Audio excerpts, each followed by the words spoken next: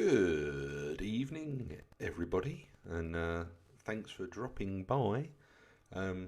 You can see my face. Yeah. Hi. Um, so yeah, welcome to Briar Rail, Briar Gaming, whatever you want to call it. So I'm going to start the stream off today just to do a tribute to all of the people that lost their lives in the Great Heck rail disaster that was 20 years ago today. It's still a sore point on the railway. And for those of you that don't know what Great Heck was, it happened on the East Coast Mainline, and it was a driver of a Land Rover towing a trailer fell asleep at the wheel and careered off the motorway and slid down an embankment and ended up fouling the line. And he rang the emergency services, but he didn't know where he was. And a train, 125-mile-an-hour passenger train, came along and hit the vehicle. It derailed. The passenger train stayed upright but was off the rails for about 700 meters, and then it hit a junction, and the points tilted it over, and there was a coal train coming in the opposite direction with a Class 66 at the front, and they both collided. The passenger train was doing about 100 mile an hour. The freight train was doing 60 mile an hour, and you can imagine the mess. But yeah, 10 people lost their lives, including both the drivers of the trains. So you can imagine why it's a little bit of a sad day on the railway in the UK today. But anyway, yeah, so if you want to find out more about Great Heck, I would recommend going to Signals to Danger, who have done a podcast on it. Bear with me and I'll post the link in the chat to their Great Heck episode, which was the first one that they did. And it's really, there you go, the link's there. It's a really good listen, and it explains what happened and the outcome and what safety features were implemented and everything like that. But yeah, I just wanted to pay a tribute to the people that passed away in that sort of disaster, for more want of a better word. But anyway, we're going to move on now to the 465 before we get into the games. So those of you that have been following the channel and you've been watching the streams, we've been getting pretty hyped. Well, I've been getting pretty hyped about the Class 465, which is rolling through in the background behind me, here and here. It's the fastest EMU stock, the fastest EMU train in the United Kingdom acceleration-wise. And if you haven't watched the video, go onto YouTube or Twitch and look at Dovetail Games' preview stream of this, and you'll get an idea. So I'm just going to cover quickly what I liked and what I didn't like from what I saw. So sound, first of all, and as we all know, Dovetail Games haven't been particularly great with their sound on English EMUs, or any EMUs for that matter, bar the German ones, even though they've got some quirks with those. But the sound is provided by Armstrong Powerhouse, and anybody that's in the train sim community will understand that Armstrong Powerhouse are the people you go to get great sound, buying their enhancement packs and things like that. So yes, there is those that are available. and they're fantastic. The sounds on the preview stream were really good. Unfortunately, the Xbox has an issue with compression of sound, which has led to some issues with AWS and things like that. But fingers crossed, what we saw is what we get on Thursday when it's released. The model, the way the train looks, fantastic. Really, really good on the externals. Livery's good. The cab looked good. Nice high-res textures being used. The internal passenger area is pretty much how I remember it from as being a kid and travelling on them, and a young adult going to work. The only issue that I think was brought up was between the carriages. The gangways were static; they didn't move. But I think they were going to look into that and stuff like that and make sure that it was all good. But yeah, the textures looked really good. It looks a good representation of that locomotive and train and stuff. It's a 4-car unit, lovely jubbly. It's going to give us a little bit of variation on Southeastern Highspeed. And as you can see, there's the 3 of them there. It's going to be a good addition. Now,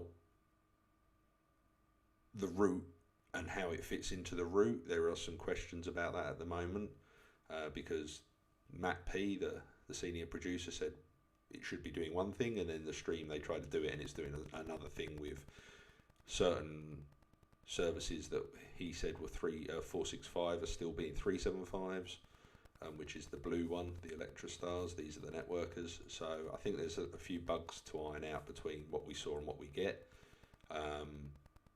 But again, I'm just glad they've brought this train to this route. Yes, it had been nice to have had them put the line to Dartford from Gravesend, so you got a little bit of a longer drive with it. But I'm definitely going to be using it on this route, Southeastern Highspeed. I'm going to use it on East Coastway. I'm going to make some scenarios where the 465 goes on tour. So it gives you a reason to come back and watch the channel. But yeah, it's going to be a good addition next week. And like I say, I've asked for early access to it so I can get you some content. As I'm off work Monday and Tuesday, the patch drops on Tuesday, which puts it in the game. So I've asked for key access for it from Tuesday onwards. But whether they are able to grant me that key is another matter, because I'm not accredited on the portal that they use at the moment to issue out keys. So that's why I've had to go and ask for one ahead of time from somebody somewhere else, or from them, but from somewhere else. So without further ado, I think you've seen enough of my ugly mug,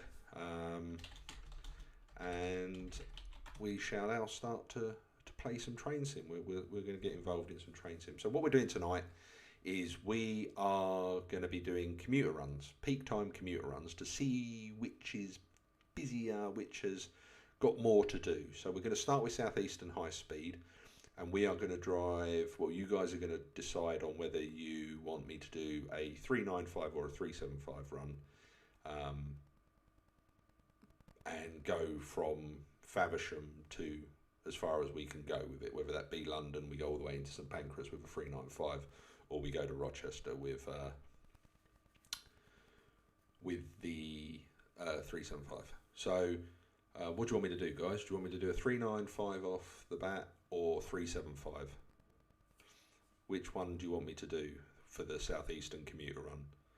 So remember, we're going to be using a peak service to go into London, or as far as we can go. 395, okay. Yeah, right, okay then. So let's get that queued up.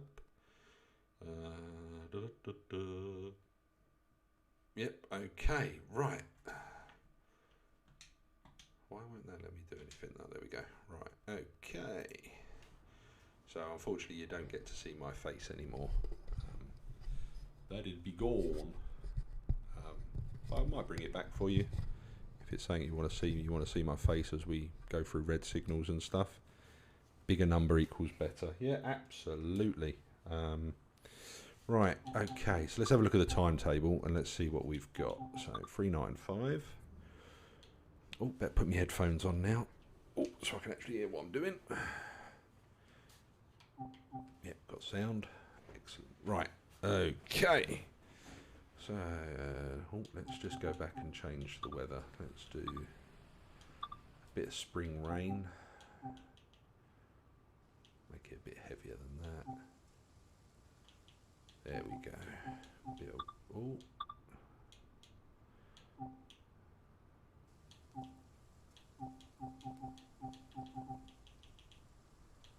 Right, okay, so let's do the 395. Right, let's have a look. So in theory it takes an hour to do the Faversham to St Pancras. So if we do the 7:30, 1 Foxtrot 1-5, that should, in theory, get us into London around 8:30, which is when people are going to be getting there, isn't it, for work? So let's go with that one. So how are you all? You all okay? All cooking on gas? Having a nice weekend? Right, just bear with me a second, guys. Just going to change the light colour in here so that I'm no longer being blinded by the lights for the camera. Right, okay. Right, so we need to unlock our doors first. There we go. Okay. We need to enable all our safety systems. We need to put our headlights on. And then we need to put our window wipers on. I think we're probably going to need 40s. Yep, there we go. Now, we might get an emergency brake application as we leave the station. It's a bug. They know about it. It's fixed on Tuesday. Oh, we better just pan up, shoes down, make sure we've got power. Yep, there we go. And we just need to unisolate our DSD. There we go. Right.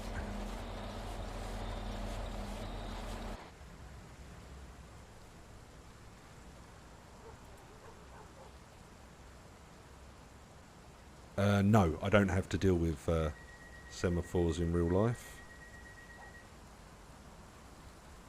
Yeah, I know that feeling, Wolfman. Oh, we've got to wait. We can't go anywhere. As we've got to wait for 30 seconds, but doors are closed. We're ready for departure. Oh, we've got 006 again. Had that one all day the other day. Yeah, the semaphores are very rare in the United Kingdom now. Skillium, they're only on like very, very rare branch. Well, not very rare, but they're very rare. You only find them on older branch lines that haven't had any upgrade work done to them for some time. Yes, there are still some floating out there, but there's none on my routes. I have to learn them. I understand them. I know what they do, but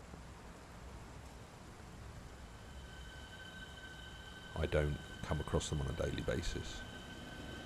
Right, so off to Sittingbourne we go. So let's have a little look. Wow.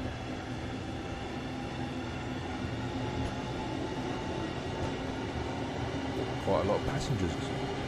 So they've definitely got on this route passenger time. They always said it would be busier around peak rush hour. So it looks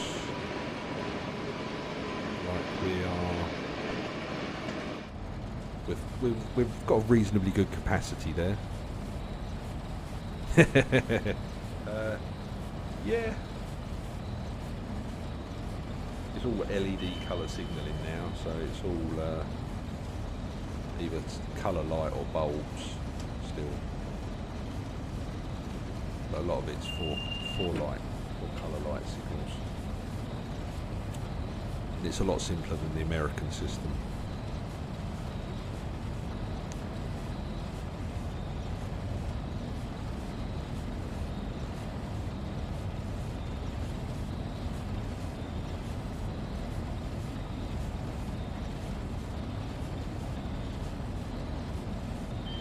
Thanks for letting me know my package has been shipped, Amazon. It's not even for me.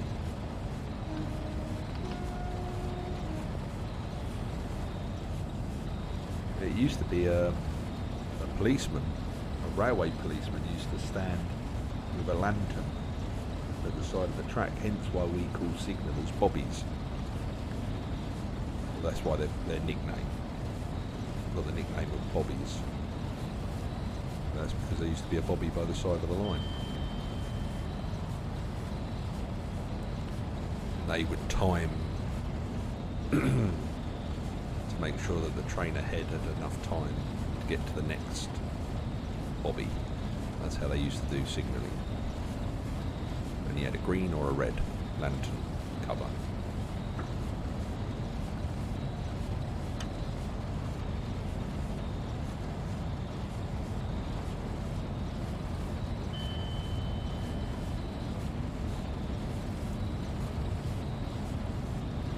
So we're up to our speed now, for our line speed, so we're just going to cruise along.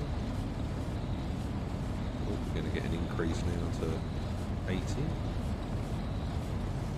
So we've got a 12 car set today, so yes, I know I'm speeding, but the line speed has increased. Nice. That'll only ever been your game for that session at that time. I don't know what train we've got on the rear of this set. Let's have a quick look. Well, we've not got a train though.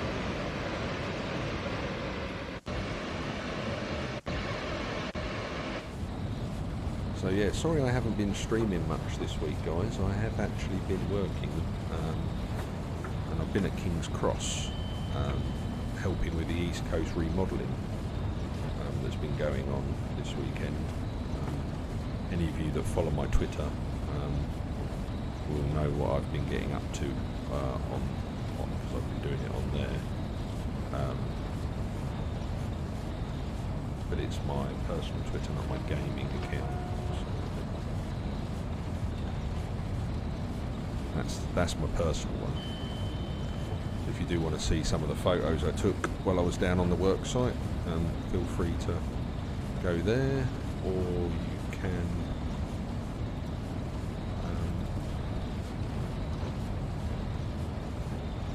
bear with me a second. Do two things at once. Hopefully it won't break anything. If you do want to have a look at the photos in their high-res glory, you can go to that link, and I've posted some on there. There's not many, but it gives you an idea of the locos I was driving. It's entirely up to you, Wolfman. Entirely up to you. Right, so here we go. We're coming up on Sittingbourne now. So it'll be interesting to see how many passengers are waiting to get on. We get there. Because we're already quite full.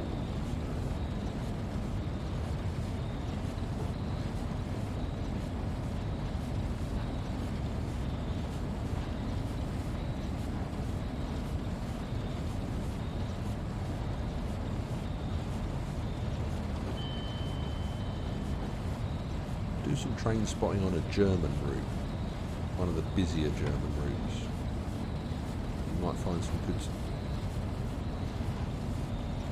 Pick one of those really busy stations in the middle of the route, where you'll probably not be able to have more than a couple of minutes without a train going past you.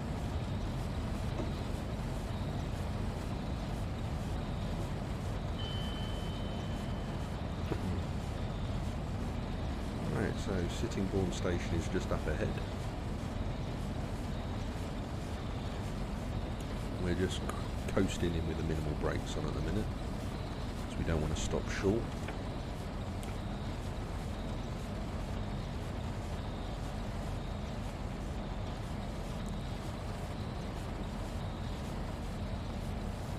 Again, we're looking good for time. We've got 45 seconds before we need to be where we need to be.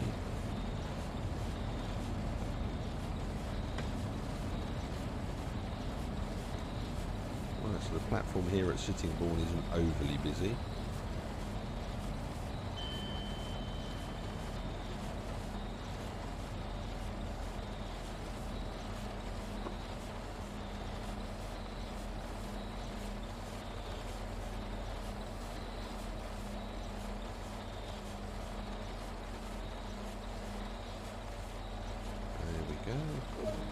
Right on time. Bang on the money. Right, so let's see who get. Oh, a couple of people getting off. Oh, quite a lot of people getting off along the length of the train. All walking in slow motion now.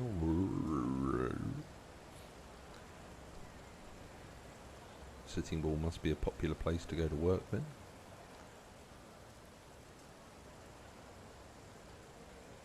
I just love the fact that it gets a bit grubby in the rain.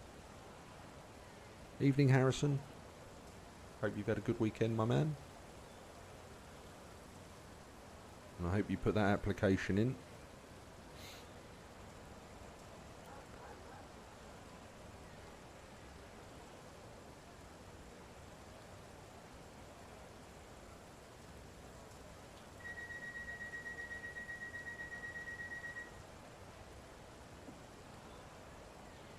Oh yeah, you're going to do that to me, are you, game?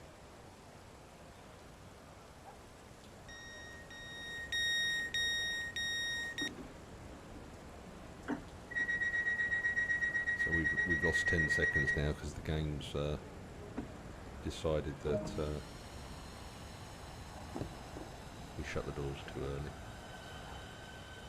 Alright, anyway, we'll make that time up at Raynham. So Harrison, this evening we are doing the 3 UK commuter routes.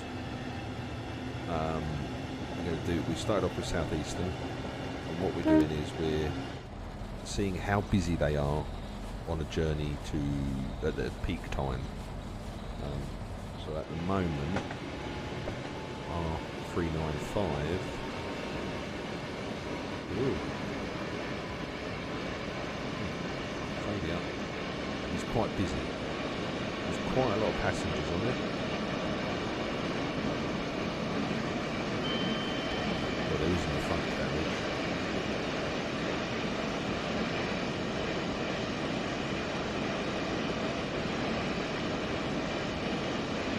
But yeah. So we're seeing how busy it gets.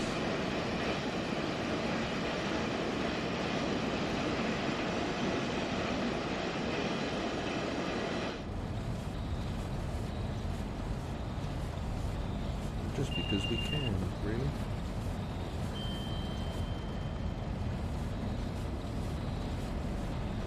Oh, okay, hydrate.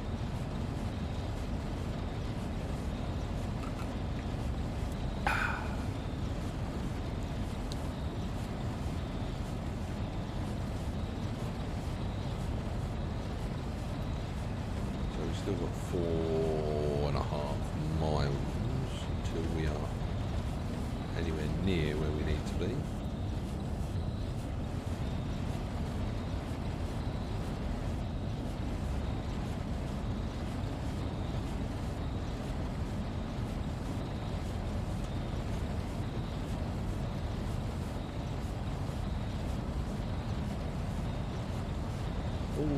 Oh, we're not doing 70 yet.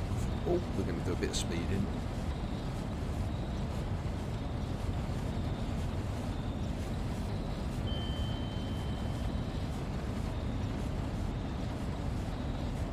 Going in, we're getting diverted off there. We don't need to be doing 40. No, I was off today. Rest day. Rest day today. Rest day tomorrow. Rest day Tuesday. And then Wednesday, Thursday, Friday I am on 8 AM to 8 PM Ipswich to Hams Hall.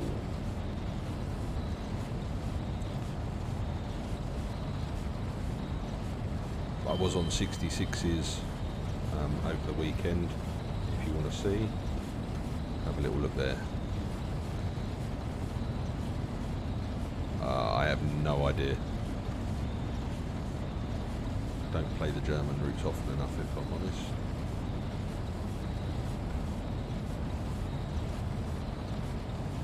Newington. Is it Newington? Yeah, I'm pretty sure it is.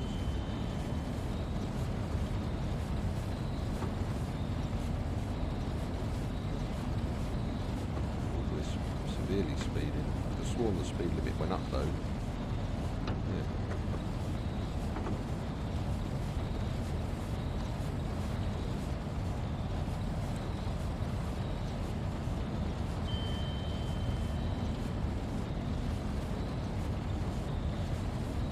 Getting a little bit of graphical slowdown, or is it just me?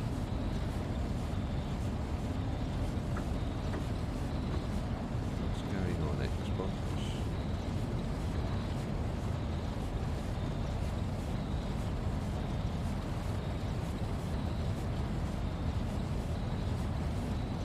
Right, just a mile and a half now to Raynham. A minute and a half to get there. Yeah, they're there. I've driven Biffa before, the Flying Dustman as it's known.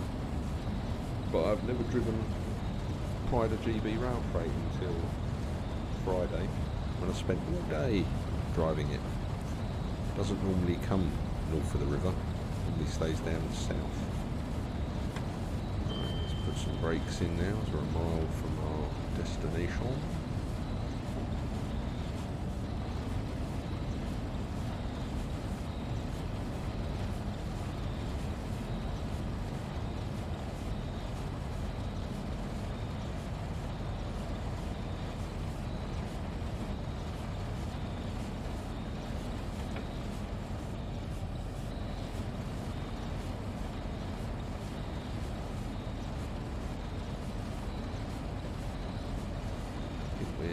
Be a little bit late into this station by the time we actually come to a stop. Again, we just need to stay within 5 minutes of our booked time before we're late.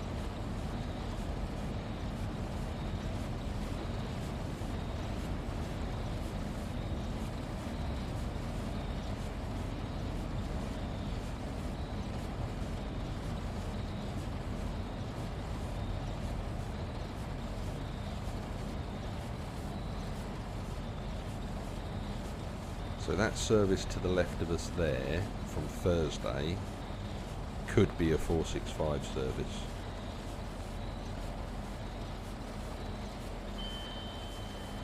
That could be turning into a 465 service there.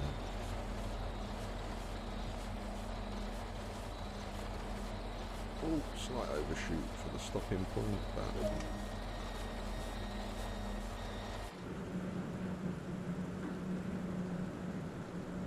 lots of people getting off, not many people getting on. Maybe they want to go Charing Cross, which is where this one's going, I think. Oh, nobody's put the destination board on it yet.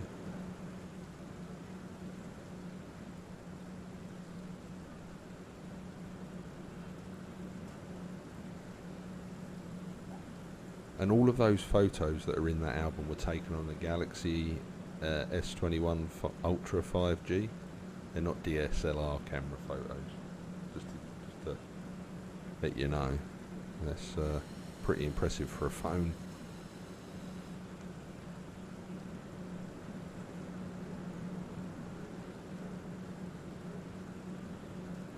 Right, let's start the door closing procedure. Right, away we go. Next stop, Gillingham.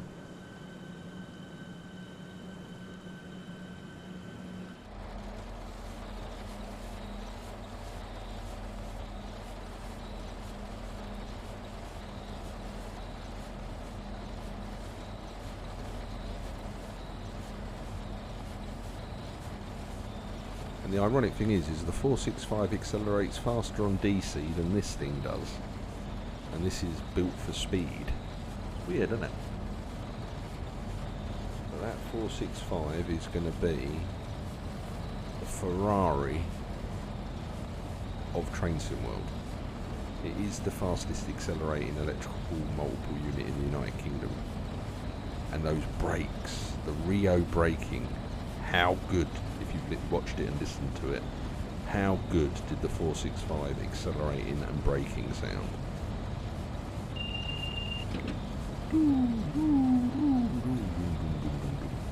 Fantastic. You can picture me kissing my lips with my fingers. Mwah.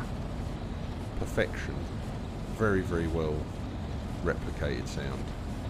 But again, that's my honest opinion. Others differ with me for some reason, but what you gonna do? Huh? What you gonna do?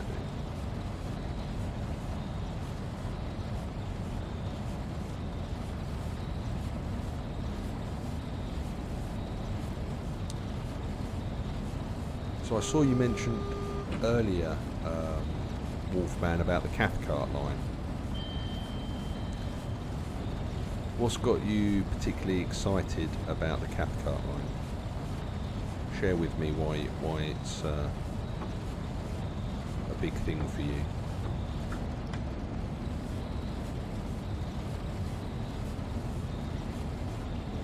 And then I'll give you my thoughts.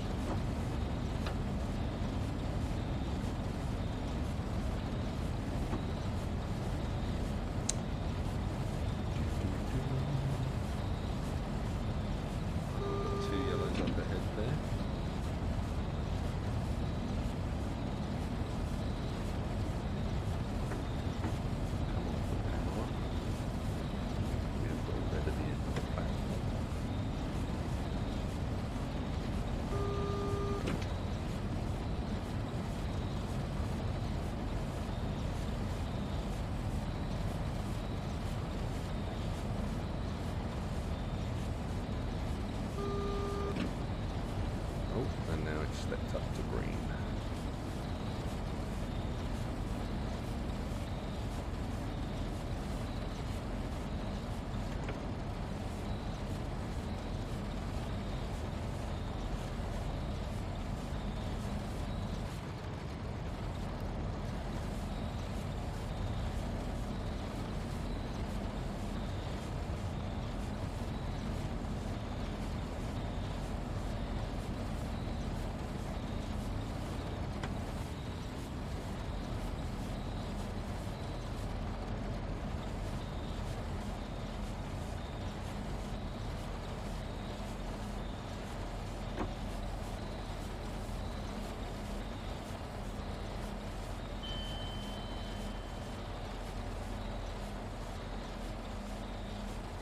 So we're hovering around 30 seconds later than it. You should make that up on the high speed section, as long as nothing goes wrong.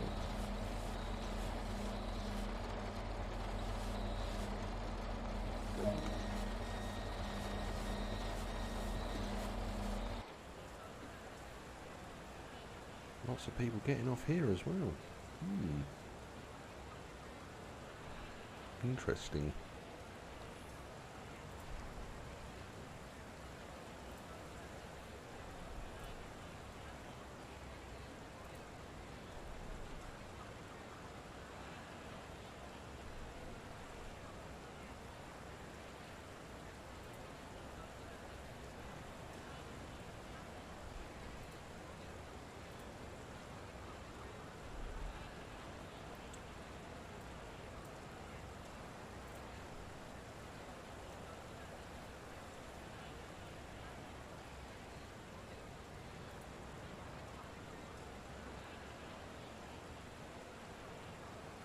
Close our doors.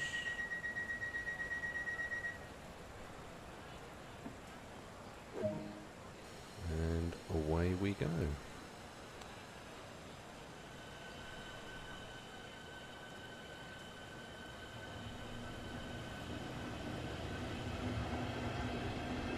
Oh, look at the detail on that bogey there. Blimey O'Reilly.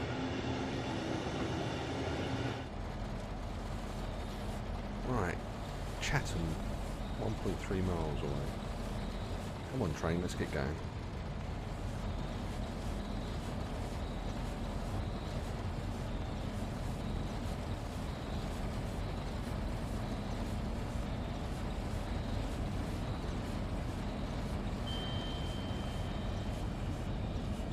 Just got to remember for our 15 mile an hour at Strood. Otherwise we could be having a nasty accident.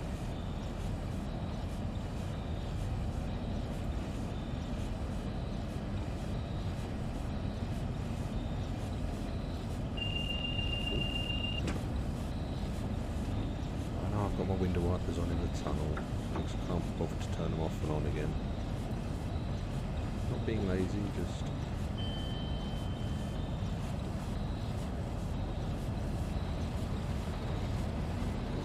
Whoa, intentionally.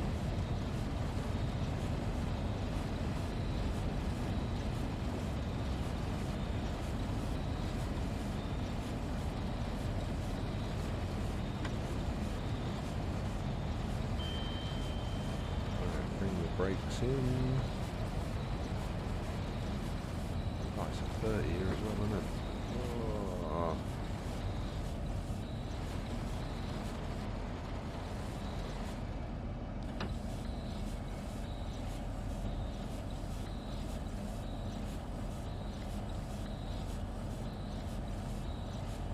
Not paying attention like I should be.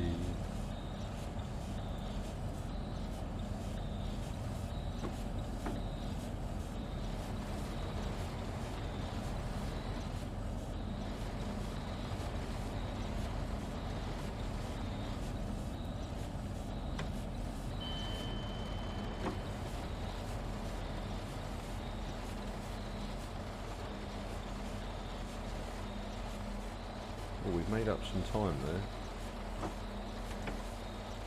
Although we're probably going to lose that again if we put the brakes on a bit too hard. Oh, there we go. The door's open.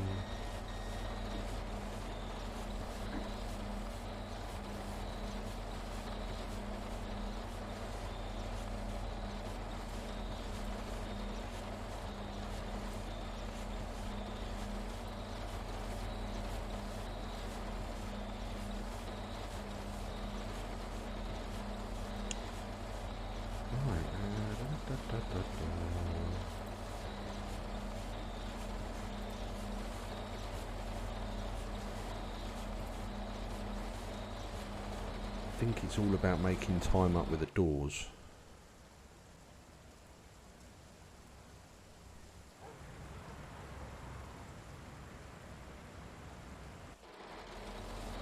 You've got to get your timing right. Around about there. Doors closing, doors closing. No, see, just a little bit.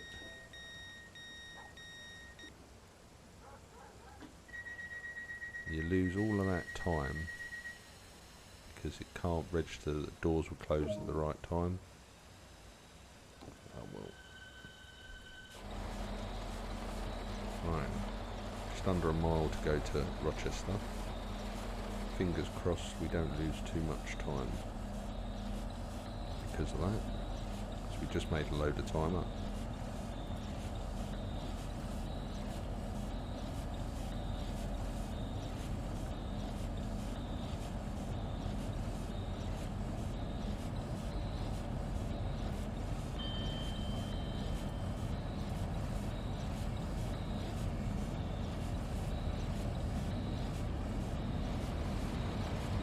Oh Lee, what are you doing?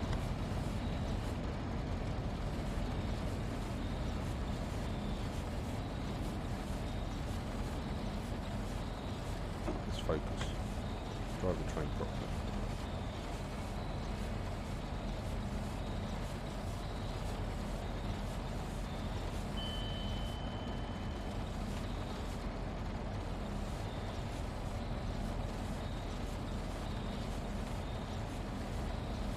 So Wolfman, are you going to give me your opinion on why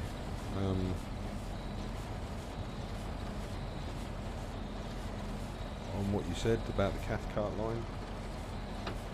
Because I don't know the Cathcart line, I just know it's like a loopy line up in Glasgow, like a local, like, could almost be a light rail line, but it's not, it's a heavy rail line. There's no freight, it's all passenger, it's a bit like the Long Island Railroad, just on a much smaller scale. I've got an opinion on it, but I'd like to know what yours is first before I cast my opinion out there.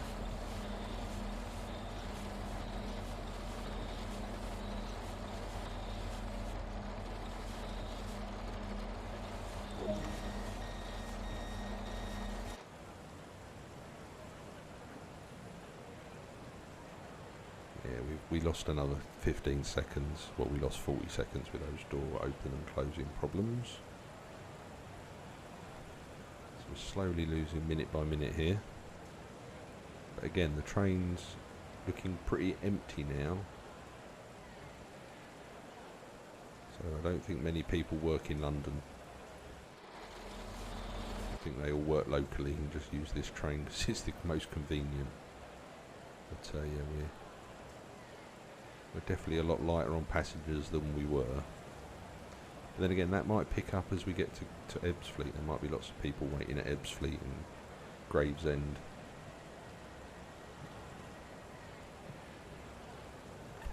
Who want to get on board. Let's close the doors now that we know.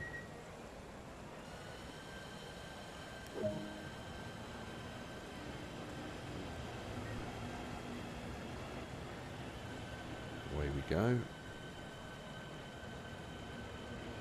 So we've got to remember we've got some quite restrictive speeds coming up. So does anybody else have anything that they saw in the road map on Tuesday for Train Sim World 2 that tickled their taste buds, or they saw that interested them? I know that there's a Clinchfield coming which may tickle Skilliam's taste buds. We've got the Arosa line coming as well, which is a Swiss railway, or Alpine type railway. It's got the guard mode on it, or guard signalling at least. So I'm guessing they're introducing guard mode on that one, where you can ride the train as a guard, do bits and pieces with it.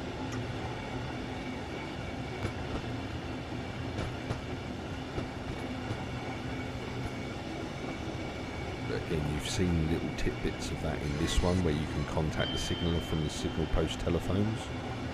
So that was obviously something that they needed for the Arosa line.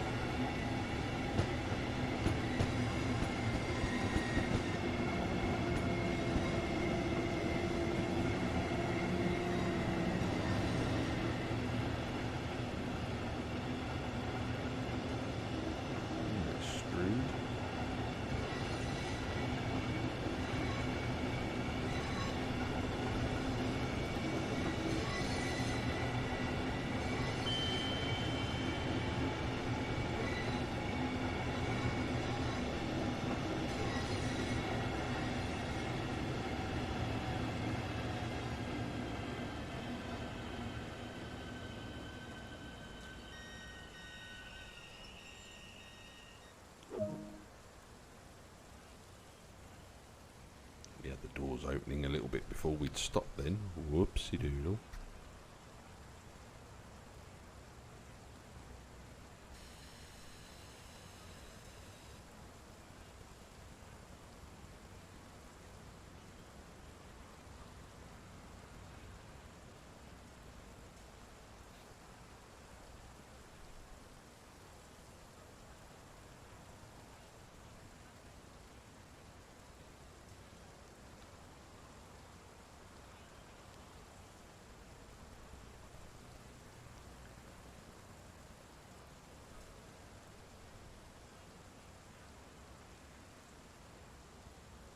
It's quite therapeutic just listening to the rain falling. Right, let's lock our doors. Have we timed it right this time? Yes, we have. Away we go. 15 mile an hour. Don't want to go any faster than that. Till we're out or in the tunnel.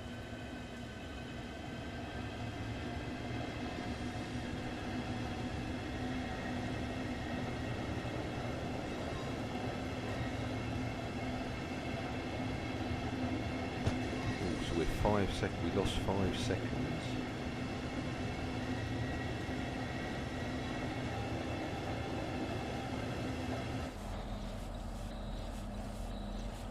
We lost 5 seconds, so hopefully we should be on time when we get to Gravesend still, because it's easier to keep to time going up the high speed section, because it's flat out.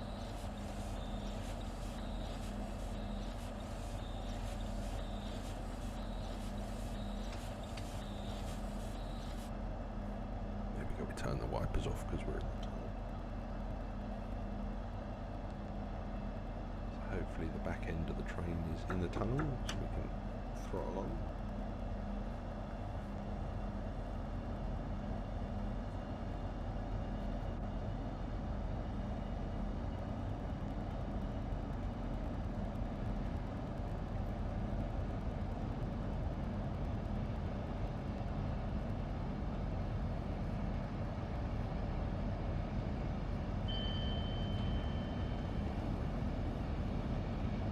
So has anybody got anything planned for the week ahead? Anybody got anything exciting going on in their lives? In this lockdown world that we are living in?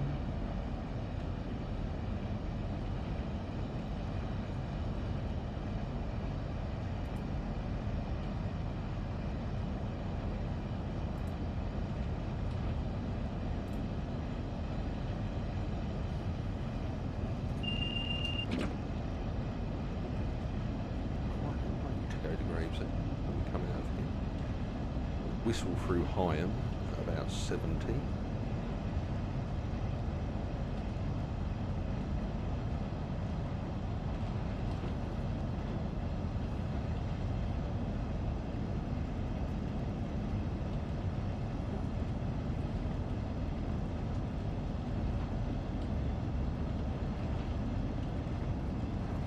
I'll probably put the window wipers on for that little bit. Go back on when we get to the end of this tunnel. We'll be back out, and then there won't be another tunnel then until tunnel 3. There's 3.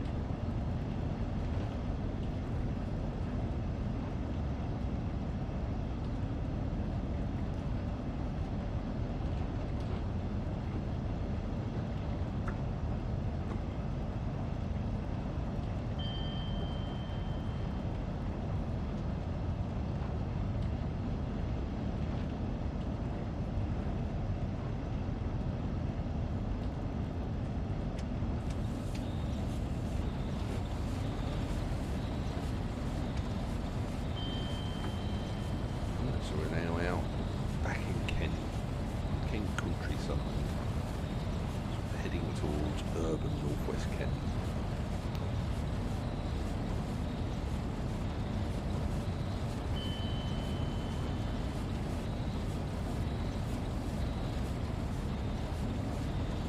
We're going to be coming around the corner in a minute, and there'll be Who Junction on the left, Who Junction on the right. We see, well, the left would be the Who Junction up yard, on the right would be the Who Junction down yard.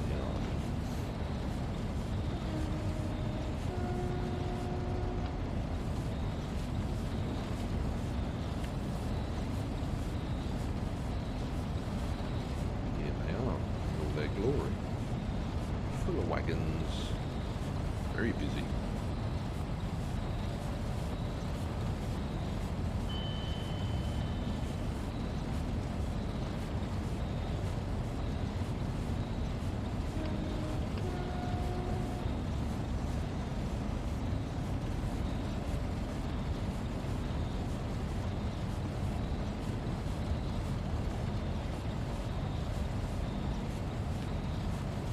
Still can only proceed at 70. The fastest bit of the line. So you can see the networker only does a maximum of 75, so the class 465 is going to be timetabled pretty well between Gravesend and Rainham. There's not that much high speed running.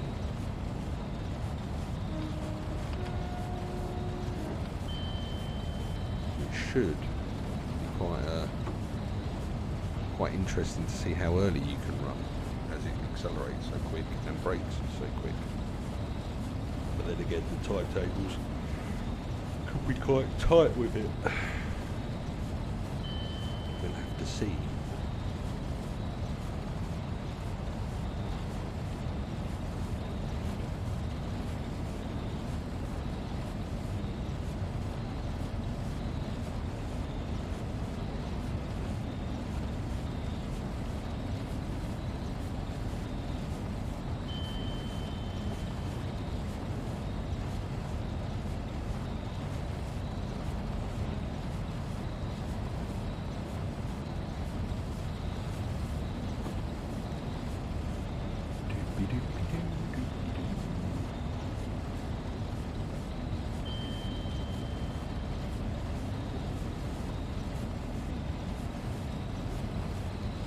So did you say it was a remote loco that punted that wagon into the yard and it derailed Skillion, or was it a driver controlled op?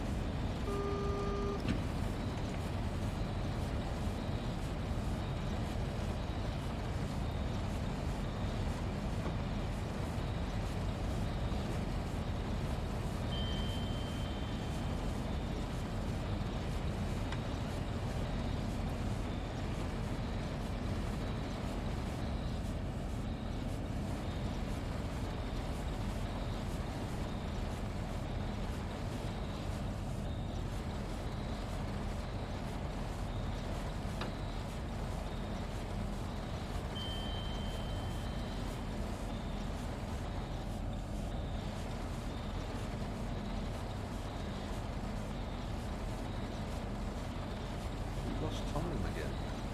Looks great.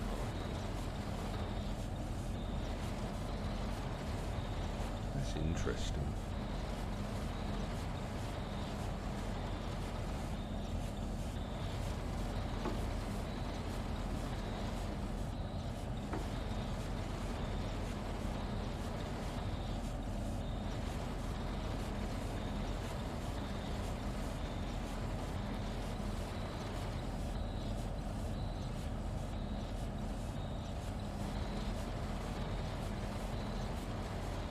We're going to bring the train to a stop.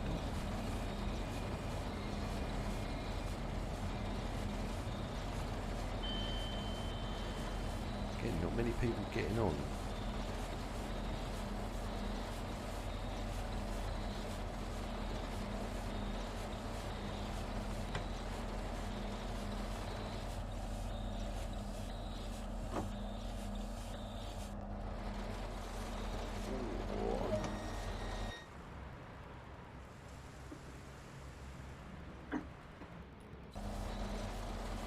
Again, we've lost a minute there. Lost a minute between those two stations. Damn and blast.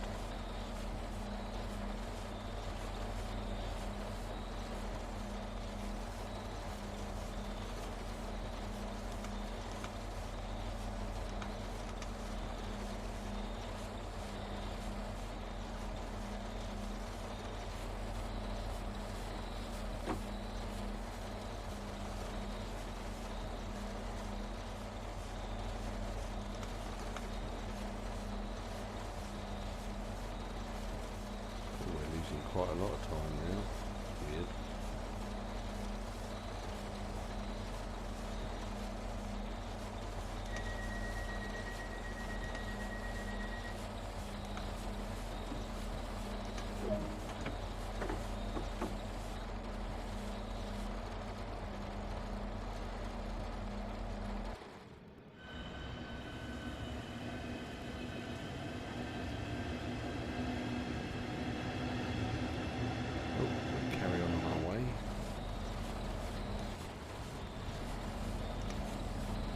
Doors may pop open when we get to low enough speed to accidentally hit the button to open them.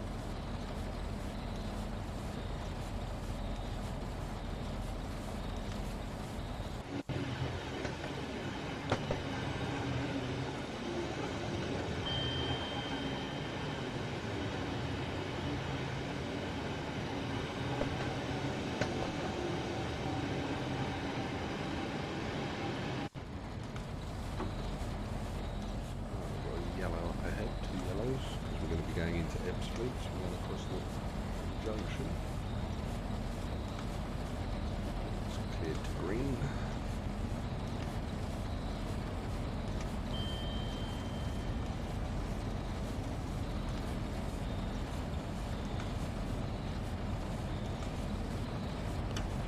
It's a 60 mile an hour curve. We're good to go. Route indicator isn't set, so we don't know where we're going.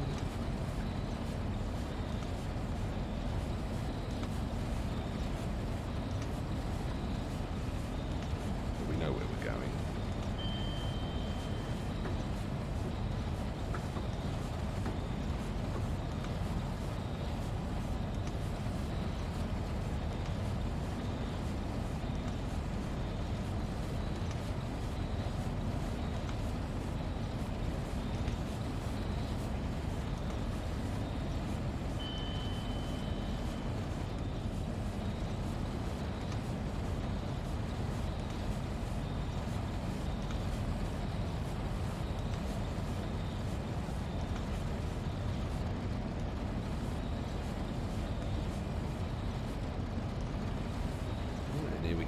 obviously the overhead wires have now appeared above us.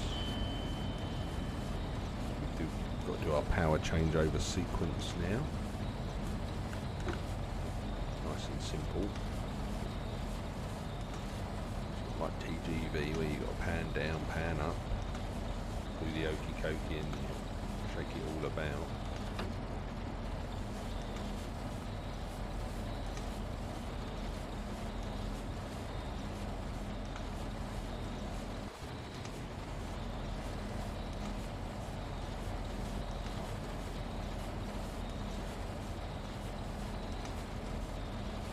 We're going to have a wrong side door opening here, so close them again, but I doubt them, they're closed. They're still open, we're still doing 15 miles an hour. Oh dear game. Interlocking needs fixing.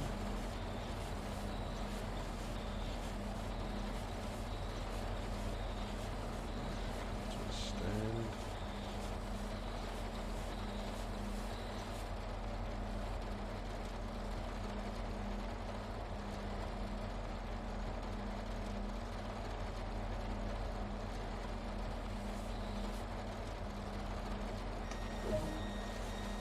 Quickly do our pan up, shoes down.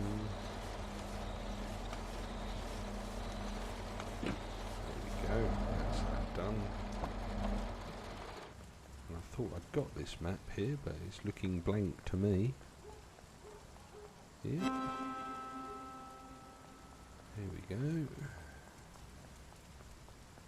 Again, the train has emptied itself out. We're not overly busy heading in a rush hour. Must be a Saturday.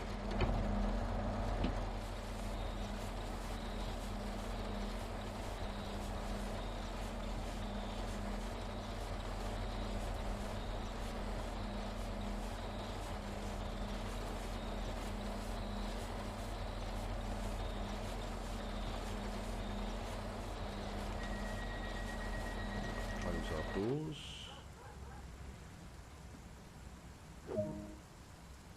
Right, and now we're on the overhead juice. Away we go. Right, so we'll do it to 130 straight off the bat. Lovely jubbly. Let's get going.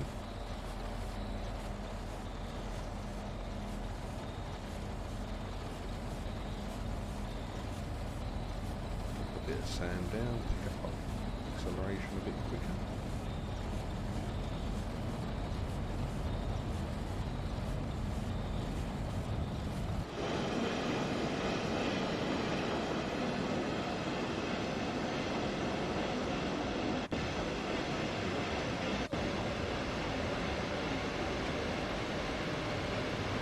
The pan's gone right up high now there. Rose up. It's on the high speed bit.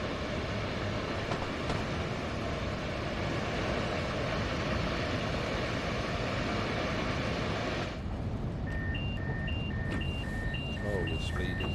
Whoops daisy.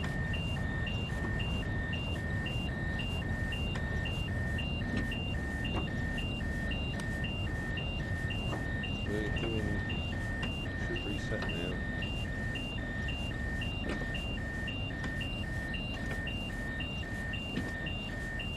Paying attention how fast we've gone.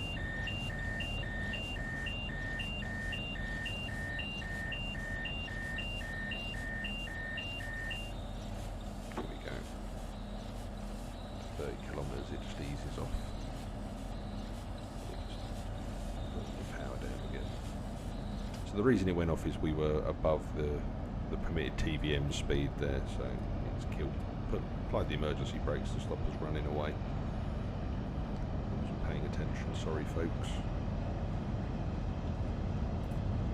Too busy watching the OLE.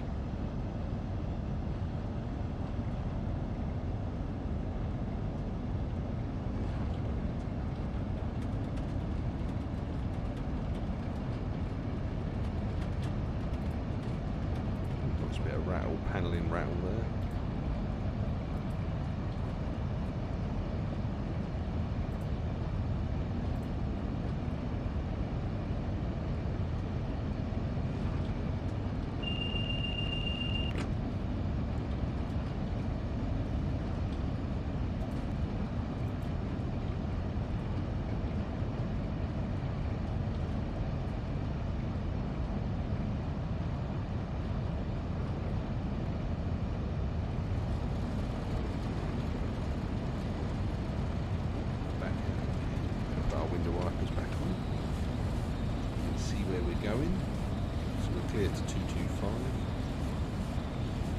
all of the powers.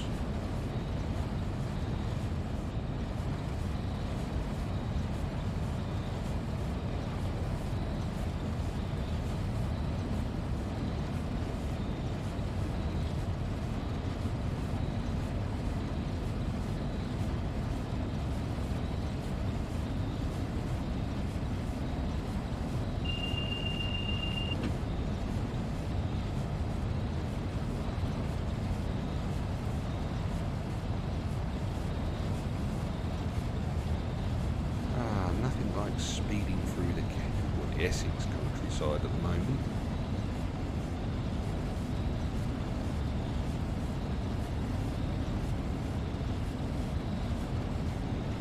Right, radar, good evening.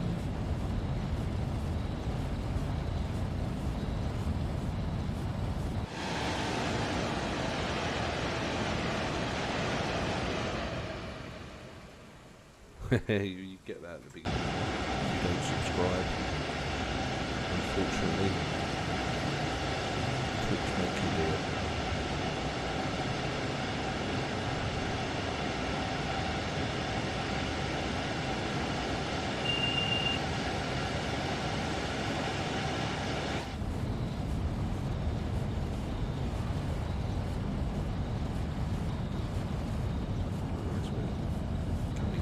Rainham now.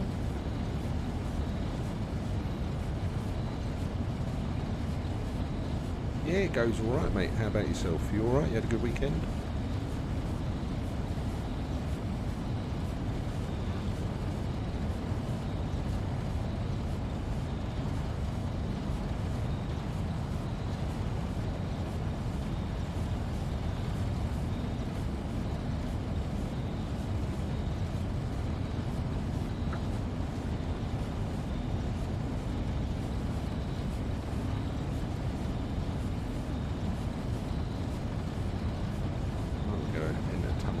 Just a second, head towards Stratford.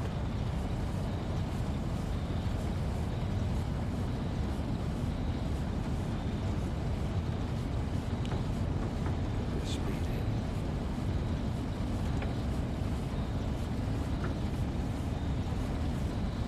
It's alright. Right, here we go. We're going to the tunnel shortly.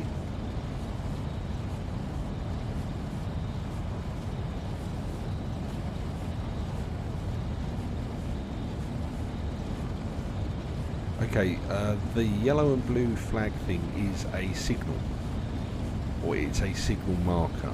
Now on this section of line they use in-cab signalling, which is what that bit there is. We're clear to do 225 and the track is clear, it's green. And that indicates that if you're going to get an update to the thing or anything goes wrong, at those blue and yellow flag points is where you get your update, and that'll give you an update on the signal, or the computer system will be giving you a speed reduction.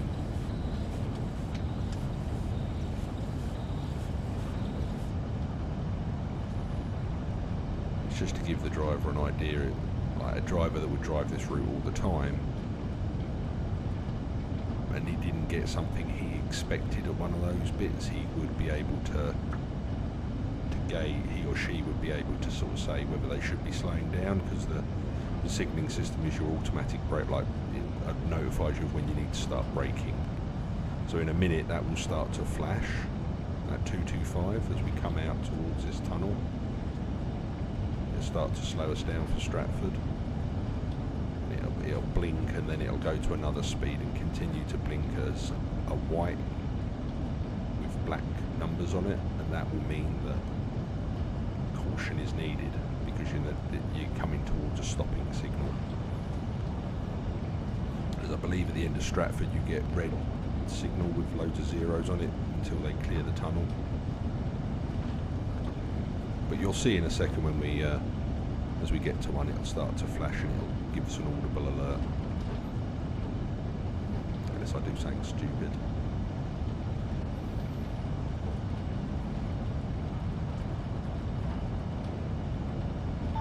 See, there we go, we've gone past the blue and yellow flag.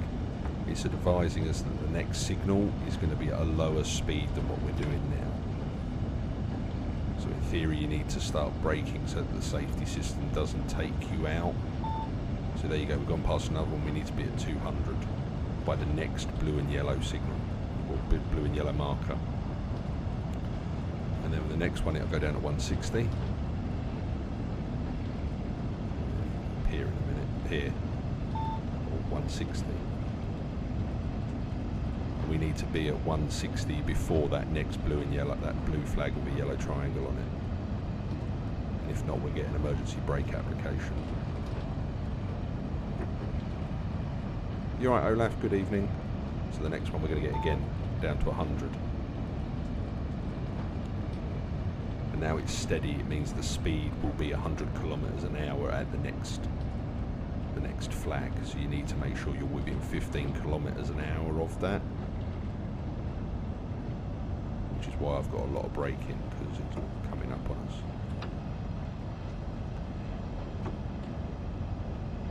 So we've now slowed down, so we're going to go through to the next one when it comes up just here. And now it's black background with white writing, which means the track is clear, but you can only do 100 kilometers an hour. It does stop you, Olaf. It stopped us at the beginning of the run that you just missed coming in the tunnel because I wasn't paying attention. You need to be going 15 kilometers an hour or more over the speed limit.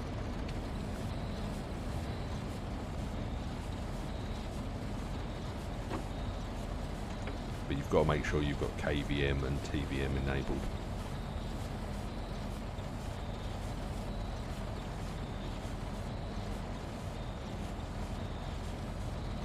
See, so here we get, the track is still clear at 100 kilometers an hour. That's why we've not got a bing or anything at that signal we've just gone past, because the line is 100 kilometers an hour and we're good to go. As soon as the loading and unloading process is complete, we can go through. But there is another signal at the end of the platform there that we come into contact with. We should go up to 130, I believe, from there.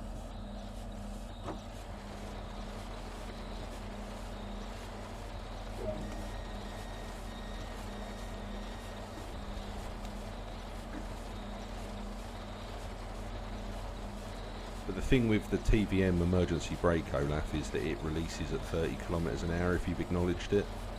So it doesn't bring, you don't have to come to a stand with it. You can just, it's in that cabinet there. KVB, TVM. I don't know what the rule book, I haven't read the HS1 section of the rule book because I don't go anywhere near it, but probably knowing UK signalling, you would probably need to come to a stand and contact the signaller. But in the game you can just let it get to 30 and the brake, like the emergency brake, comes off, and then you can just power on up. Oh, sugar, he's done it again. He's done it again, everybody.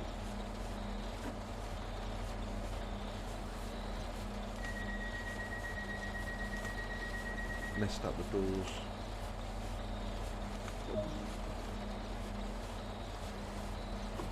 Right, so we're now going to go through this signal. We're clear to go through.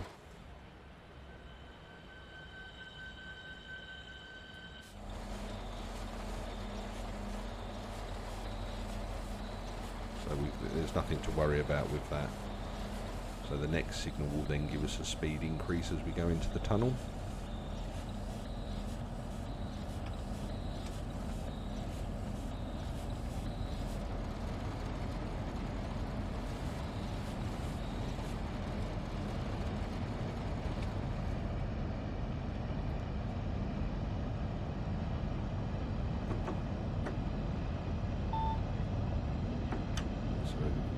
Go. Now increasing. You're welcome, Olaf, no worries. That's what I'm here for, trying to be helpful. Did you see the 465 the other night, Olaf? Coming to this route? Did you see the preview stream? Do you have any thoughts on it? I did cover it at the beginning of the stream. If you want to rewind and see my thoughts on it. But basically I've said it's the dog's doodahs. Right, so we're now getting a flashing 225, which means that the signal ahead of us is going to give us a reduction in speed. So it's only a short tunnel and I know what it's going to be going down to, so we'll make sure we're in the region as we're going uphill. There's no point having the brakes off and just coast.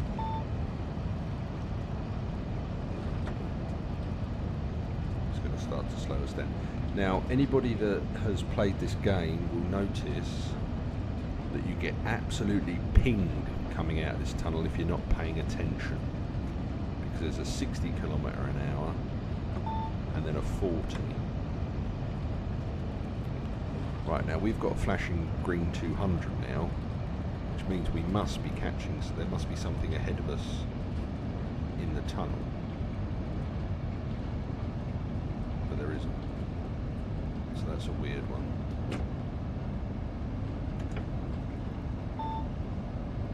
Back to a 160 again. Yeah, I thought it sounded really good. Anyway, I'm going to come to a slowdown because I posted earlier some photographs there. Now, where I was doing the works, where my trains were for most of the day, is just outside this tunnel. A yellow 200 means that there's a green, there's an issue up ahead. A green means that it just wants you to reduce your speed because you're too close to something ahead of you. If you've watched me do TGV, you catch stuff up on there, and the signalling system will bring you down on speed wise, and then it'll, all of a sudden the train will get out of the way and it'll go up again. But it's all to do with obstacles ahead and things like that. It's automatic signalling basically, from my understanding. But those photos that you see there, guys and girls, I will show you exactly where I was, and I must admit I did go and have a look. Now, if you remember when this route came out, there was a lot of hoo-ha about what was outside this tunnel, and I went and had a look. I had my oranges on. I was dressed up like a massive tangerine, and I just went and climbed and walked and had a little look as to what the setup was. Right, we're now back on UK signalling again. That's what that honk was for, was to notify us that we're back on the colour light system. I want to stop just as we come outside this tunnel. I'm not worried about the points. We know that this route isn't particularly busy at peak time because there's nobody on the train. They've all got off. Right, as we come out, right, we've got a U. Cool.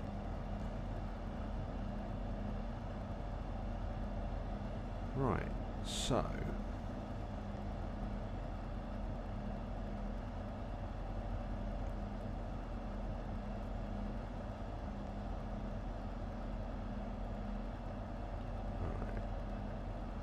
as we come out, that building is there. Okay, that building is definitely there. What I want to do is, I'm not going to be able to fly around until I'm all out of the tunnel, so hang on. We'll just get out until the whole train's outside the tunnel, and then I'll...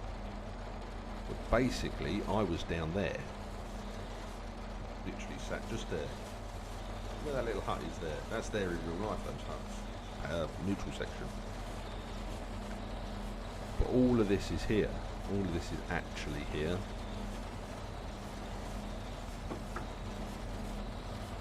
That block of flats is there.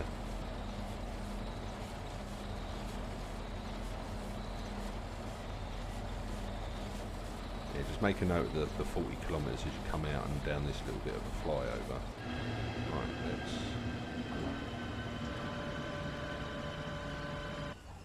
Right, so we just quickly fly... Ooh. fly back over here for a second. So those photos that are on there, I've walked up that road there, that's all real. All of that parking is really there. That was the compound that I came out of from doing the work. But basically this is a road access rail point in real life, just to give you an idea of how actually accurate this is. This is a dive under which takes you into King's Cross, which is just over there. This is what they call, you can't see it there, but there's a tunnel there called Copenhagen Tunnel. There's a tunnel just there, that's called Gasworks Tunnel, and that brings you out in King's Cross, which is just over there. But yeah, I was sat just there when some of those photos were taken, and the ones with the biffer one were taken just up there at that tunnel. And that's the East Coast Mainline. There is another set of lines now in that tunnel there that run out to here. They run up there and they come across before that tunnel. But most of this track got ripped up at the weekend, so it's all been realigned. Yeah, but I was in Gaswork Tunnel. I spent 5 hours of Saturday morning in Gaswork Tunnel from 5 AM. 4 hours, 5 AM till 9 AM. 5 AM till 9 AM in Gaswork Tunnel. I felt like some sort of weirdo coming out. I could hardly see anything. It was so dark in there. But yeah, that's what I did all weekend. I worked on that bit of railway.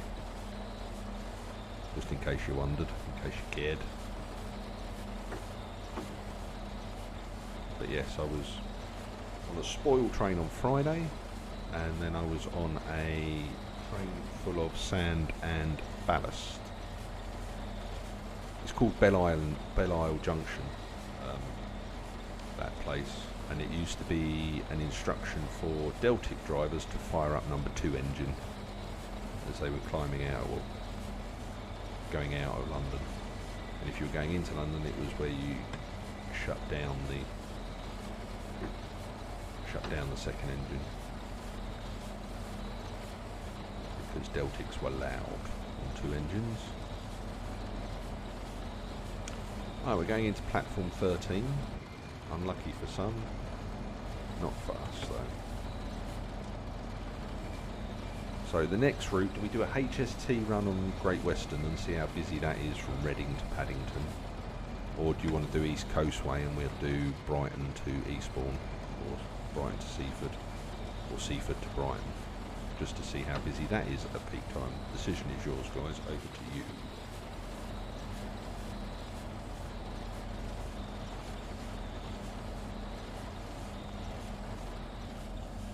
So yeah, most of my day on Friday was spent watching trains going in and out of that tunnel pool on Tunnel 1. I got to see the Eurostar arrival and the Eurostar departure, the one of the day, and I got to see the Eurostar arrival yesterday. Right, Ollie, good evening. That's right, don't worry about being late. I would recommend going back and viewing the beginning on VOD.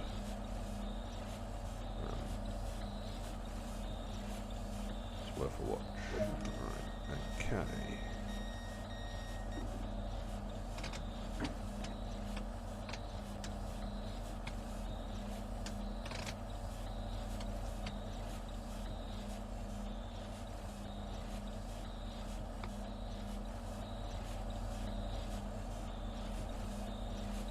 It was, my thoughts on the 465, but also my thoughts on today as a day on the railway. 28th of February is not a very good day on the railway. 20 years ago it wasn't very good at all. And I just did a little bit of a reflection on that. If you know, you know. If you don't know, watch the beginning of the video. It's been in the news today. It's been all over the social medias. But yeah.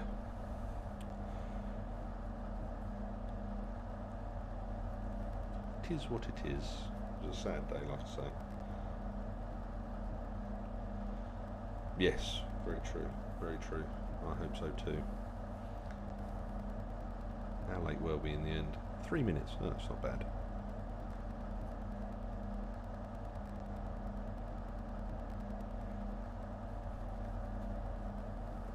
I did post a link to a very good podcast about it as well, which is worth having a listen to. You've probably already listened to it though.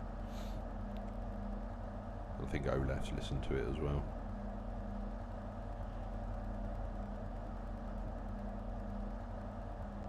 We've come close to having stuff like that again, but fingers crossed it doesn't happen again in our lifetimes.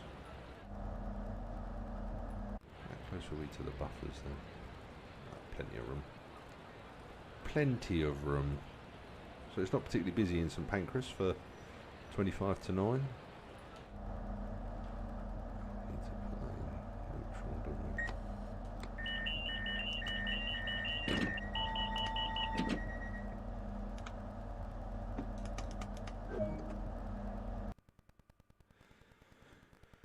We've got a silver for that. Oh no.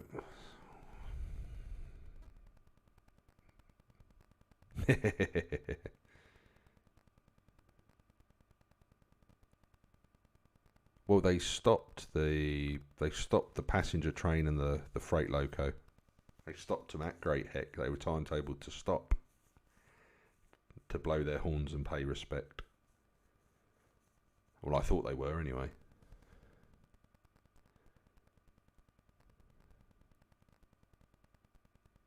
But they were timetabled to go past at the correct times, but yeah, I'm pretty sure they were booked to stop because the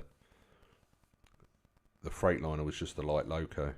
It's just a light loco that went through. Right, okay, that's that run done. So now, East Coastway guys or Great Western? First.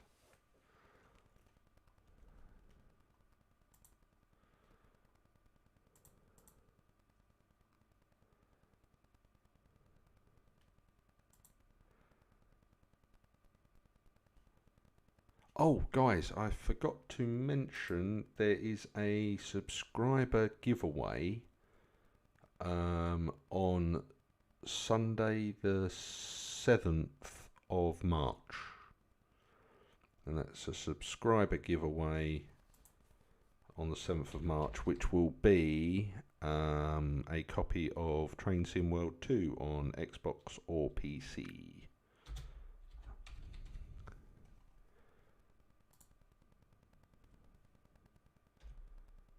So make sure you subscribe if you want to be in with a chance of winning the game. I'll also be, if you've already got the game and you're a winner and a subscriber, you can pick a DLC of your choice.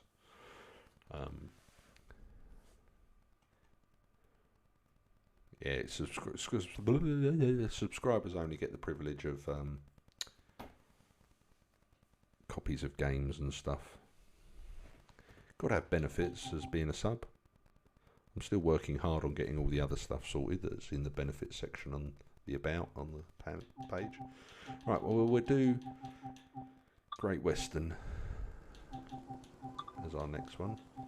Right, we're going to do it spring clear though. Choose the HST. We want to be arriving into London around about 8:30.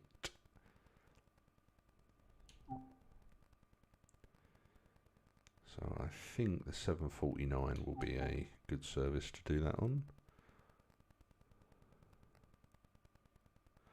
That's interesting. Didcot Parkway. 2 trains 2 minutes apart. That's interesting. 1 Papa 16 and 1 Alpha 05.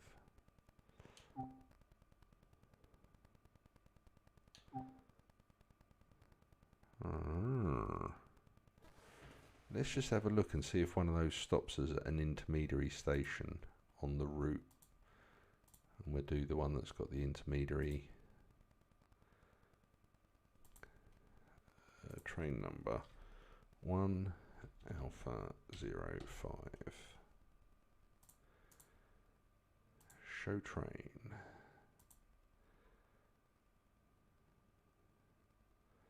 Oh.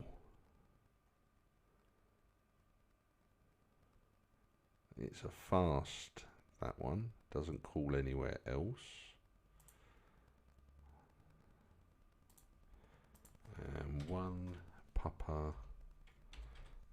One's got to go through Old Oak Depot, because you can't have both of them running, because it'd be too close to call. One goes into platform 11. Aha! The 747 calls at Maidenhead.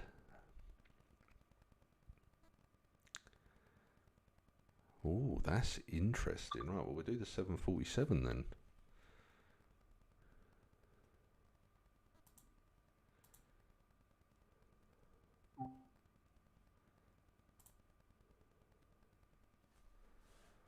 Right, okay. Let's get ourselves loose. Hey, Ollie, thank you very much. How did I know that was coming?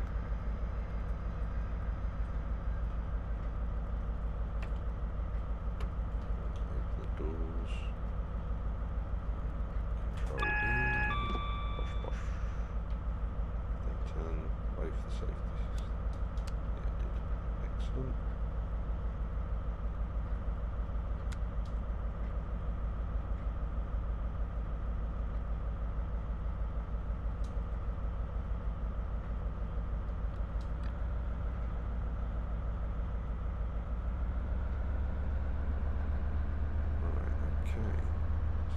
Doors. And forward. Release our brakes. 2 notches of power, and away we go.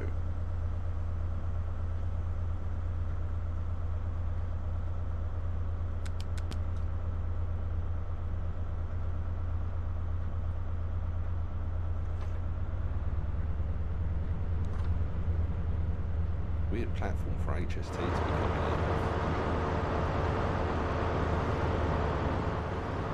That's the other one, that's the first one. If we're not careful, he's going to get the road. Come on, train. Let's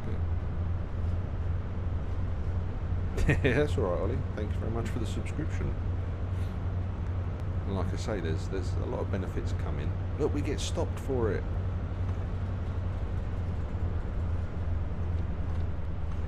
We leave Reading earlier, but we're going to get stopped.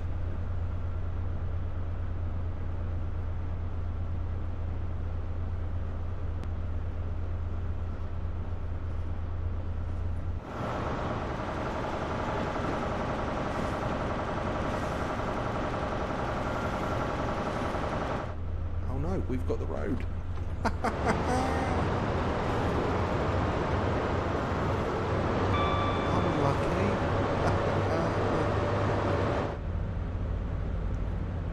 We got red because 166 was coming across. We've got to go across the road. Yeah, we're a class 1. Evening, Dean. Yeah, I'm a class 1, but so's that other one. That other... We're one Papa 16. We're calling at Maidenhead, and the other train, which is one... across the junction. Which is 1 Alpha 05, is a fast, non-stop Reading Paddington. But it's got to follow us.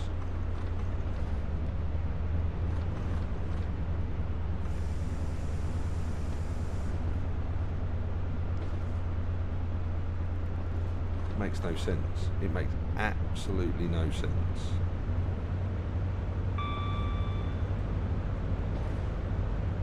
Look, he's right up our trumpet. Oh well, signal's messed up there. Sex today is a distinct lack of Mark 3s. Yeah, I did watch the 465 preview. It kept me up a lot later than I wanted to on Thursday, if I'm honest. But I had to watch it. I did post my thoughts at the beginning of the stream. But yeah, I'm mightily impressed with it, if I'm honest. Very, very impressed. Probably the best one they've done, in my opinion, sounds wise, model wise, everything wise, it oozes premium product. It's the Dovetail games I remember, and I'm hoping once they sort out the audio compression issues with the Xbox version, that we'll get exactly the right AWS sounds and everything. But it's across the whole trains. It's across all of the trains that there are these issues. So it's just what we're used to on Xbox. I'm pretty sure the PlayStation does it as well. It just turns everything into a little bit higher pitch than it should be. But yeah, I was impressed. I'm really looking forward to it. I don't think Ollie was too impressed, mind you, by some of the messages he sent me on Discord.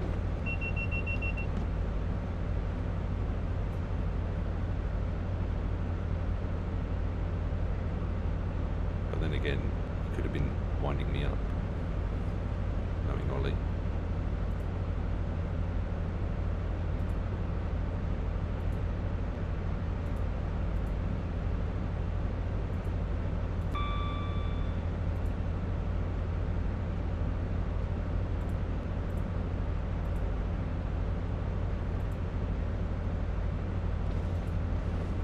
Right, we've got 7 miles to Maidenhead. How close is that? See, he's not that far behind. Unless we get routed across onto the slow lines, we're going to be holding him up. Do you live local to the lines where it operates, Dean?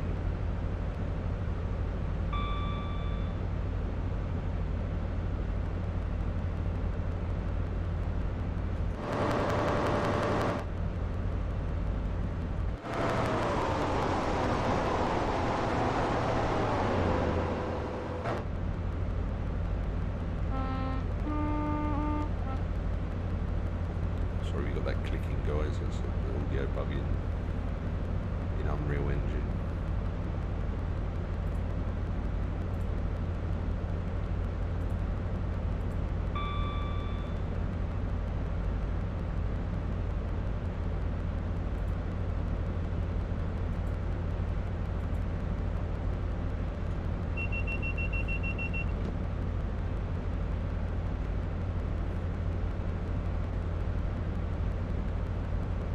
That tends to happen when I'm outside the trains, mate.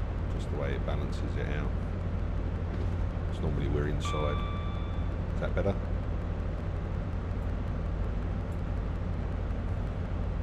Because when we go outside the trains, I have to talk a lot louder because the game's a lot louder than when I do when we're inside.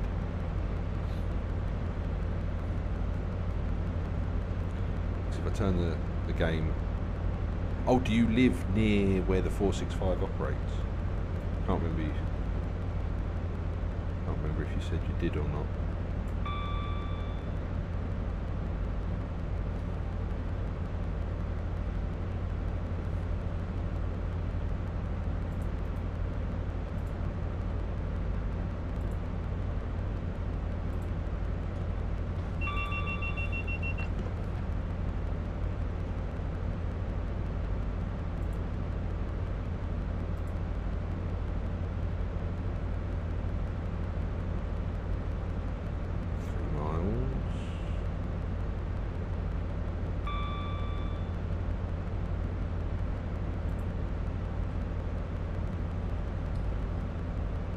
I was just going to say, if you live near, did it sound accurate to what you know the 465 to sound like, or if you've been near them? Ah, right, okay, fair enough. You can just watch a YouTube video for how good they sound, or how accurate they've got it. I'd be interested to know Ollie's thoughts, because like I say, some of the messages he sent me were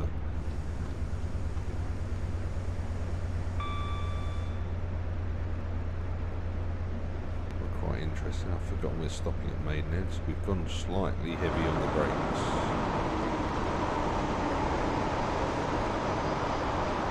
Hey, Rogan, thank you very much, my man. Good evening.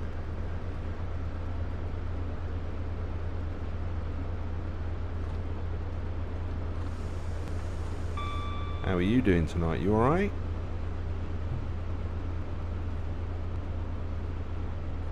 Uh-oh, what's Ollie forgotten to do? Hey, there we go. Must be getting close to the first £25 we've got to donate.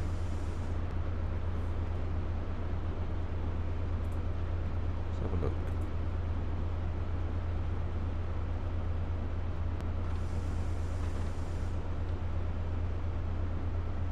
Oh no, what's happened, Rogan?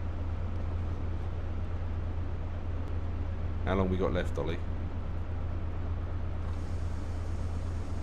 You've not had to fork out for a new boiler, have you?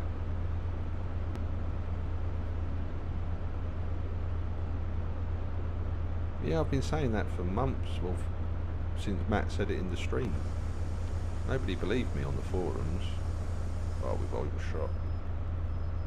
It's alright though, we got room. Got the power cut. Ah, sorry to hear that, mate. That's not good.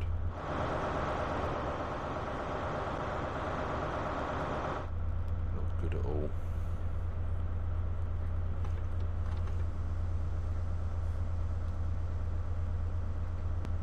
So where... Sorry, I know it's a bit of a somber point, but... Look, that HST is right there. And he's got... We've got 3 minutes yet. He's going to be sat behind it. It makes no sense. It makes absolutely no sense why they've pathed it that way.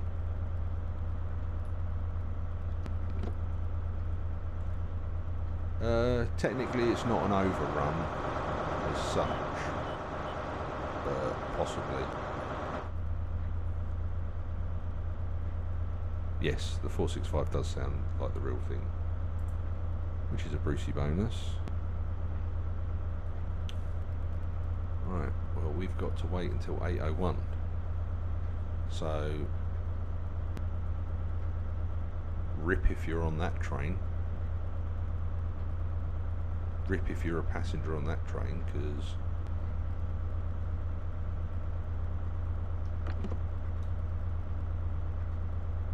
we're not booked away from here until 8:01, so I ain't going anywhere. Did he have underlying health problems, Rogan, or has it literally just been COVID that's caused the sad passing?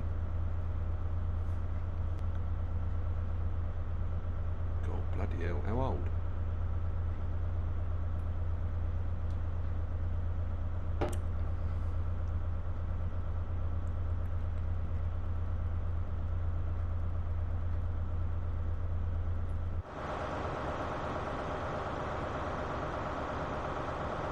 I like the way that driver there is slowing down for the red.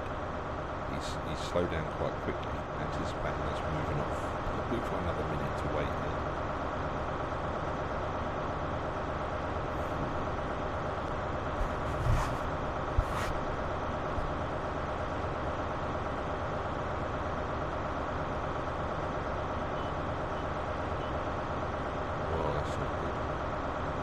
Sorry mate, I don't really know what else to say. It's a horrible thing, this COVID. Had he had his vaccine at that age, or is he still waiting for it?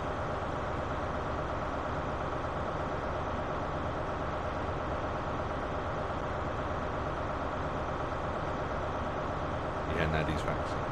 That's messed up. They're supposed to have had it all year.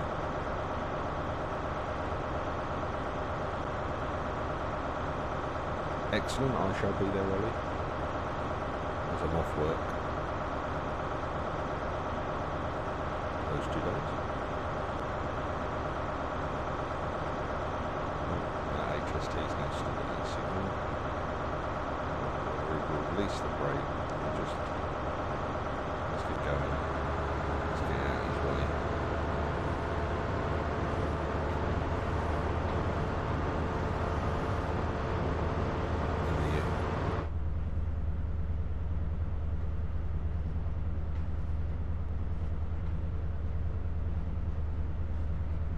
Sorry about that, Holly.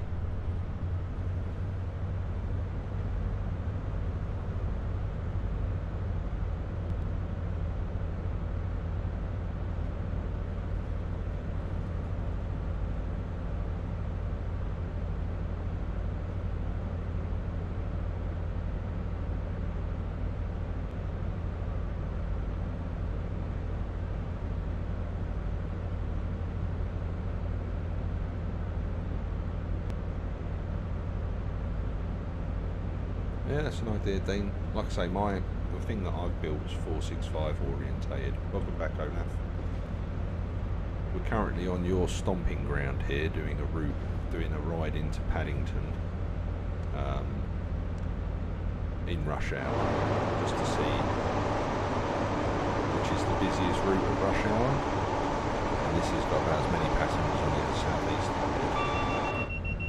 However, the service that we're on stopped at Maidenhead, and there's a fast running right behind us,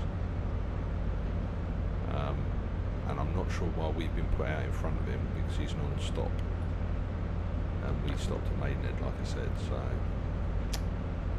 yeah, signalling, pathing issues. We started off on the reliefs as well, got brought across to the fast, where in theory we could have run along the reliefs to Maidenhead and then come across. Hey ho.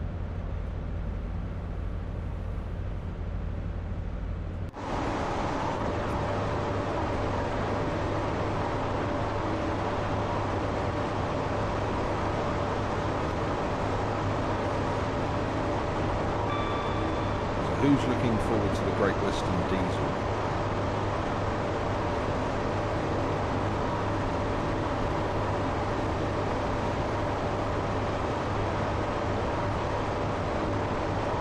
That's diesel for you. That's the screaming of whee, look at that. All the trains. There's the rear power car kicking up the steam. Oh, look, the rear one's alright. The front one's a little bit claggy. Yeah, they burn a lot of oil, 67s. Same as a 66.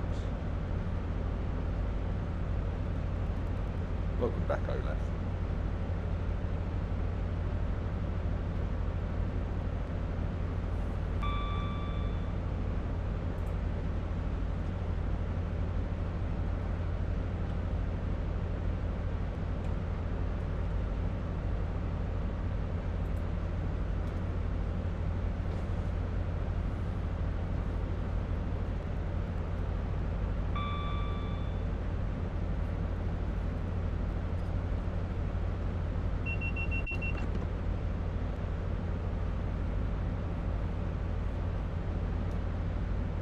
Driver behind us is absolutely spitting bullets.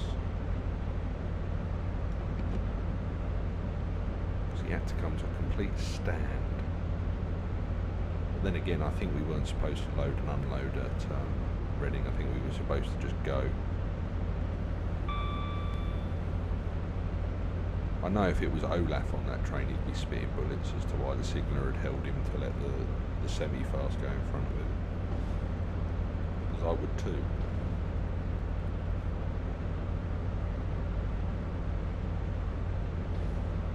Especially as I'd be approaching 125 at Maidenhead. Well, funnily enough, we're coming up to Heathrow Airport Junction in just a second.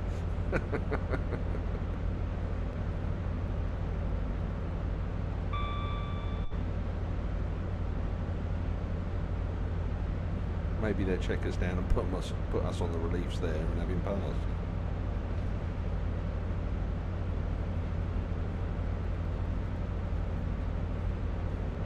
Yeah, that doesn't surprise me. Thames Valley Signalling Centre do crazy stuff like that. I've been put out in front of HSTs when I used to bring the 59 jumbo train up to Acton. Nah, you won't get that, Dean. Won't get that. What you probably will get is the East Coast Mainline though. The 800s, or the 801s. Zuma!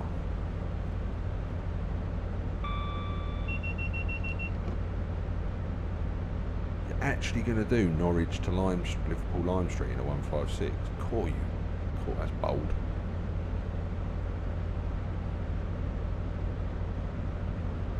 I was going to say, gee whiz.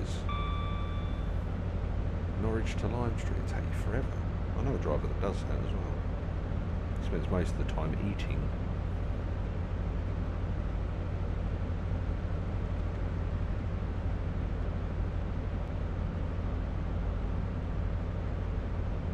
Must be a cab bob.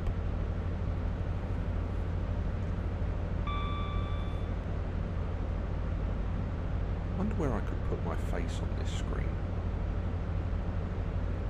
Get rid of the virtual railways and put myself down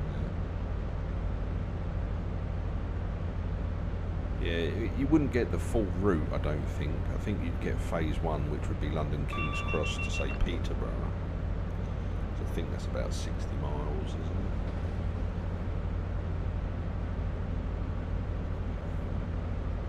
it? That's the longest route they've done. But they are talking of route merges now and route extensions, so who knows.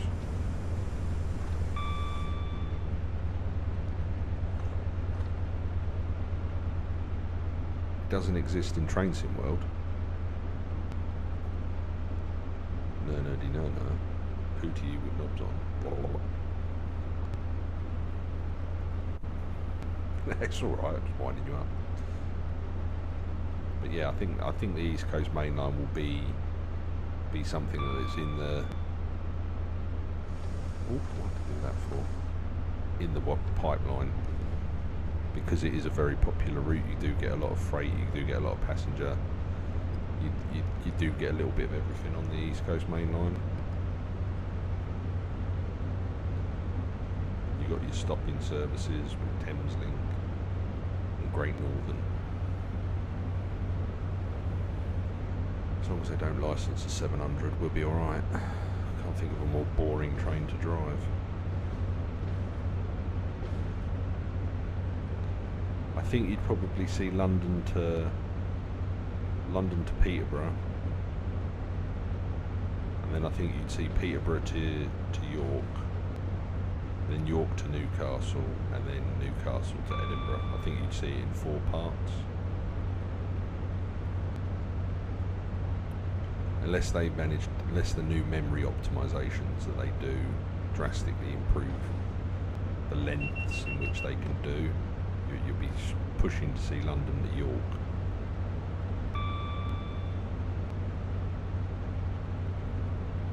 You might even see Peterborough to Doncaster, then Doncaster to York, because they're quite large distances.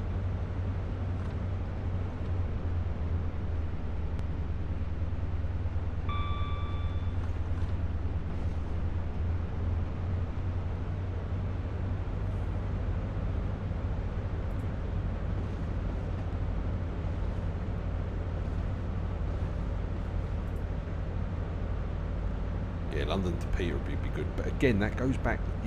With that, I think the way that you're going to see them decide on routes now is the time periods in which they could do a model with one route, because it looks like multiple timetables are becoming a thing. So in theory, on the East Coast Mainline, you can have HSTs, EMUs, you'd have the 365 as one era, maybe even with Class 91s as well in that bracket, as like the old 80s, have everything in intercity livery, Swan livery, and that, and then you could go back even further than that. In theory, you could maybe do Deltics without the wires, put the wires. Well, no, you could still run Deltics because there was wires up. Deltics ran when the wires were up anyway, I think. But yeah, you could have that, and then you'd get multiple eras with one route, as it were. You could just release the pack like they're doing with Great Western. So you imagine you buy the East Coast Mainline London to Peterborough, and they come out with the modern version, and you've got some overlap.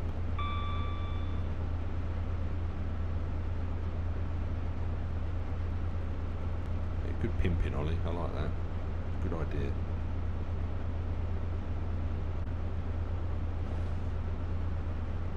Yeah, but that's what I mean, Olaf, is that they could in theory do the route, and then you buy the relevant loco pack for the era you want to drive.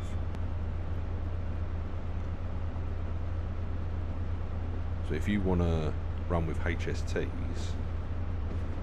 you buy the 70s pack for the line. I think the lines were up in the 70s, they must have been.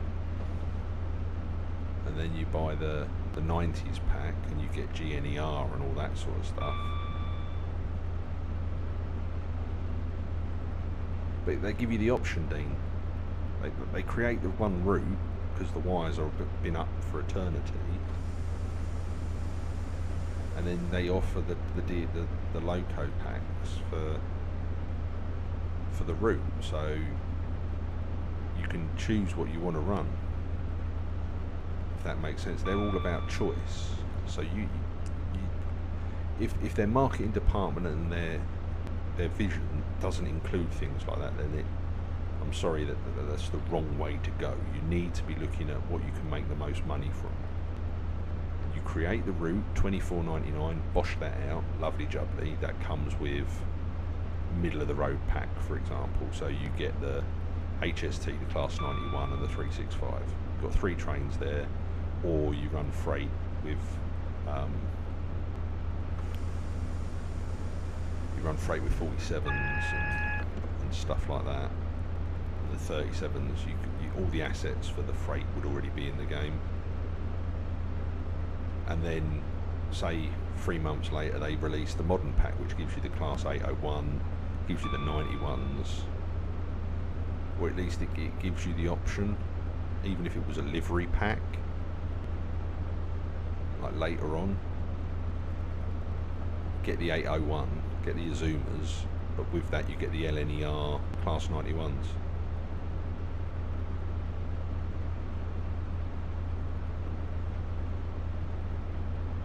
If they do East Coast Mainline, you'll get the HSTs because you'll get the old liveries. You'll get the old route. That's the way I'm proposing it, in that you'll get what you want.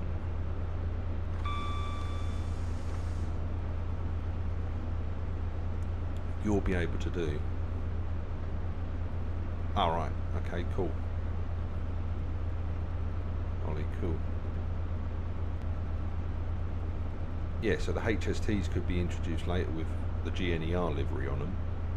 When you also get the Class 91 livery for you, like you get the 91 livery included in that GNER pack. But it gives you it gives everybody something. Eras, you get that. I quite like the idea of having eras on a route, but you need to make sure that the era that you're introducing matches the route. Whereas this Great Western diesel one's a little bit of a Mickey take, in my opinion. Ah, cool, Ollie. Big runs. And you can do that with the Great Eastern Mainline as well, from Liverpool Street to Ipswich.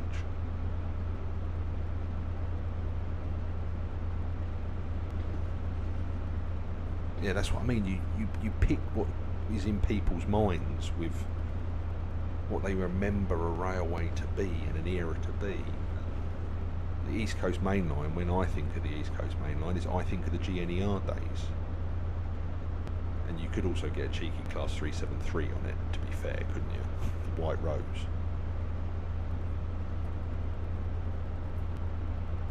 But yeah, you think about the Great Eastern Mainline as well. If they were to put that in Train Sim World, you could do it with the wires up. The wires were introduced in the 80s, but you could get away with having different eras on that route with the wires up, because you could have class 36, 47s and 37s and stuff doing the freight. You'd have to forgive if they modelled it in the modern era with Stratford the way it is, but because Stratford has been drastically changed over the years. No, we're alright, doing 40 mile an hour. We've got loads of time. But yeah, you could have 47s doing the intercities there. You've got the 309s, 315s doing the electricals. You've got the old diesel DMUs that they had over there. You see, you made me brake too hard now. Cheers, Ollie. Had it all under control. Olaf's spitting bullets behind me because he's already been put behind me as a semi-fast train. He's nowhere to be seen though, look. He's had the right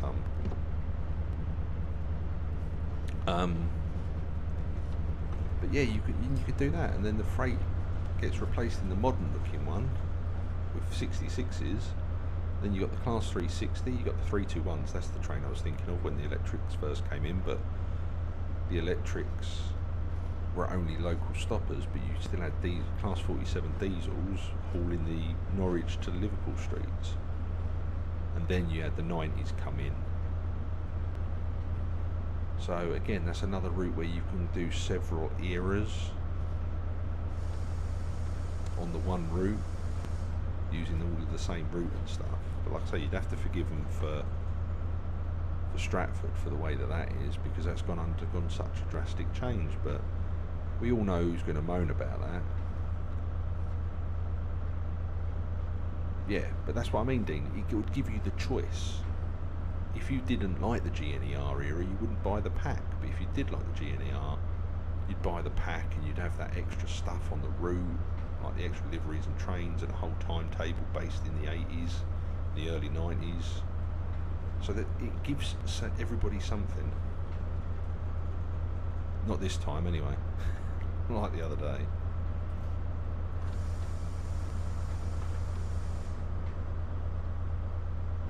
And I think if Dovetail Games are going to be successful with it, that's what they need to put the brakes on, rolling back. That's what we're going to have to look at doing. Oh, please tell me that other one's being held while that one comes out. I know it's not right, but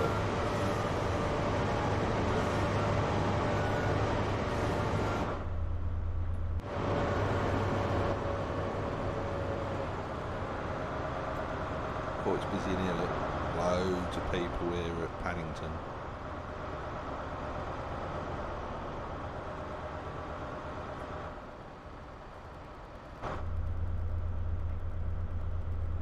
Bring the reverser down to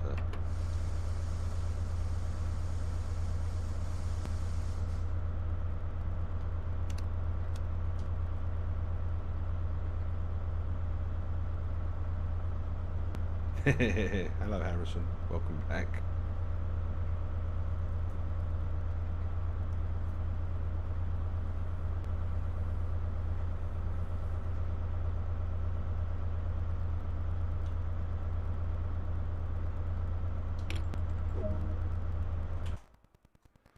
Right, there we go. We were 2 minutes early. Get in. Gold medal. Bushty bashty bosh. Right. So yes, that's that route done. So now we've got East Coastway to go. So where's my mouse? There it is. Right, but before we do East Coastway, I shall be right back, as I've hydrated so much. Yeah, they're good, aren't they? They're all taken on the Samsung Galaxy S21 5G Ultra. So there's, if you're looking for a good camera phone, that's the one to do. Olaf, were you here for when I shared the photos?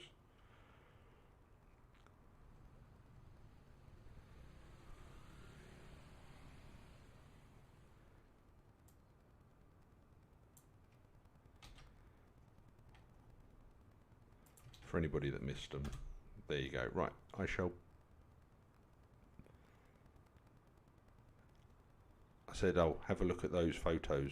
They're taken on a phone, not a camera, DLR camera, S21 Ultra." Anyway, I shall be back in 2 seconds, guys, as I need to go to the little boy's room.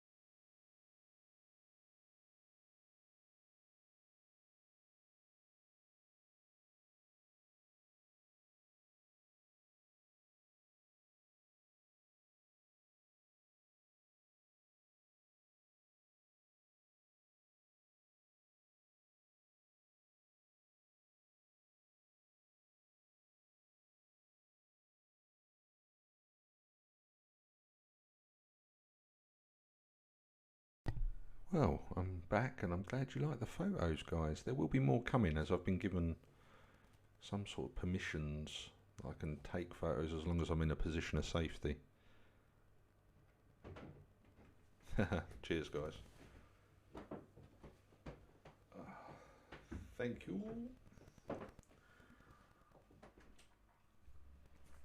Oh, it's a bit of refreshment. Right, okay, so East Coastway. Now, as we're not going into London, which do you think would be the busier commuter destination? Do we want to go Brighton to or Seaford to Brighton, or Brighton to or Orr to Brighton, if that makes sense? What do you think would be the busier? Yeah, going into Brighton's going to be busier, but do we go to from Orr, like a service from Orr to Brighton, or do we go from Seaford to Brighton? Well, no, it'd be the other. We need to go into Brighton. Skilliam, yeah, as long as there was prior planning, because you have to get permission for cab rides. But yeah, it wouldn't be a problem. You just have to organise with a company that you were going, that you wanted to go with a cab ride with, and it's up to them to decide. It's not overly difficult, Olaf, as long as the person's got their, well, I don't know what it's like with your guys, but passport and proof of being competent in railway. As long as you get enough, and then if they need to, they'll put somebody with the driver.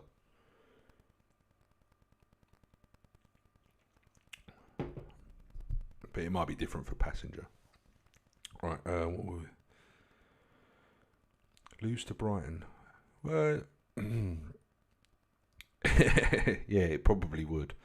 Right, okay, I think we're going to do...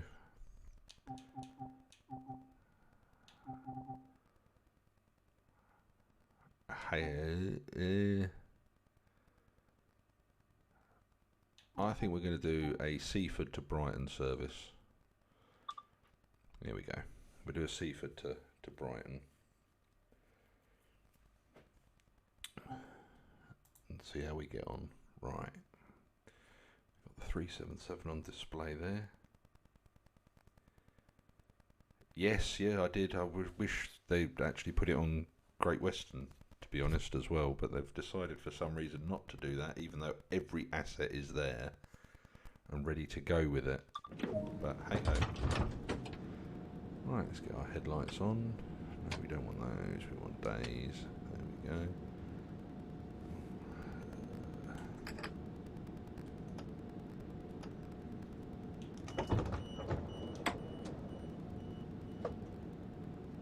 That's interesting. Why is the DRA not lit up?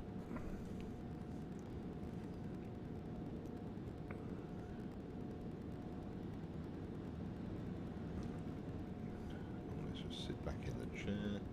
Control Enter. Let's only put the AWS on, so everything else is isolated. Quickly turn those on.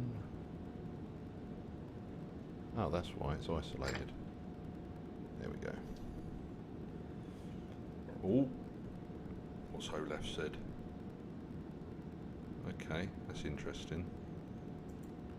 I don't know why it's put you on a cab. I don't know why it's put that as a banned term.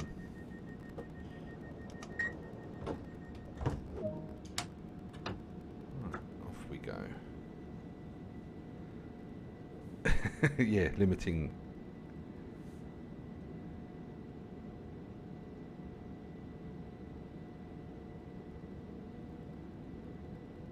No, you'd go to the media team, Olaf, I believe, and then they would put you in touch with the right people.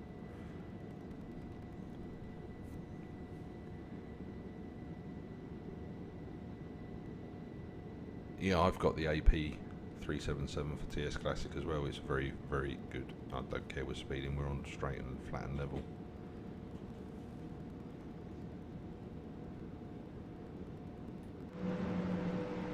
See, I don't see what is wrong with the way that traction motor sounds. Everybody kicks up a stink. These are Armstrong powerhouse sounds on the 377.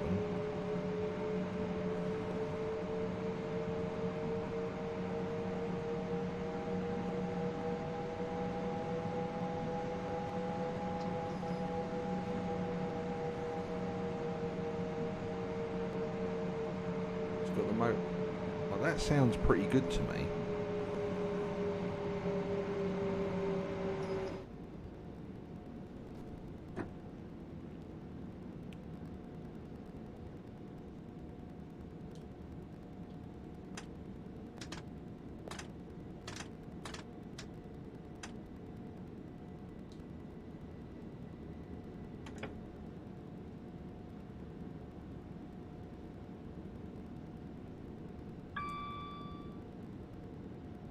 Whoa, look at all those POE!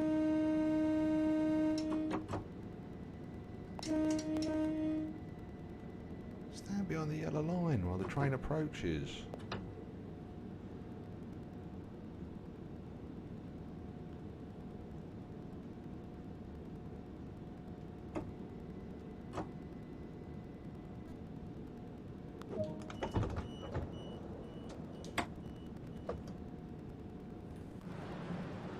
anybody hear anything wrong with those sounds then? That annoys me. That annoys me big time.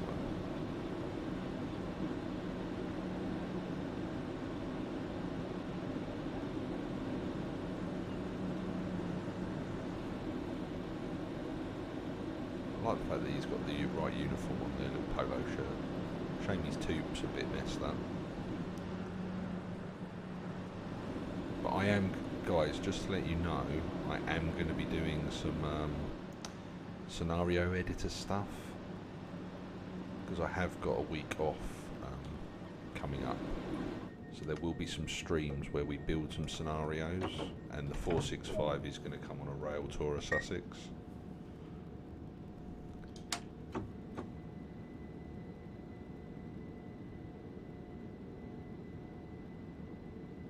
I just drive down South Dean. I don't come up as far as Newcastle. Furthest north I go is Birmingham at the moment.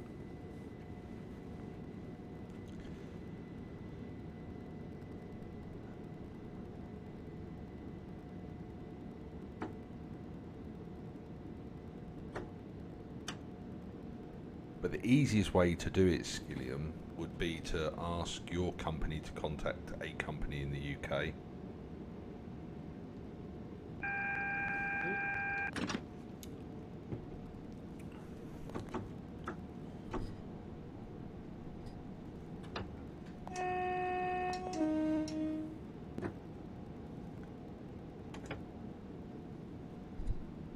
So that they could do a background check on you and stuff like that. That's the biggest thing, is security.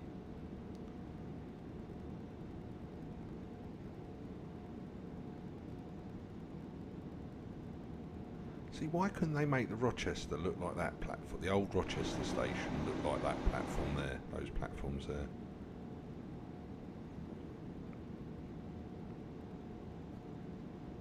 Yeah, sounds like a plan, Ollie. You just let me know when you're going out. Ooh, brakes. Hold on to your teas and coffees, ladies and gentlemen.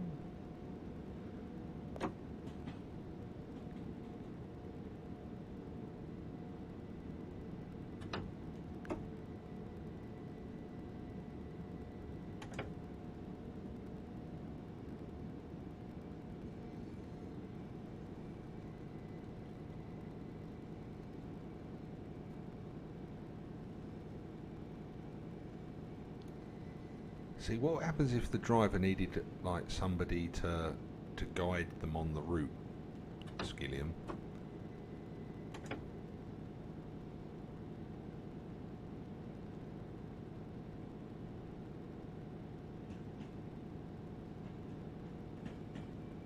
Well, I wouldn't get off a Bushy. There's no point going to Bushy, mate. It's a dump, literally. There's one right by the station, it stinks. Cheddington, yeah. Berkhamsted, yeah, because you've got the nice curve there, but Bushy, no. If you want shots at speed, Watford Junction's pretty good for that. On a curve, or coming out the tunnel. But that depends how the lens on your camera. But you can get some good shots as they go around the Watford curve. And then you've got the, if you get off at Watford, you've got them leaving the 710s leaving Watford Junction Bay platforms as well.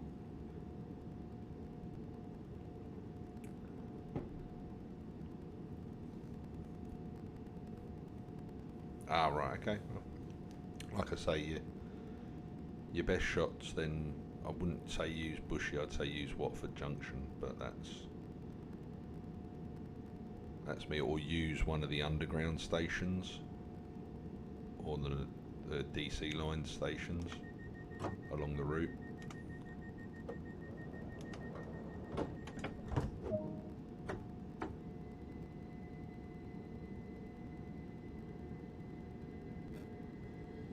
Oh right, okay, fair enough.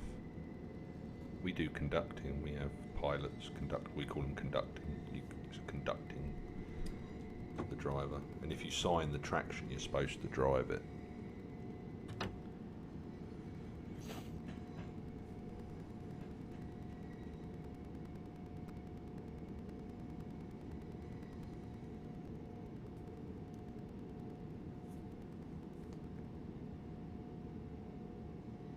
But yeah, Cheddington's a good place to go.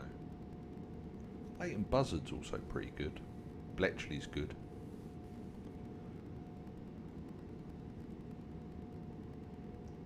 Wolverton's a high-speed curve on the fast lines. That could be good photo opportunity.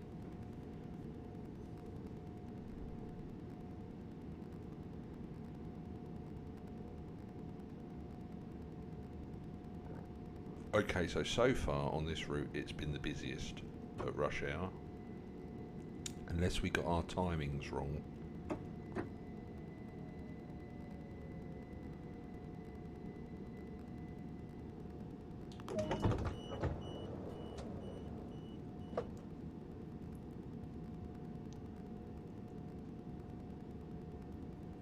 Well, Berkhamsted's got that, but again it's quite hard to get a decent photo unless you go out of the station and into the multi-storey car park. What a great name for a job, train master.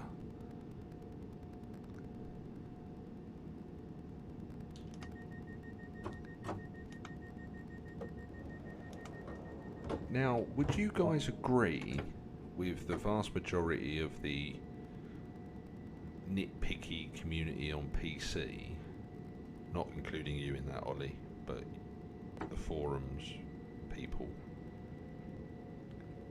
Yeah, but that's a great name. That's a great job title. What are you, sir? I'm a train master. I am the master of trains. Just has a ring to it. But would you say that East Coastway is probably one of the best routes Dovetail have done in Train Sim World? Just look at the level of detail in the scenery. Like New Haven Yard here. Oh, bit of yin yin. It's all about the yin yin.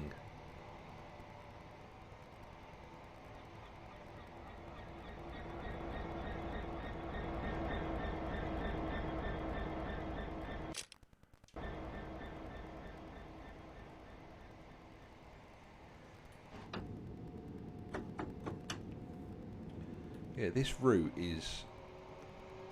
you can tell they spent a lot of time on this route, like building it up and everything. Like,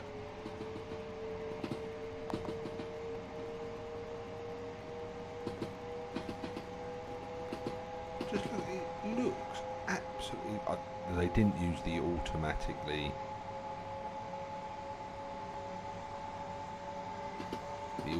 scenery generator. That's all been built by hand.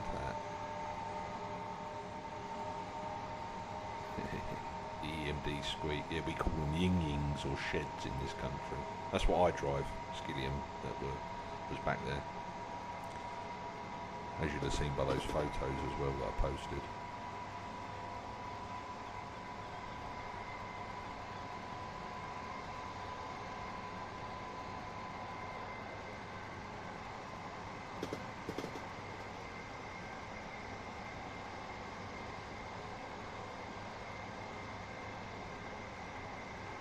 Yeah, I just wish, Dean, that they'd given as much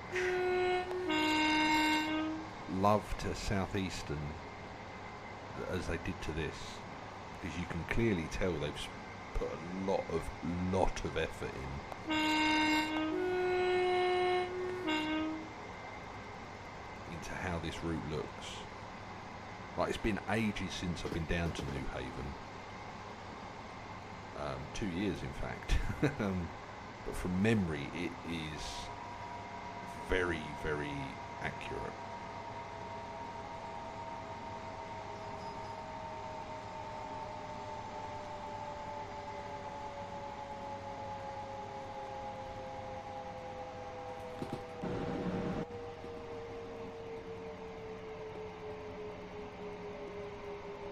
At least they've made the brakes less sharp in this. We'd have been at a stop by now in R2 and the old one.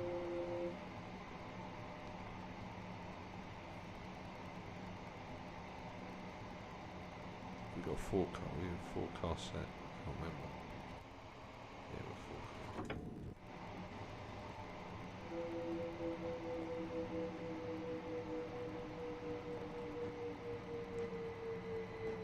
Overshoot coming up. Overshoot coming up. Overshoot. Overshoot.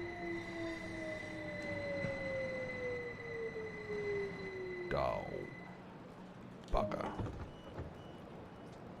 Oh, never mind. First set of doors out of action.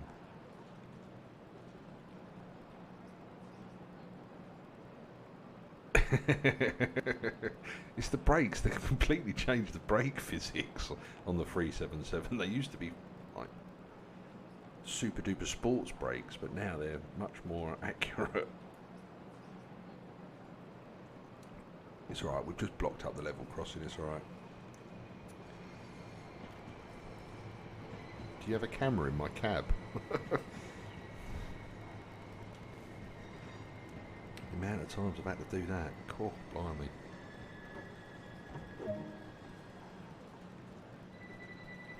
Alright, away we go.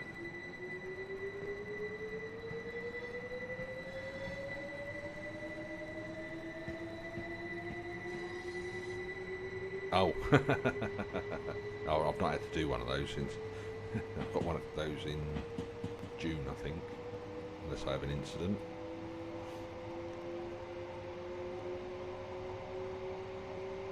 That wouldn't be a pea in a cup situation there, though, would it, Olaf? Would an overshoot, a small overshoot like that, you'd just get the guard to set you back, wouldn't you?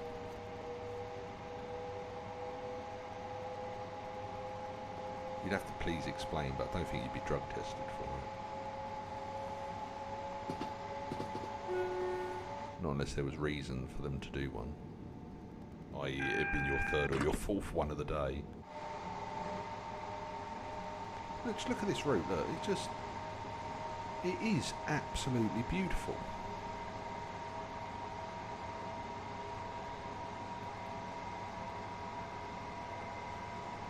There's quite a long draw distance. Yeah, there's a little bit of popping of trees and stuff, but you can still see the... Oh, speeding.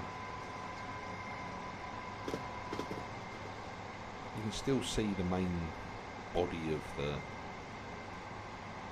the land. Oh yeah, if I did something like that, then yeah, I'd have to pee in a cup for that, yeah, massively.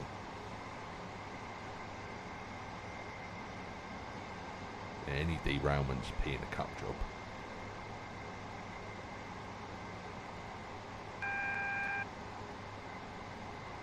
I hope to God they put flashing yellows in this at Lewes.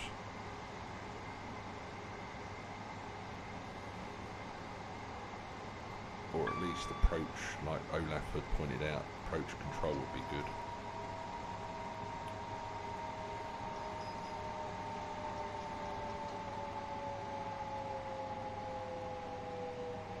Because you would need to get flashing yellows at this junction here. Thought the brakes were good there in number 3. Ooh.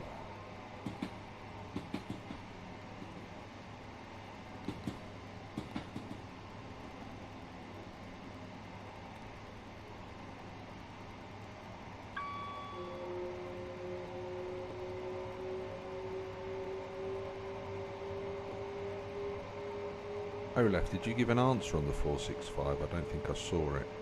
I think you said it looked good.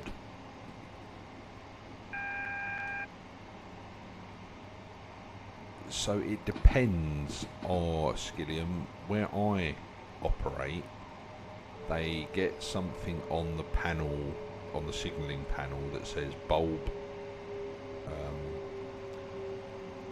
not illuminated alert come up. So basically it's got a fail-safe system that if a bulb fails on a signal, it will then trigger a system into the signaler's control panel which will illuminate a light to say that the signal is not illuminated out on the track. Now, I have had an incident in fog where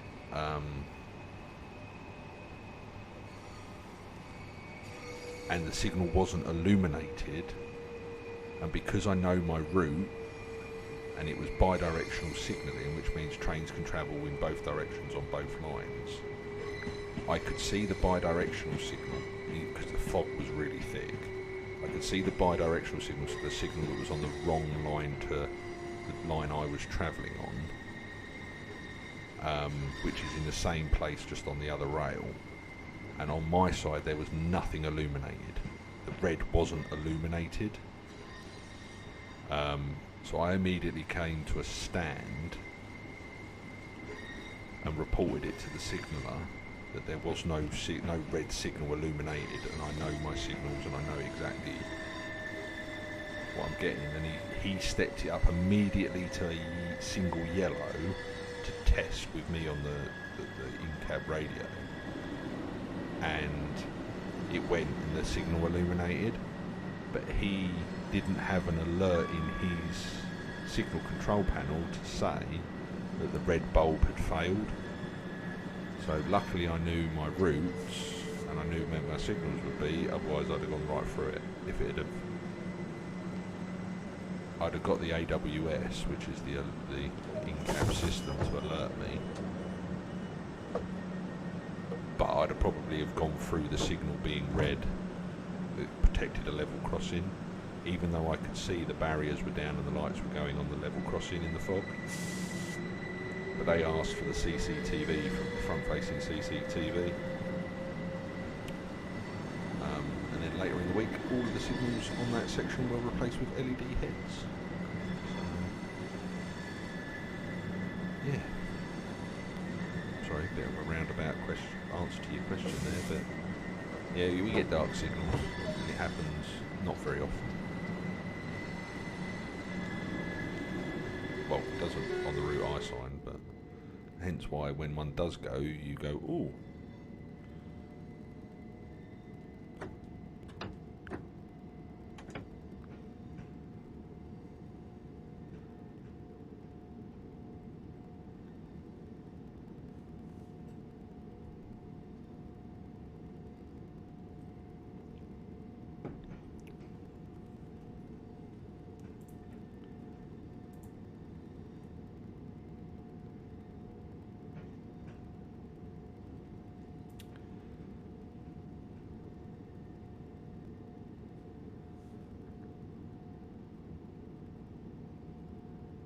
Yeah, so that's exactly the same in here. If a signal fails, everything ahead or behind, or like the next signal in front, what we call in advance of it, would go to red, and then it would then trigger off the signalling sequence to bring you to a stop if there's a failure in the signalling system.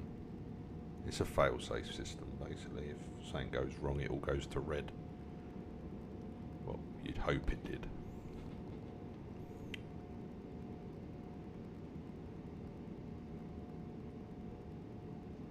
And even if a track gets blocked, the way that we use something called track circuit block in this country, not so much anymore, but we used to. And basically, if a connection is made between the rails, like an electrical, like metal is put on them, it would indicate a train in section to the signaller, and all of a sudden he'd get an odd red signal come up on his panel and be like, what the hell? And it normally indicates something's derailed or something's come onto the line that conducts electricity. Good evening, Yoshi Plays. Welcome to the stream. Thanks for dropping by.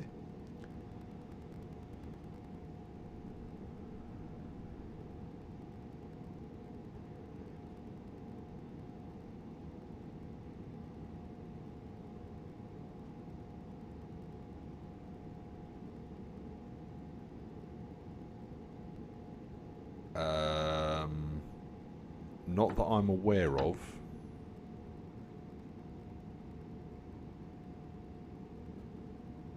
SE or BR? We're on East Coastway at the moment, Yoshi.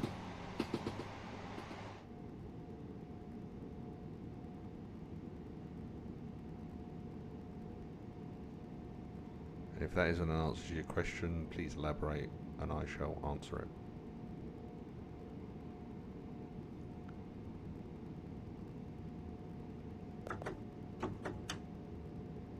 Put our foot down for a while. Let's put the automatic.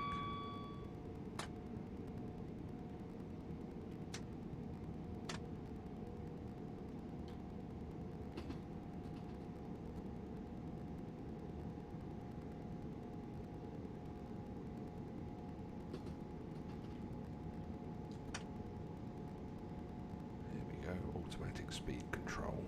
Bosh.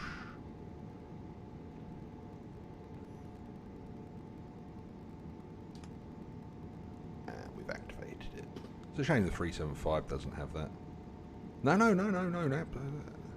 I'm here to give you as much help as I can. Signalling, like I say, in this country is a lot easier to understand than some of the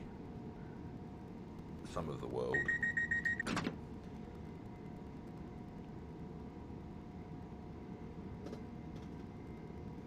Our signalling is very, very basic, to be fair, compared to American. But then again, it's simple to me because I know it. But in theory, you have two different types of signalling. Well, three technically, but we won't go into semaphore signalling at the moment for this conversation. But you have sections of line that are 3-colour aspect, and you have sections of line which are 4-colour aspect. But it's still only 3 colours. But what you get is you get red, single yellow, green. That's 3 aspect colour signalling, and then you get 4 aspect colour signalling, which is, bear with me, just need to put the brakes in, start to slow us down.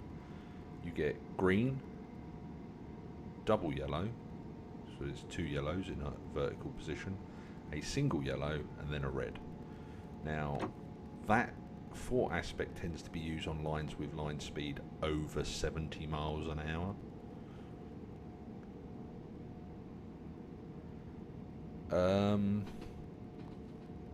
I prefer Southeastern Yoshi just because there's more going on and it's a bit of a busier route than Great Western Express.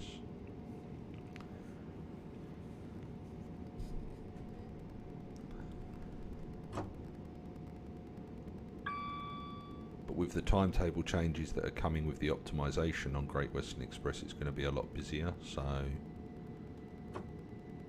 it might overtake that. It might have its crown back as my favourite. But as it stands at the moment, Southeastern is my favourite.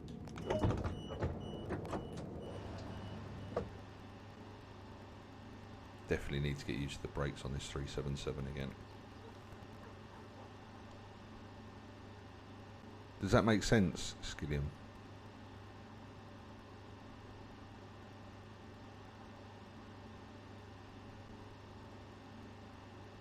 Yes, you can get that, because what can happen is that if you're catching something up in a signalling section, yeah, it's getting extra services later on, Dean. When Matt P was in the stream the other week, he says he has rewritten the Great Western timetable to include more freight services and other services, but they need the optimization for it to be able to be rolled out.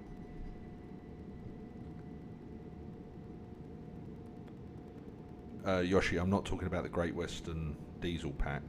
That's got its own whole new timetable for those services. But the existing Great Western Express with the HST, the 166 and the 66, is about to, well, not is about to, but when the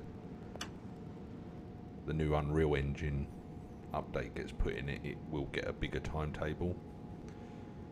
It'll put in the PC layers that have been taken away, plus other new layers as well.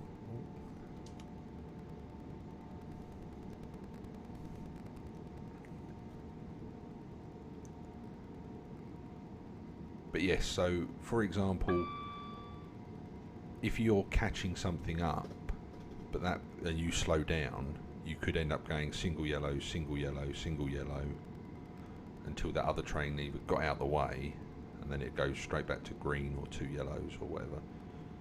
But being a freight driver, I'm normally following passenger trains that are stopping,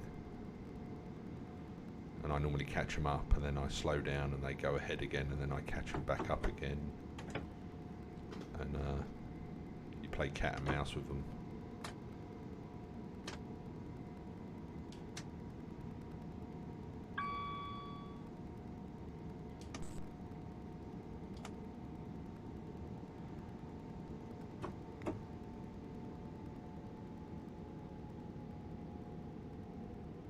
Do I know the new timetable stations in what, Yoshi? There is no new stations being added to Great Western. There's no new stations being added. It's just a new timetable, which is a lot more representative of the actual timetable for the route.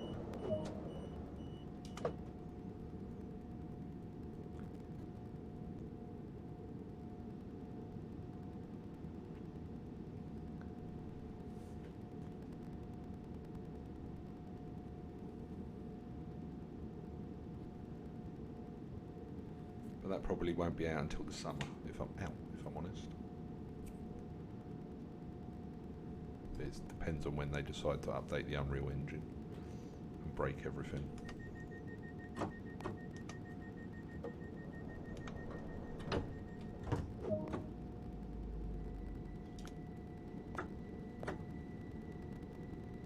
Right, away we go. London Road's our next station.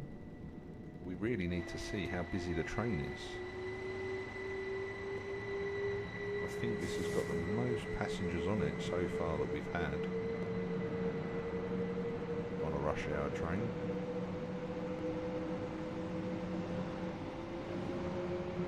Have we got tail lights on the rear though? Yes, then things don't work.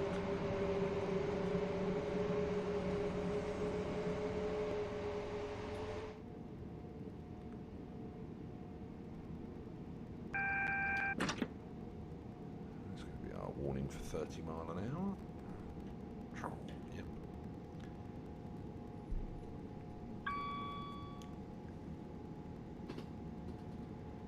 Yep. No, you wouldn't, Skilliam. You'd get one of those boards that we just had there warning us of a speed restriction. If the speed restriction is more than, what is it, more than the 30% reduction in the current line speed, you would get a yellow, upside down yellow triangle with the speed in it, and you'd get an alert in the cab to notify you that there is a significant speed restriction coming up. If it's an emergency speed restriction due to defective track, you get line side indicators that flash white. It looks like a Dalek. We call them Daleks because they resemble Daleks from Doctor Who. They're yellow with black chevrons and white flashing lights on them. That will give you your initial alert, and then slightly after that you'll have another, like a little static board which is day glow yellow with black writing on it, which would indicate the speed with 2 horizontal white lights below it, or not white lights but white circles below it, to indicate what the speed is, and then you'd get another alert in the cab to acknowledge it, and then the next would be the commencement board, which would be the speed without the white circles below it, and then at the end you'd get a T to say that the speed restriction had terminated.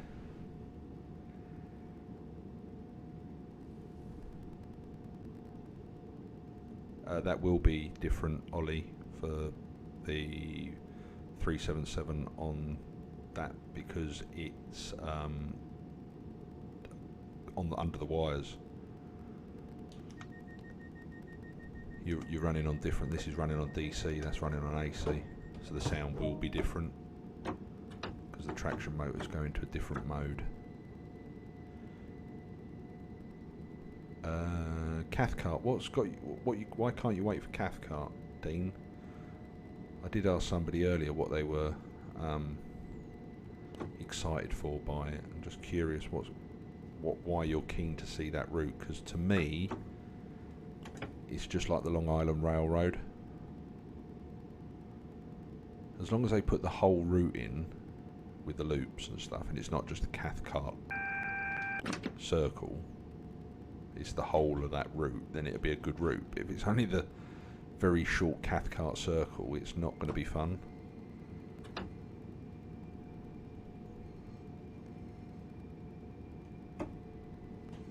Now, I'm not being negative about it. I'm just trying to understand why people are so excited by it, because I personally, I don't see it. It is literally like the Long Island Railroad. It's just, yeah, they've not said what it is yet. That's what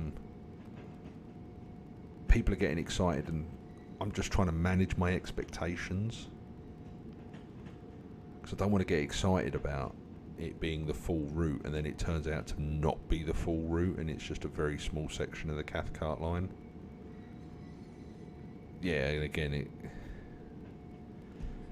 314s, yeah, I could live with 314, but then again, they haven't modelled the 313 yet, which is the same family as the 314. So is that why the 313 has been delayed? Because they want to make the 314 and the 313 at the same time? Because I believe the 313 also runs on the Cathcart line, or used to run on the Cathcart line.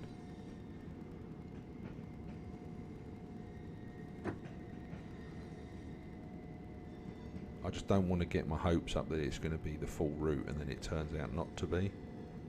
I'm not meaning to be negative, guys. Please don't think I am. I'm just managing my own expectations.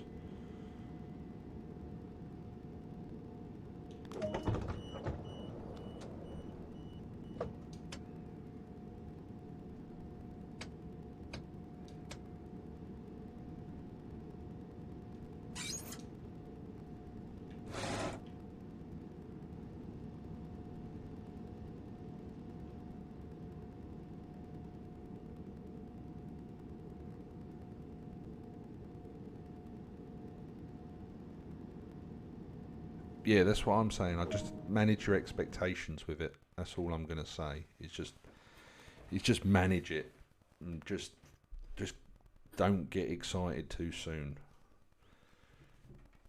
Because if you get too excited too soon, and then you could find yourself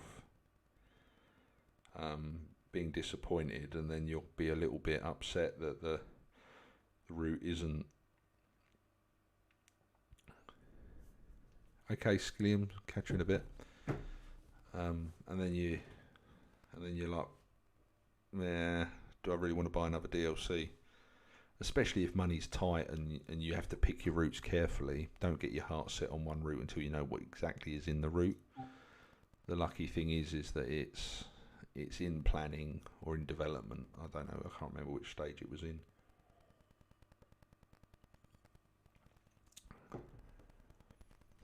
But yeah, just don't get too attached to it just yet. Okay, shall we do... What should we do? Should we do Class 66, or should we do some good old 80s BR freight on Tees Valley? What should we do?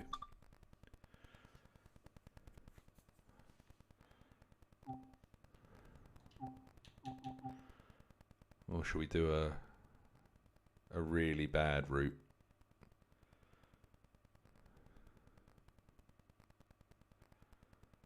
I wonder if we can... Evening Pint, welcome back.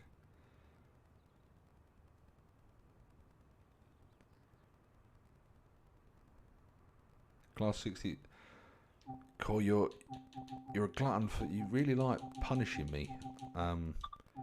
Now, I will add... I'll do a 66 on Southeastern, but I will add a caveat. I have had to raise a ticket for the Class 66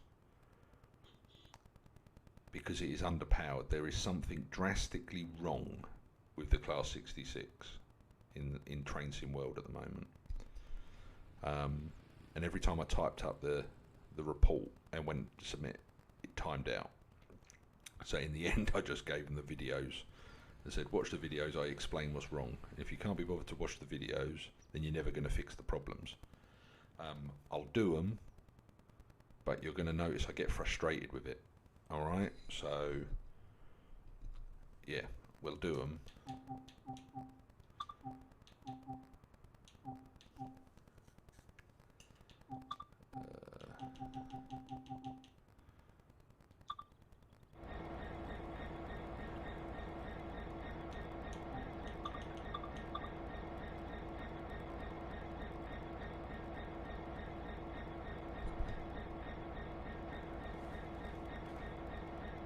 Dean, I can do it, but I've got a life. I have to get up in the morning and take my daughter to nursery. If I do a 90-minute one now, it's going to be like midnight. Oh, alright, you win. Do you know which one it is?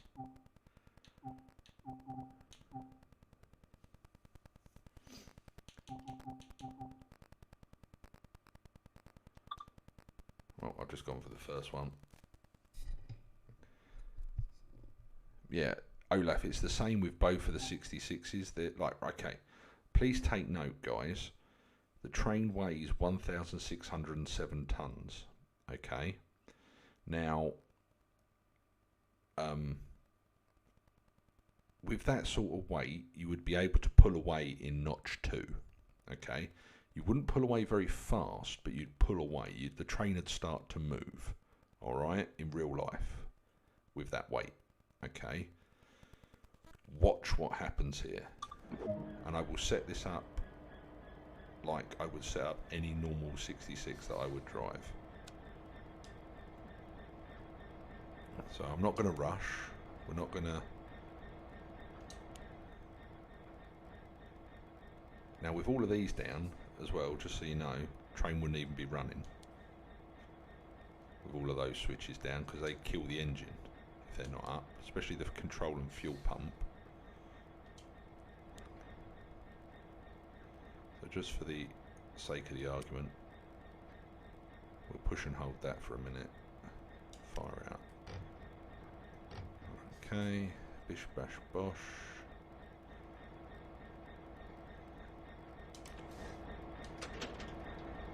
Now you wouldn't have to do this in real life because none of this would be isolated, it'd all be turned on.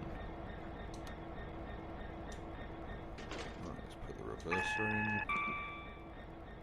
Right, build up our brake.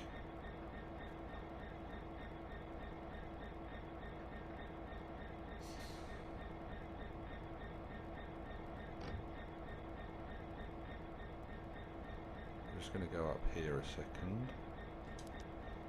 Because we are driving these wagons, and when they are loaded, you should, in theory, drive them in goods mode. That light would be illuminated, which it's not, and you can see we're already rolling. I've not put any power in. We've still got the brakes on. Brakes are still on, but we're rolling. Now I've had to say to Dovetail, don't think the wagons are braked.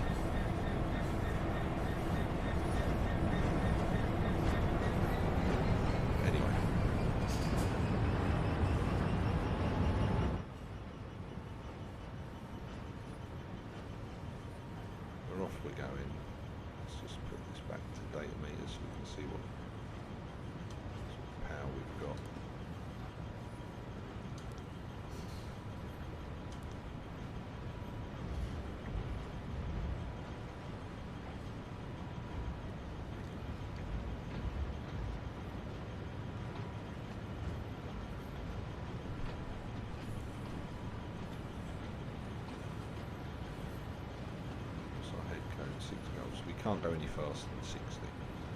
We can't go any faster than 45.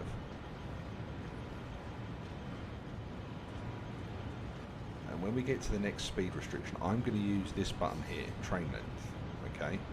Because ironically, this is one of the only things on this loco that works properly. that shouldn't come on when you acknowledge the DSD.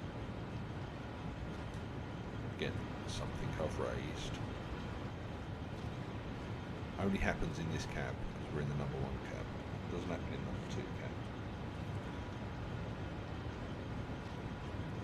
And I've been constructive with it. I've sort of said you need to do this and you need to do that, and I don't think this and I don't think that. Because when you brake in this thing,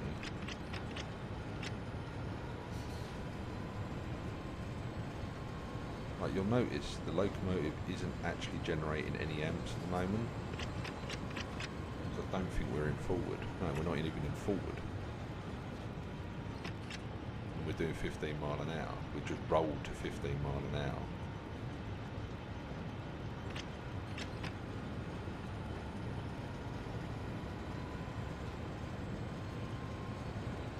Now in real life that would have dumped the brakes on me. That would have been an emergency brake application.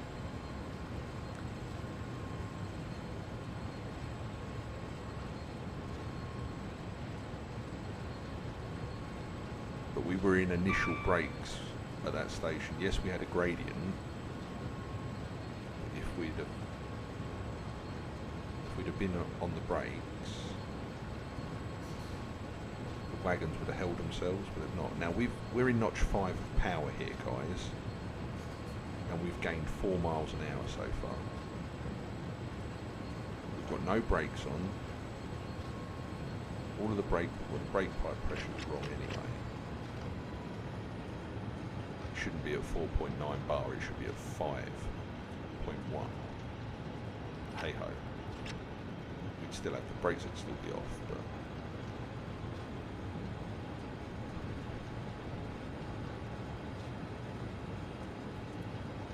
we can't. Right, you can go into notch 8 and absolutely. We're on flat and level ground, and I am revving the nuts off this thing.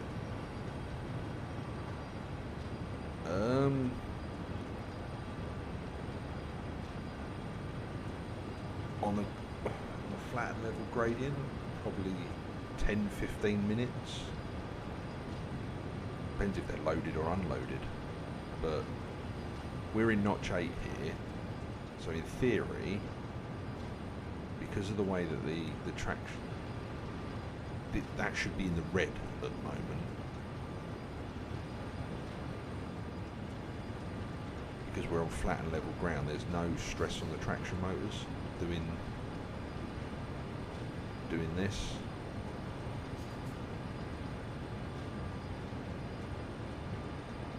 Probably about 2 miles, 3 miles. But again, that you get up to 50, and as soon as you get to 35 mile an hour, you're going to hear the engine in a second. When we get to 35, you listen out for transition. There you go, you've got transition. The amps are dropped off. The traction motors are switching from series to parallel or parallel to series. I can't remember off the top of my head. And all the power comes back in again. But it's basically like changing gear. So from 35 mile an hour to 70 mile an hour or 60 is a lot quicker because the traction motors are.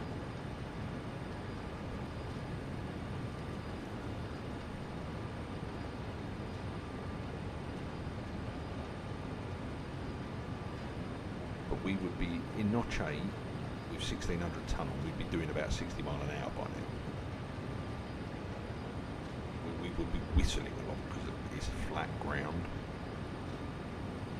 So the problem that I have is that something's not right.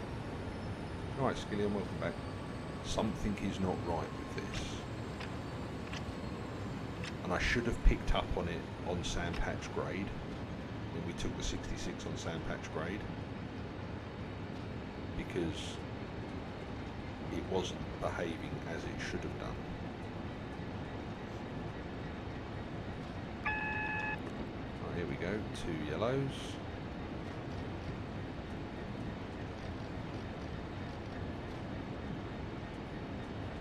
And I've also flagged up that when you put the brakes into initial, like they've got it so that it's like a lap brake, so it's like a vacuum brake, so you have to push it on and put it on and hold it to get in what we call initial brake. But on a 66 with initial brake, you hit the brake once and it goes to initial,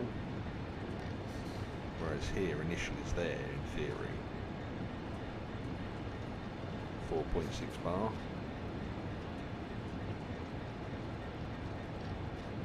But you have to set it, it doesn't go on its own with the first click, so that's another a thing with the 66 that isn't right. But if you notice, the 66 you should be able to stop using initial.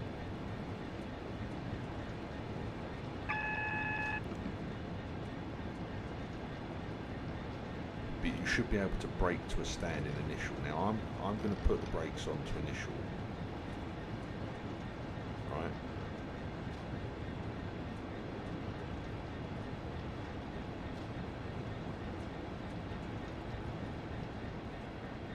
It's going to show me up here, but we're going uphill as well, which doesn't help me with this example. But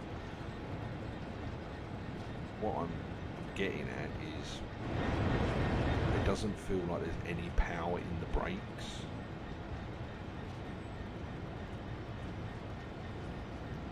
So we use bar of pressure skillium in the UK for our brakes. I'm not sure, you use PSI, don't you? So that's 90 PSI. I don't know how to convert that.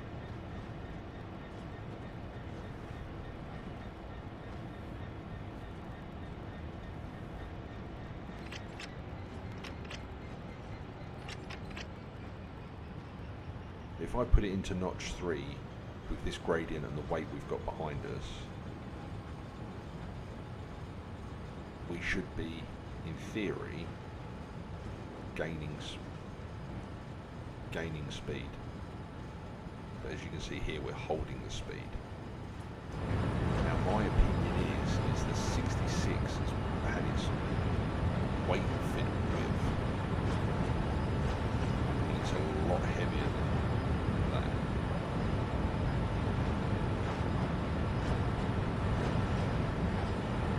I'd probably add a 0 to that weight of a 66 at the moment.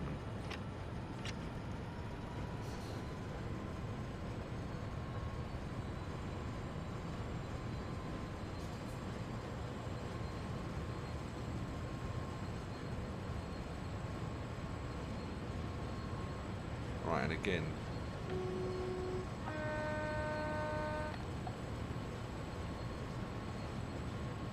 don't quite get the signalling into yard, because from memory you wouldn't go in on a shunting signal.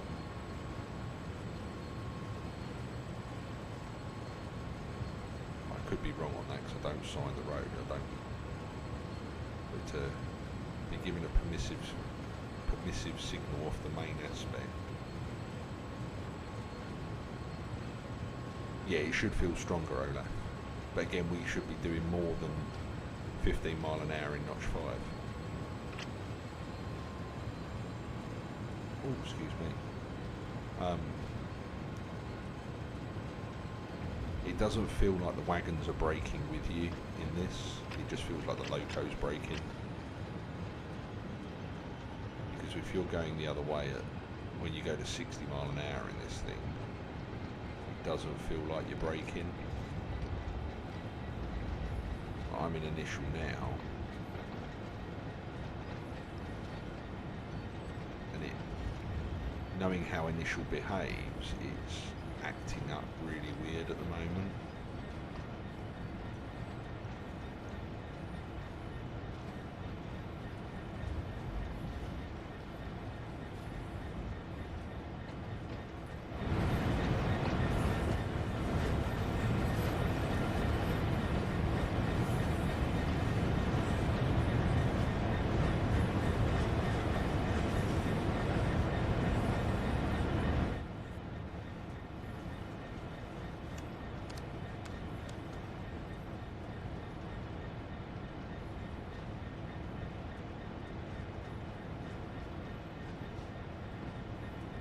Are you asking me that question, Olaf?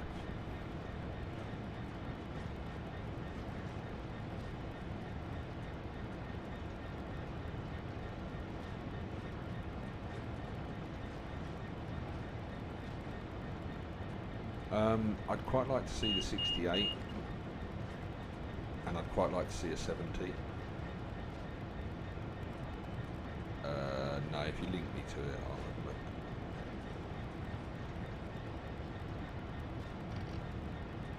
But what we've got to remember is the 66 is the staple of the freight route. The freight trains in the UK.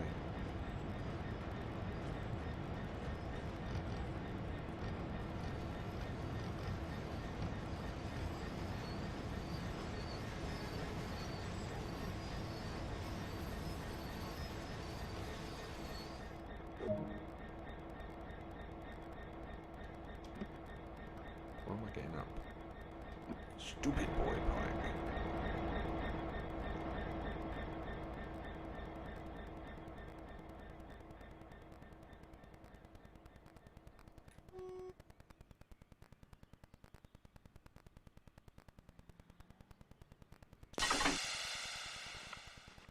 And that's ridiculous. You wouldn't have the yellow pipes. I don't even know why these wagons have got yellow pipes on them. They don't have them in real life.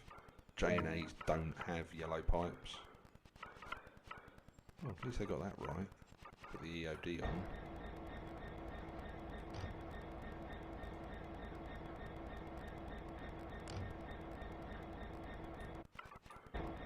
Why have we lost control over the camera?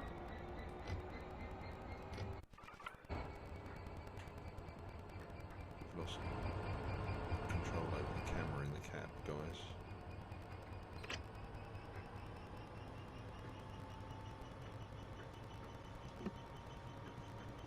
Up, sit down, stand up, sit down. There we go.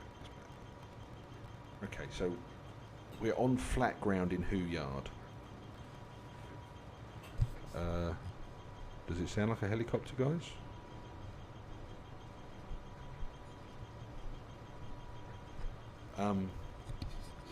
As you can see, we've got notch 2 of power on, but we're really struggling to get going. There's no weight. There's no weight.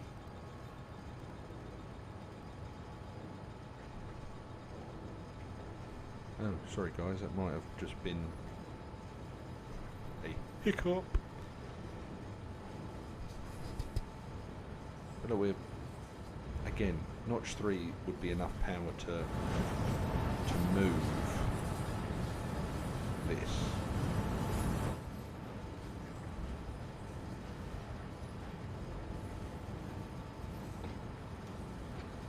Sorry to be pedantic, guys, but this is what I do for a living.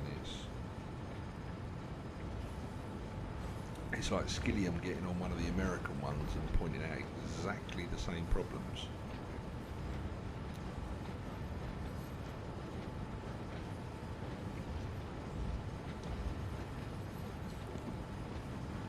You've got to ask yourself why the yard hasn't been set up by the shunter.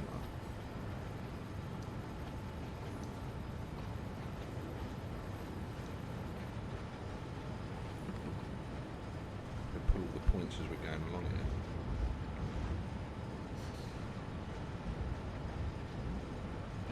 I'm not complaining. Please don't get me wrong. I'm not complaining.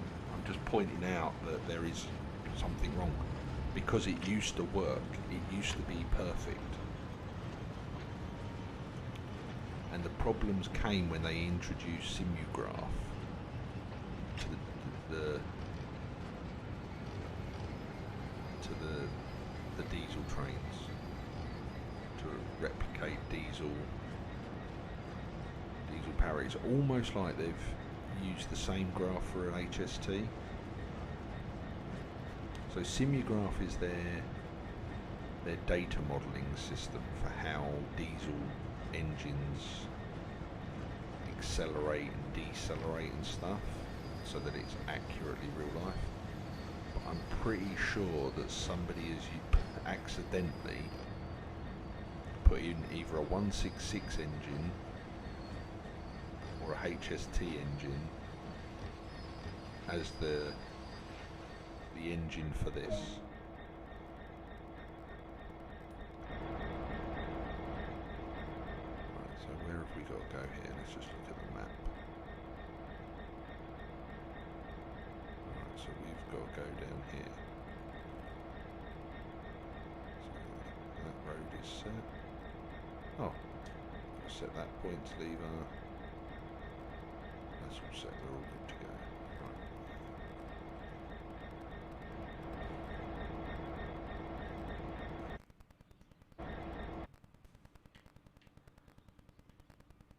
Right, so bleed off our brakes, give it a little bit of notch one, see if we get moving.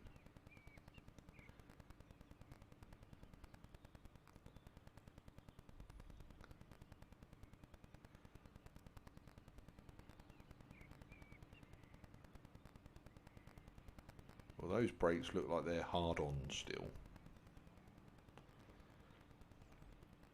Those brakes do not look like they've released off the wheel, so we'll give it a bit more power. As expected, the wagons haven't released the brakes.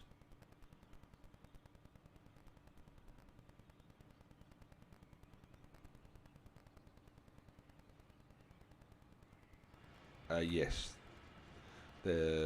all wagons that are manufactured now are normally bogie wagons. Oh, hello 375.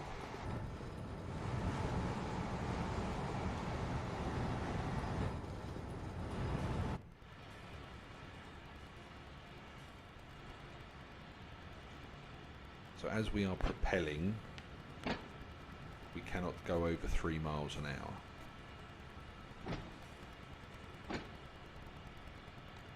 And what you would have is you would have a shunter at the rear of the train who would be walking us down here, going, keep setting back every 5 to 10 seconds, depending on what the instruction was during your job brief before you commence the shunting.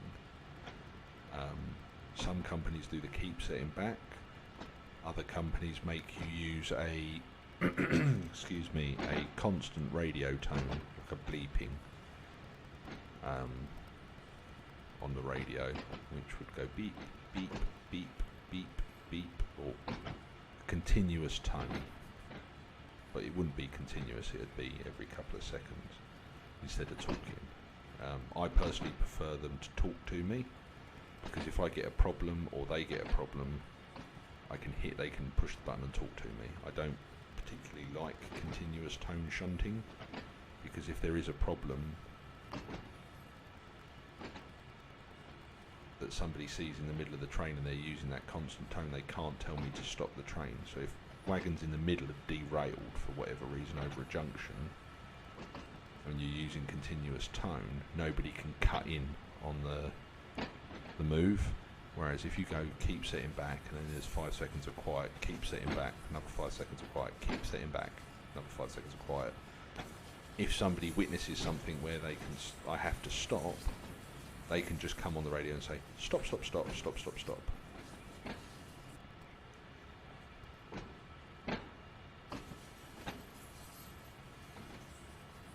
Yeah, here the rule book, Skillian, in the UK says you can, it depends on the yard or siding where we are. This yard, as you can see, it's got a 15 mile an hour speed limit.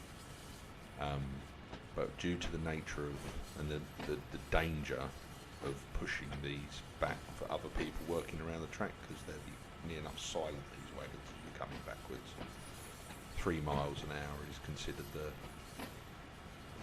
the top speed for doing a move like this. So I apologise that it's really slow and boring, but unfortunately that's what we've got.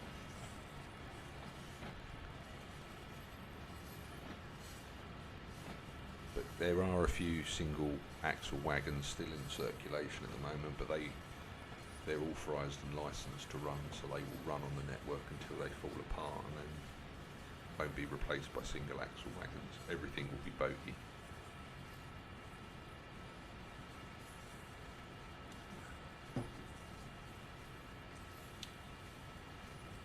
Even railway cranes now in the UK are bogie, self-propelled bogie cranes, although they have to be hauled to site by a train, a loco, but when they get on site they can operate under their own diesel generators and stuff.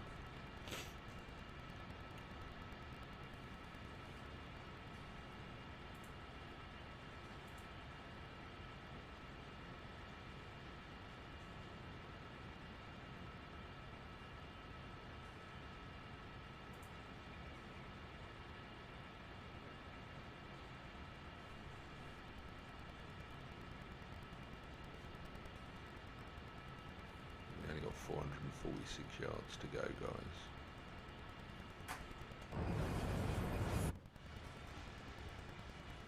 But these wagons are accurately modelled. J&As are pretty good. You'd have Mendip rail on there, or M-rail, or MR rail, or whatever they call it. You'd have the logo on there, or GBRF, or Freightliner. Freightliner J&As are green, but they call them something else, MGAs I think.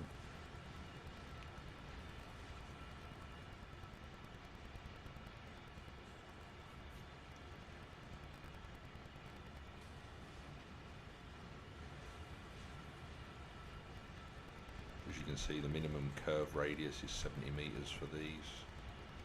Isolation cock for the distributor. There's your handbrake. I wonder what happens if we wind it on.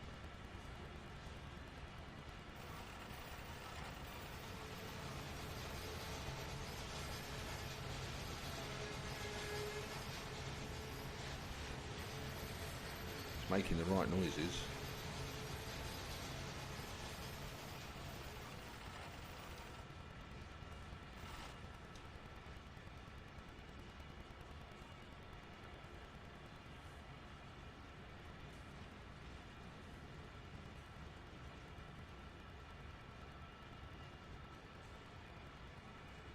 That's right, Dean. So yeah, so we have something similar here. The stopping distance will be given in a wagon length.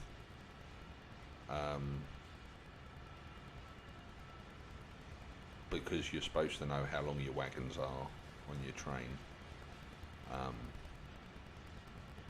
And then when you get to the last 60 foot of the move, you would go to an open channel and be counted down 60, 50, 40, 30, 20, 10, 9, 8, 7, 6, 5, 4, 3, 2, 1.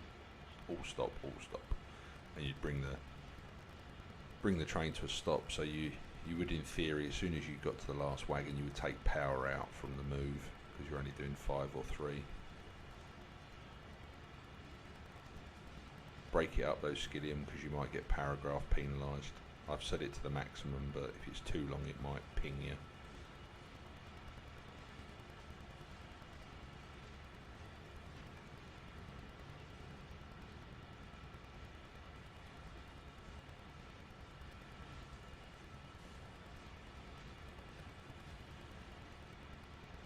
And if you shunt in the United Kingdom, you're supposed to stop short of wagons that you're buffering up to and then slowly go on to them. But again, that's at the shunter's discretion. The shunter is in charge of the move, so if the shunter wants to take you straight onto the wagons, they can take you straight onto the wagons. And you can end up being counted straight down onto the next set of wagons you're coupling up to.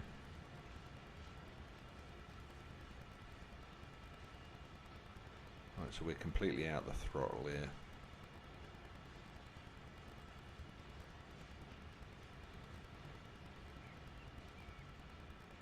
So you can see the speed is only like 2 miles an hour now.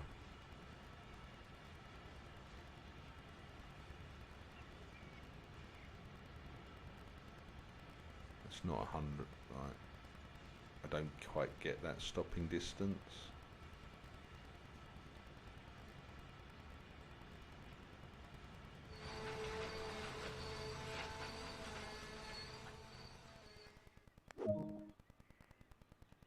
So we've got to uncouple the 10 vehicles now, so we go to full brake service, take the brakes all the way down.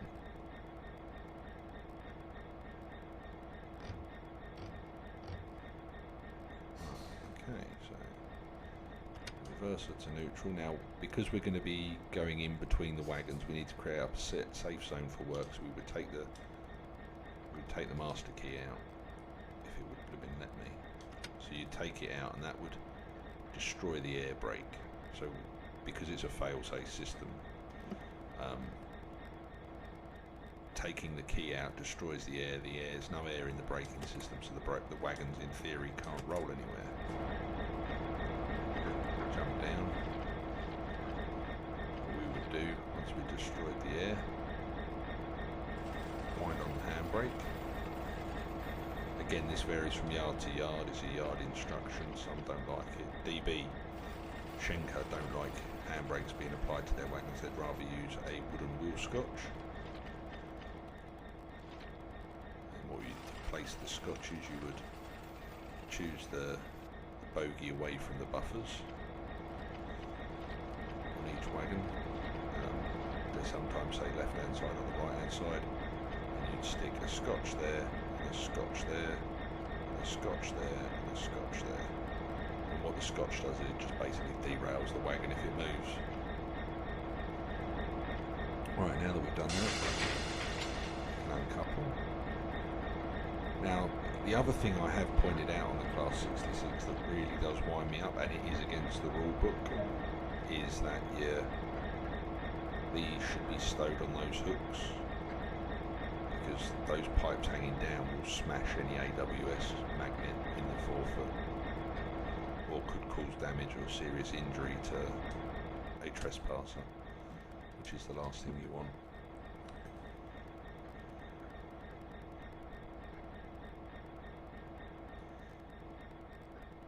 Here we have the isolation switch, which I should have in theory put to start, stop, isolate. I should have put the direct air brake in, but I haven't, so sorry. Not that I'd skip those processes in real life, but I'd probably miss that one out, to be honest, because without the key in, it ain't going nowhere. Right, so let's bleed our brakes off.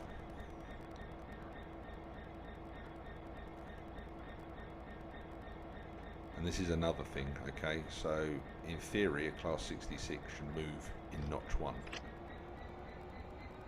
under its own power. Got quite a bit of brakes still on there. Just put the brakes in a second. Put the brakes in on the loco now into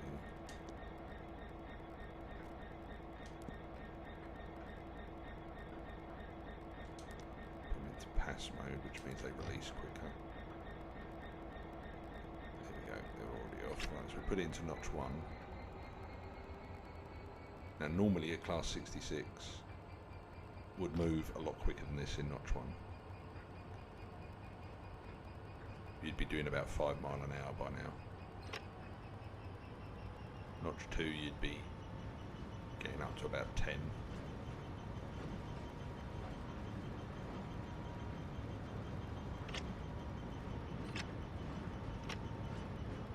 There's something not right with the weight of the 66, I think.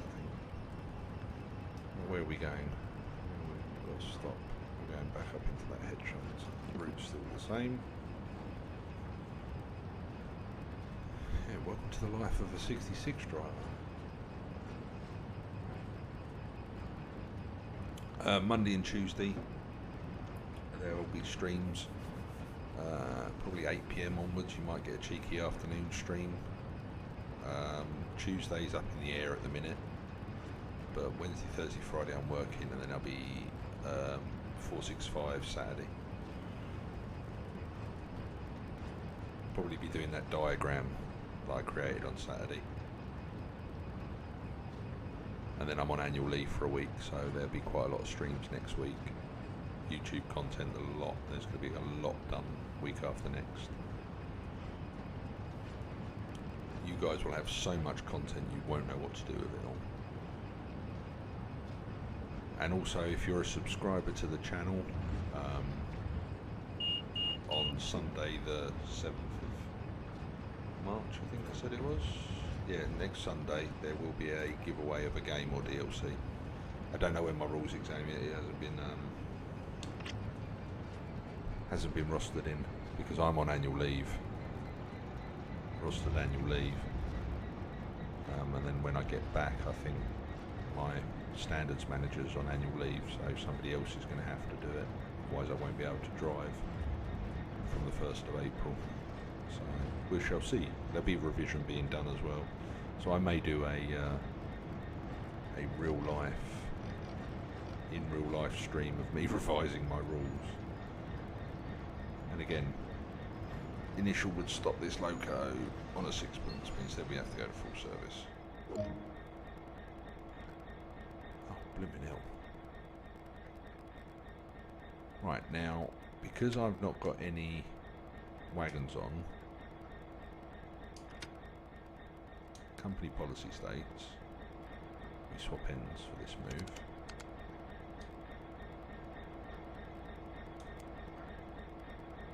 No, we don't want those on because the way the game does it, we'll be doing it at the other end.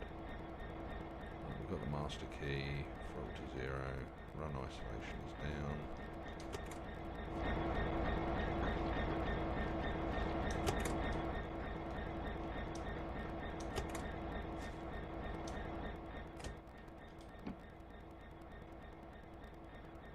Right,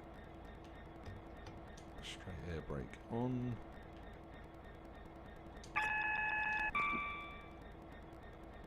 See, I'm wondering if you have to prep the loco before you drive it at both ends and put all of these switches up to get the proper power, which we will now do an experiment on, because I've left them all up in the other cab. Alright, we've put the reverser in so we can build our brake, but we're not going to go anywhere, because we've got the straight air in.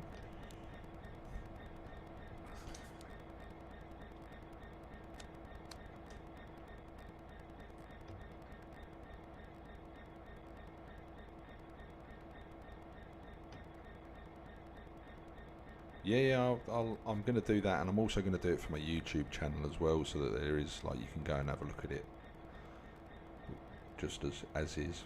See you later, Olaf. Take care. Nah, I'm not allowed to do that, Skilliam, unfortunately. I'd get sacked.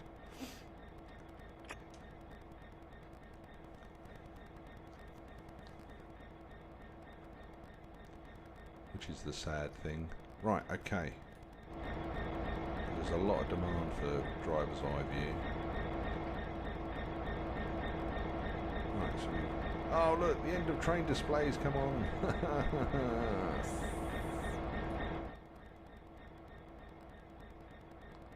Right, anyway. Let's take our direct brake off. Little tickle of power.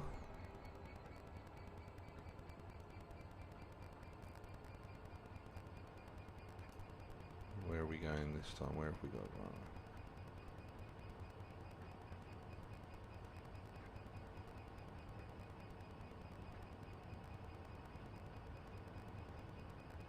Right, the road is set, so we're good to go. Change it back to the automatic brake. Well, that was the whole aim of my streams, Dean, to be honest, was to give you guys... Javelin! Was to give you an idea of what it's like to do this.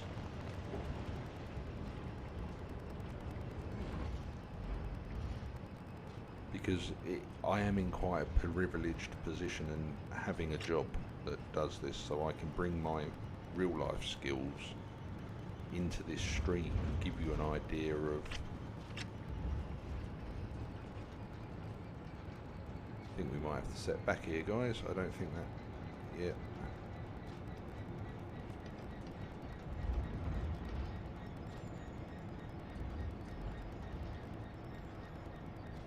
No, we've gone down the wrong road.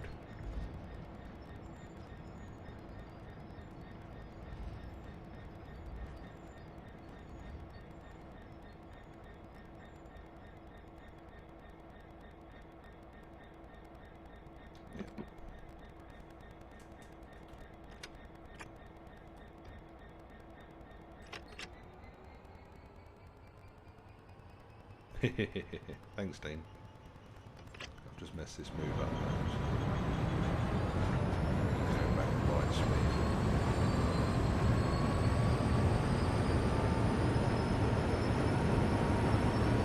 High speed rewind.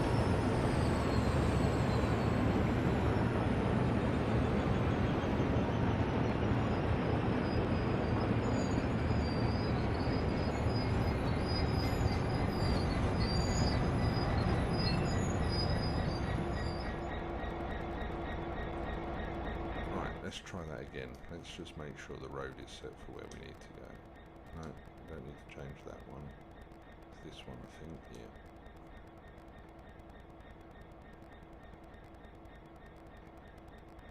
Yep, so that now bends off there.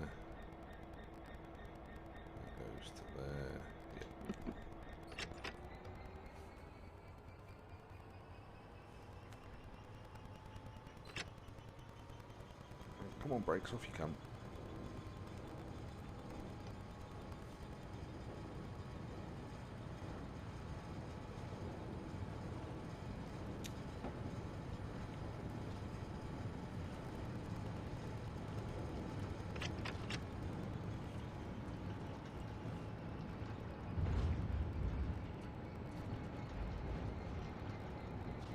Bear with me a second, Skilliam. Are you on a PC or are you on a mobile device?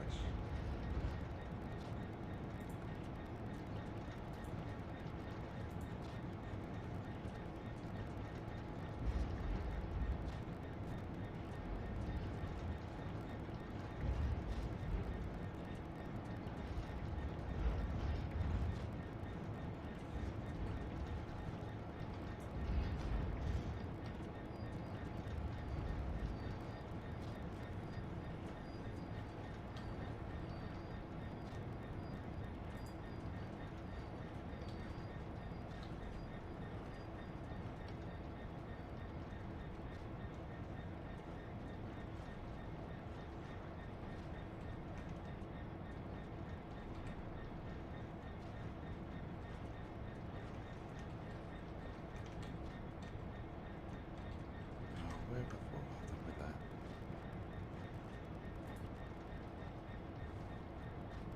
Bear with me a second. That's something really cool that I can share.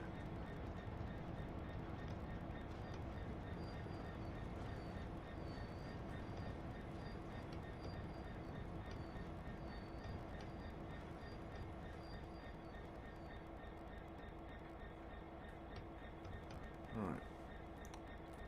Have we got close enough? No, we've got quite a way off.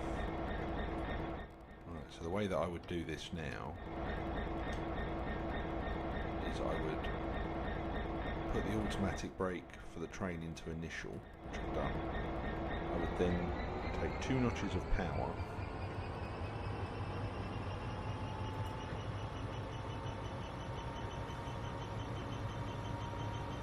and just get the train moving.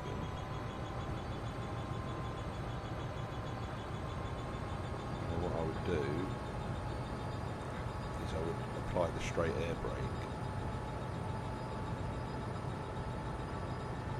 which is the loco's direct brake, just to gently buffer up. You alright, Harrison? Welcome back.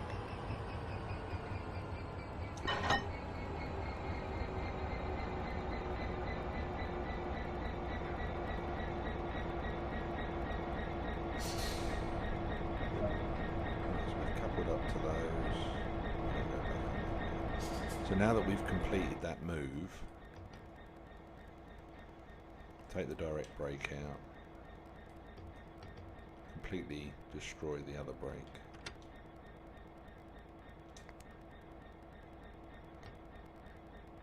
Take the key out.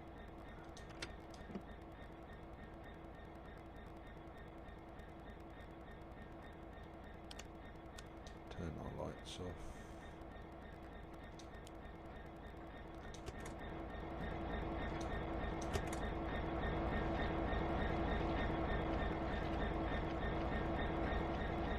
That'd be interesting. Where's it put the end of train display? Is it still there? No, it's gone from there now, look. So it must be down the end of the wagons. Be glad when they fix this bug though.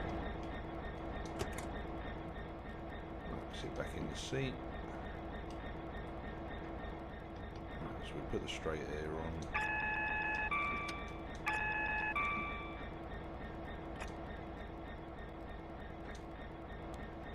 Okay, so we'll blow our brakes up now.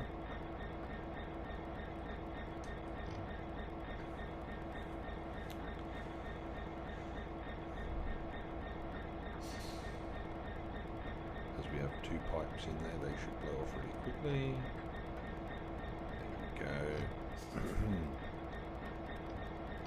Put the direct brake back in just while all the brakes settle down, airflow is returned. Get a little bit of power.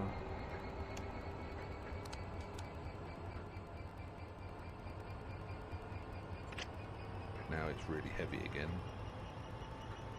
But we're off in notch 2, so I'm wondering whether it's these switches being down. Maybe we have solved the puzzle of the lack of power in a 66. In that the game is confused with what these switches do.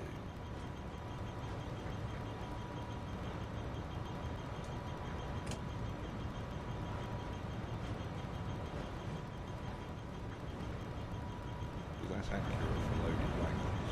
We got loaded wagons.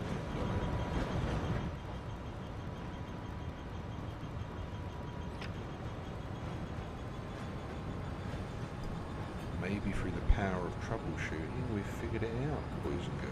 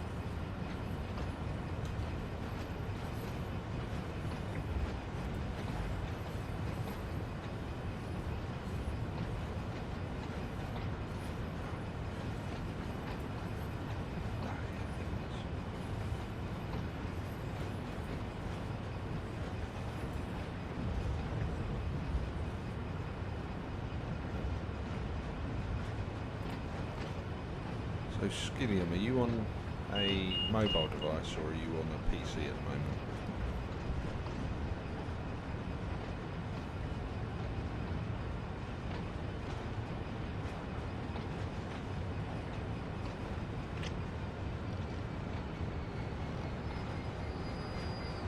And now the brakes are behaving properly.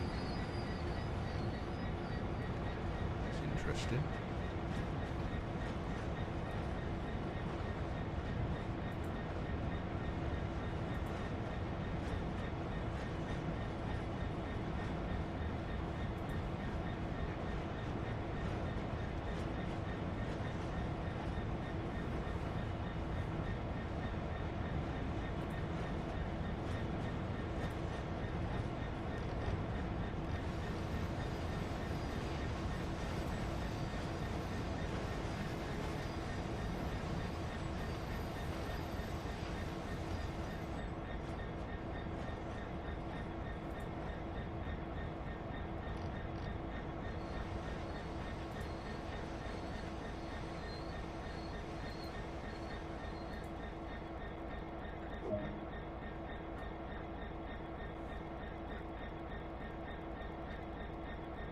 Right, what's our next instruction?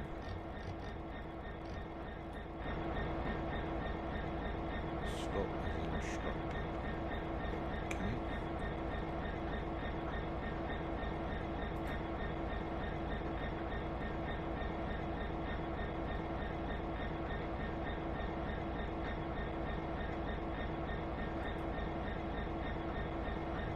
Right, let's just check where we're going. Where we go, where we go. And down that side, and so. Yep, that's set.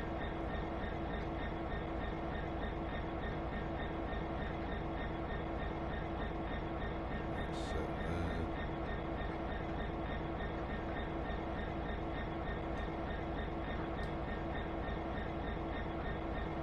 Right, in theory, we're good to set back.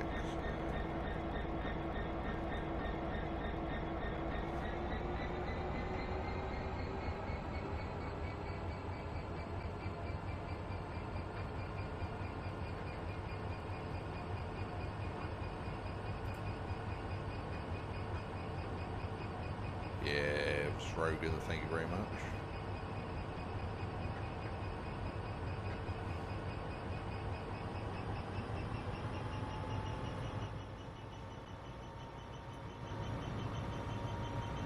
So yes, I've sent you a whisper, Skillian.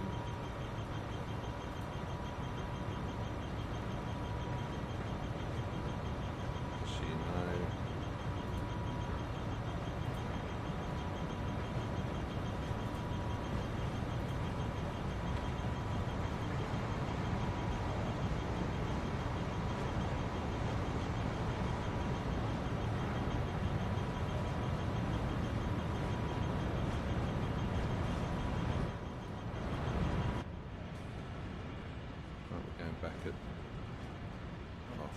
miles an hour again. The siding.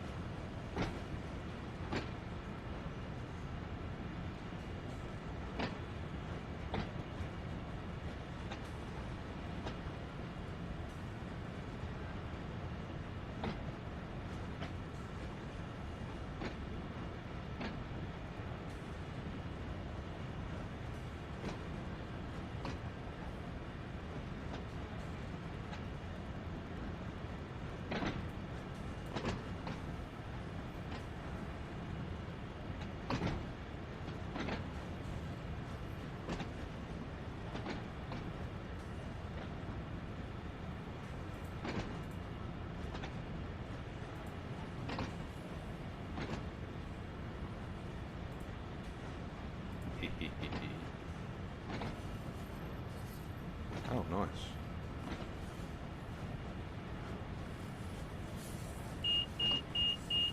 Steam.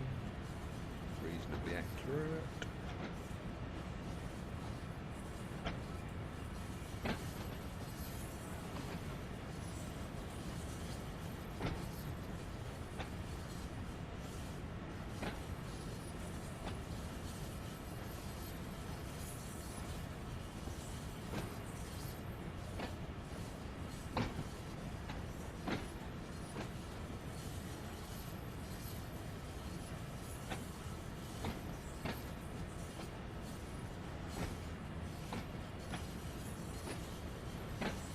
Have we gone wrong here again?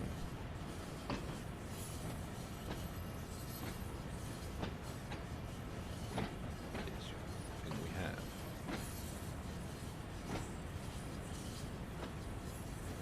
Oh look, there's another 66 coming in the yard.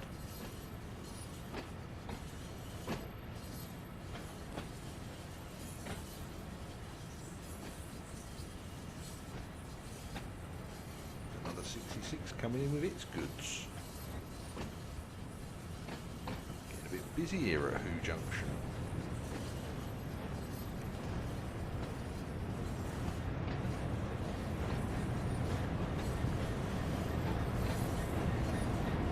There we're going down the wrong line.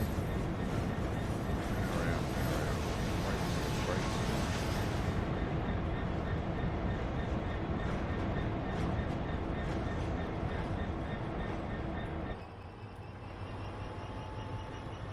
Hopefully he's going to stop because we're fouling his line. Oh dear. This would be a pea in a cup moment. The shunter would be having serious questions asked for setting the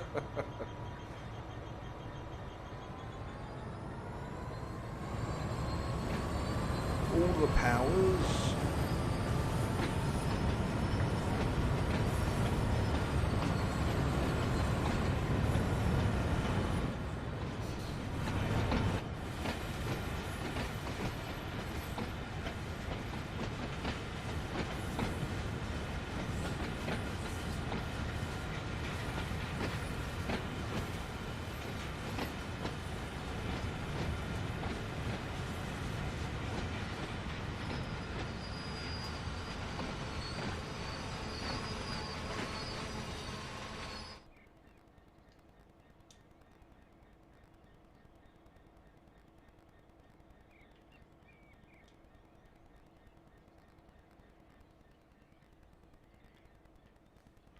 Right, let's go back again.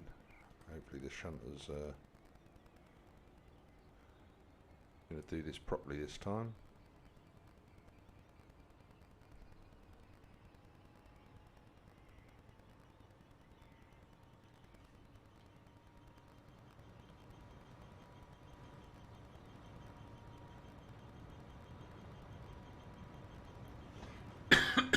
Excuse me. Right, come on.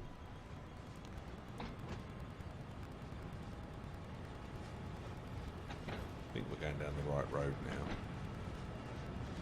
It's gone blue again.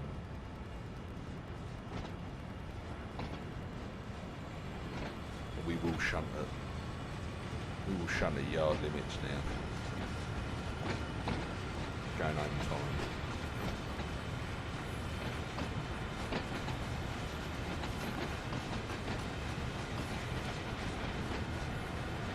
No, the wrong road again.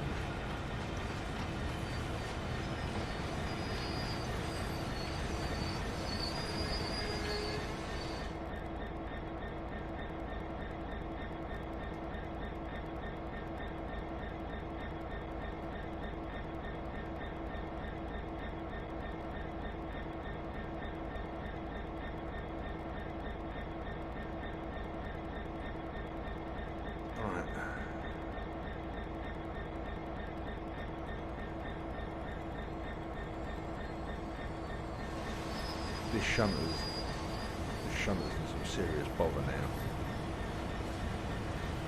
He's delaying me going home.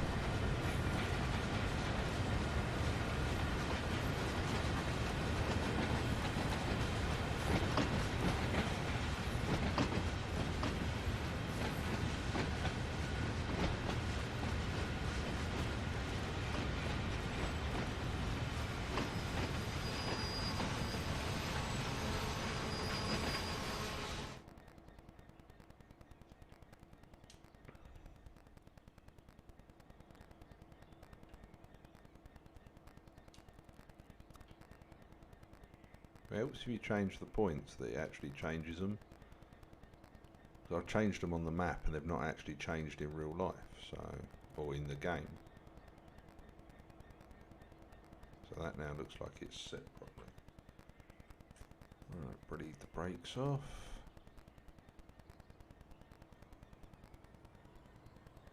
It's going home time.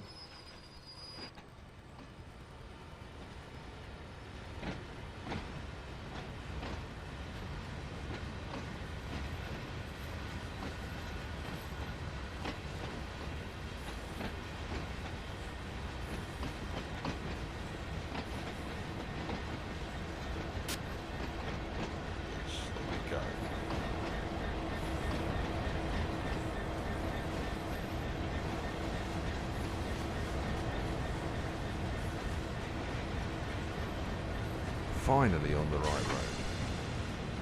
Oh look, he's now shunting as well.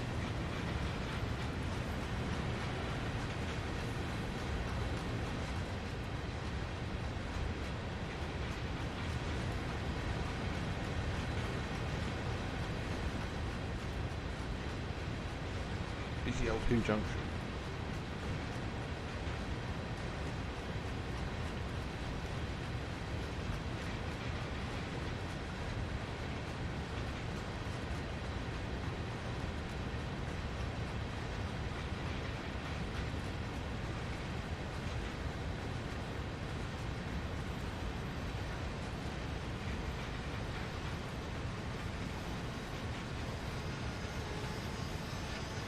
Thank you very much for gifting that sub ollie to Harrison. Oh, buffers, buffers, buffers!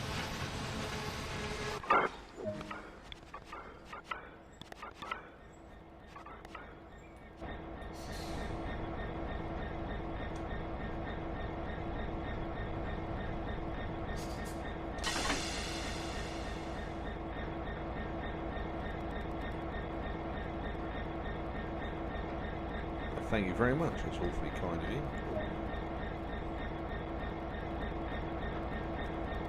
Set it to forward.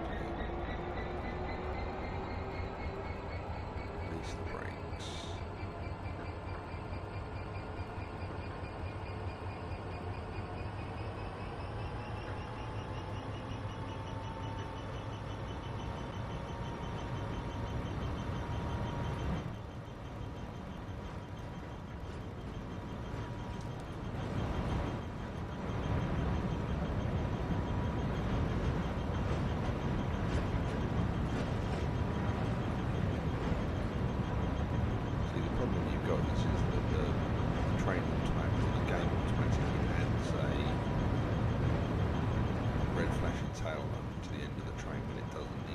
loco only.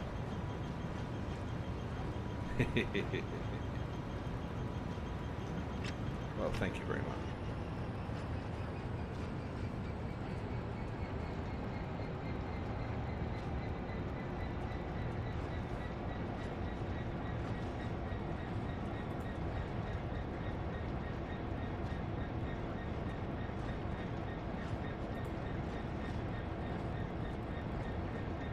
So this might have been the 90-minute one you were talking about, Dean.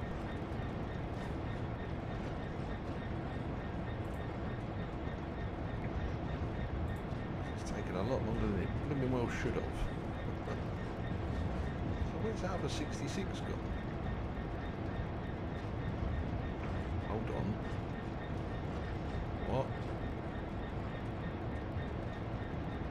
We've run through the points there, I think. We're stopping in his way.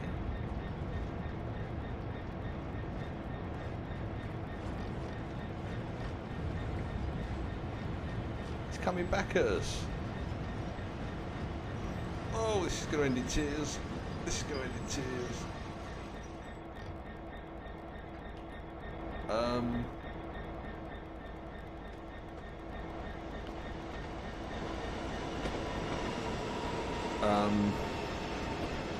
Quick, call the RIAB.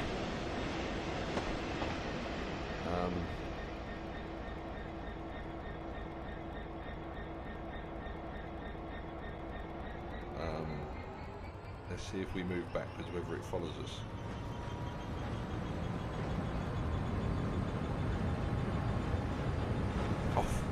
Oh, bloody hell.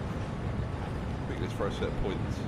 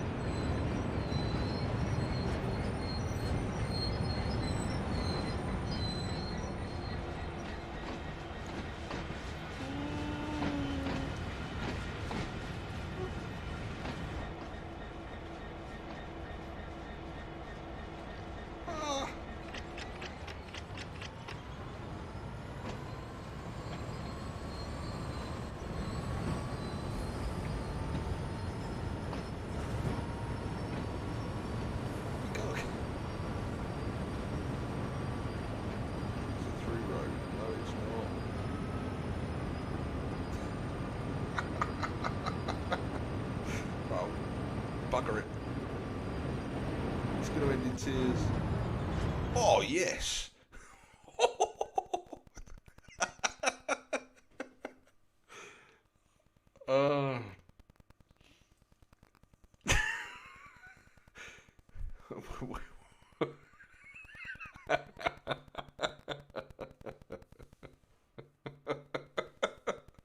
Oh, someone clipped that.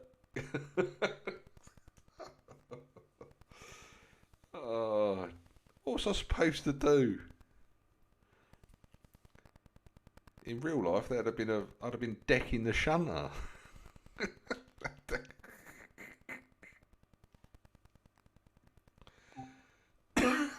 Oh.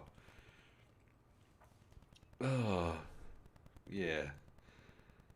Oh, please explain, email. Please explain why you've put 66 on its side. Now, I reckon that's probably due to the fact that we either didn't wait for him to do the shunt move, or we were running that late that he's just carried on doing what the game's telling it to do. So we couldn't stop in the location because we took too long shunting. But then again, you'd have thought that it'd have waited for us to complete what we were doing before he'd have even started separating and shunting.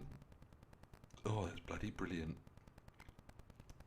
Right, we're on Southeastern Highspeed. I'm going to do one more run because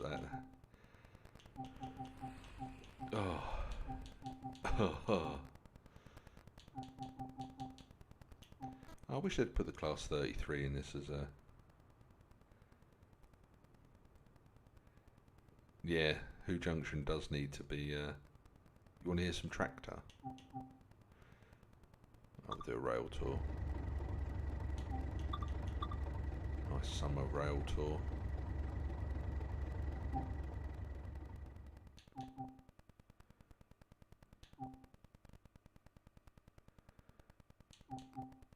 Right, we'll do the Medway Explorer. We'll go up towards.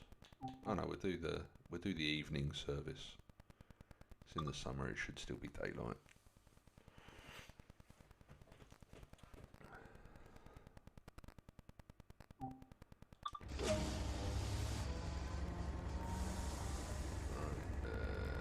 Control W.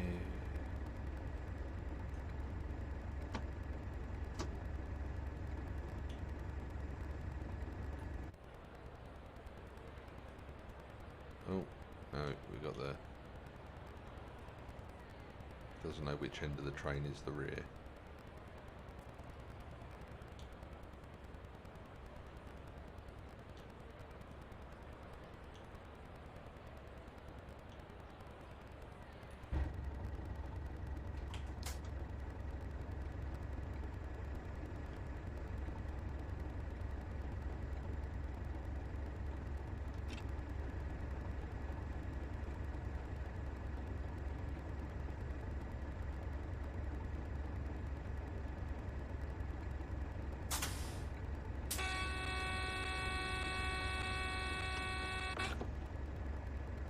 Where is the DSD isolation in this one?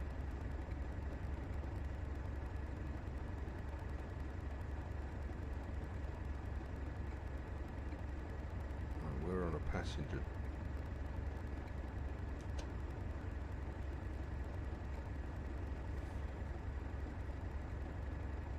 Okay, thank you very much, Ollie.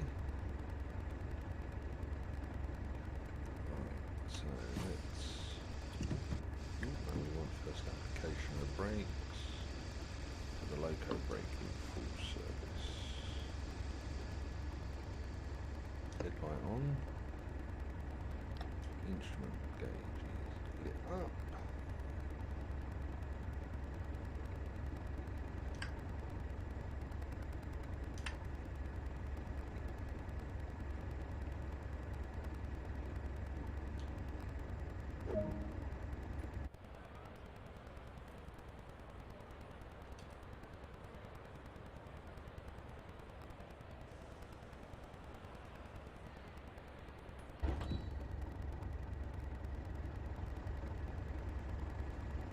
Helps if we put it into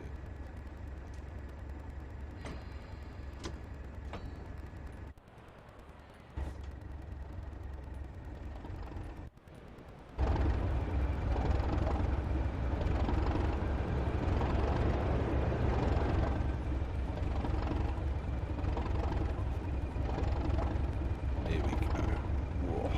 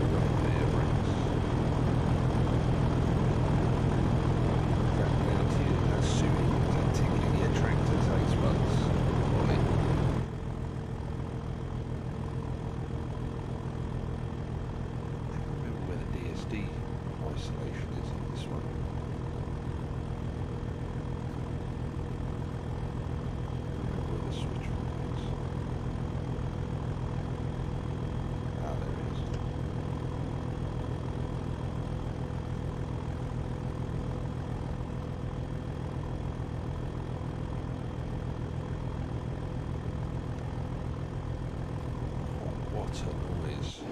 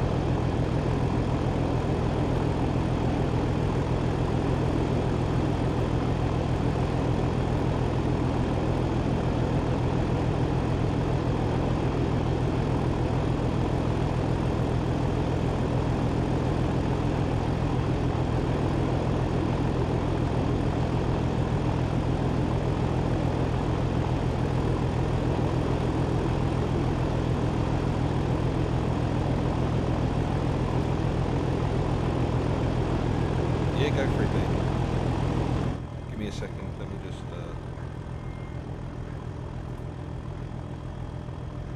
on that light.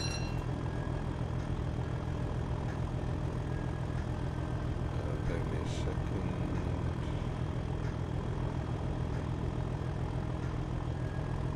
Just trying to...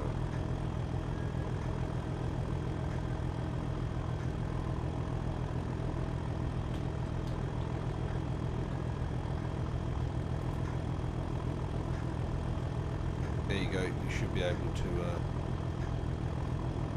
post the link there now.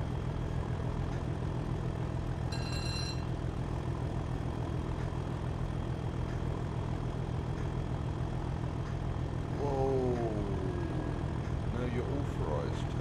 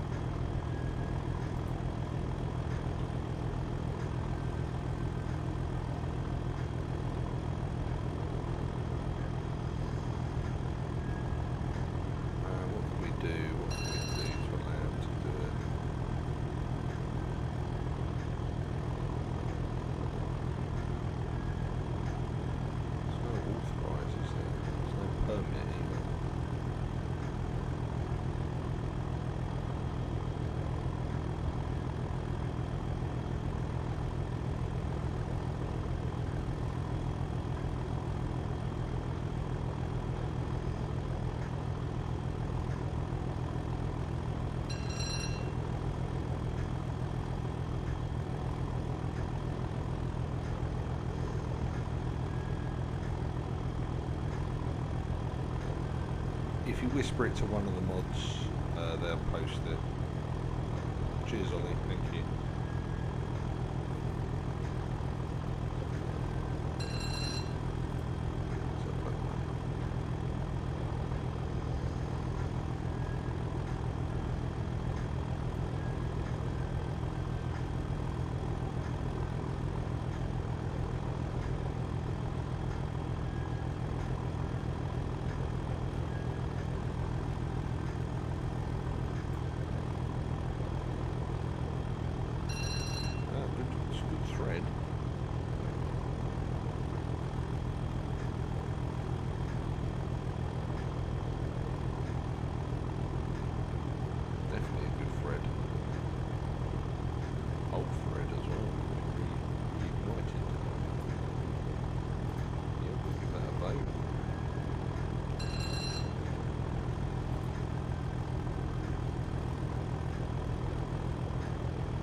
Doing 80 mile an hour, we're going to throttle off the tractors for a minute with the late night love songs.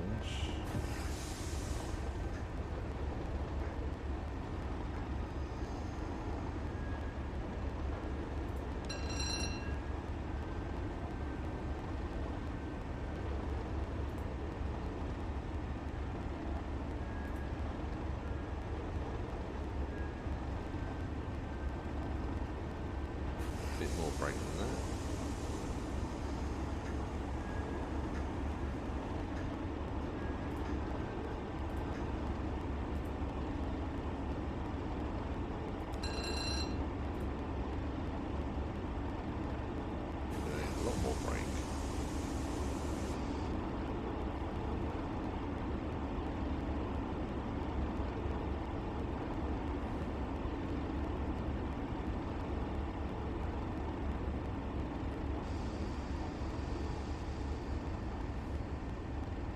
Yeah, it's a good thread, that one, Dean. Oh, look, there's a 66 waiting at Sittingbourne in the loop. That's cool.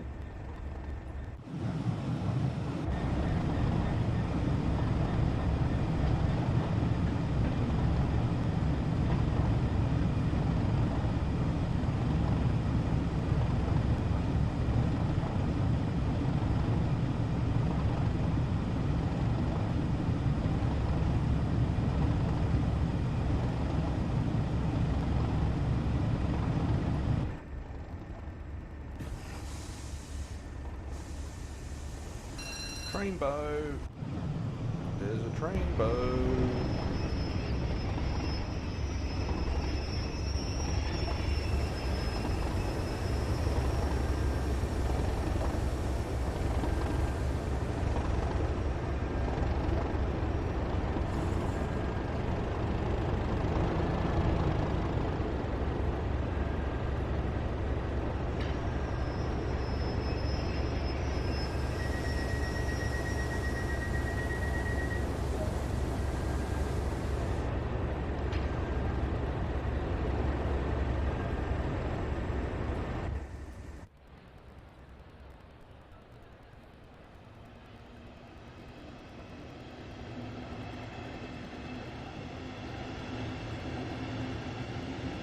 Spot a camera thing.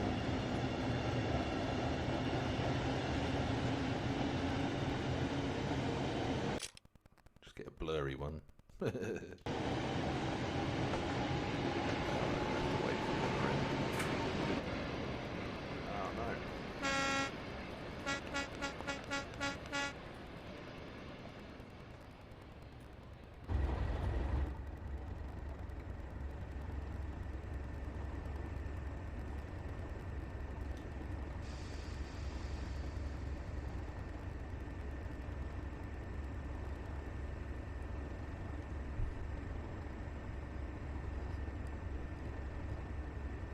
In TSW2, if you're playing on Xbox, you just push and hold the X button. If you're playing on PC, I'm not entirely sure. If you're playing on PlayStation, it's the square button. Right.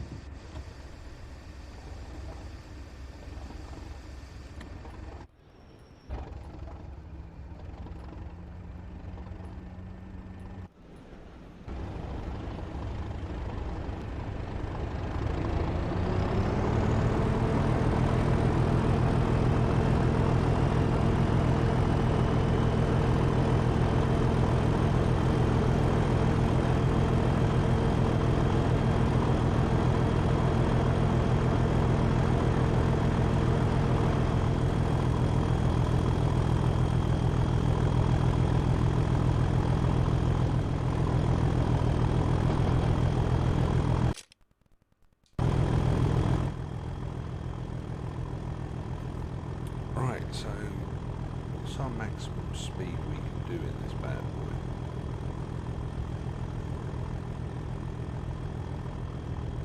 $75 or $90?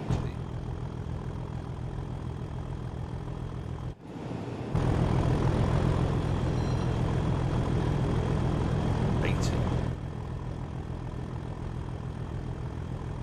It's a shame you can't have two of them on the front, really kicking up this thing.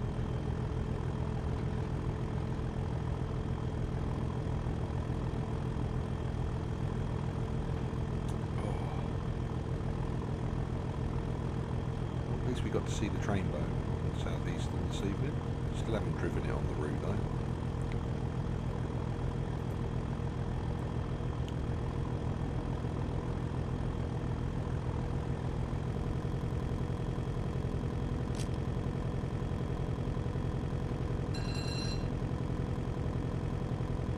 You do control F12 on the Xbox as well.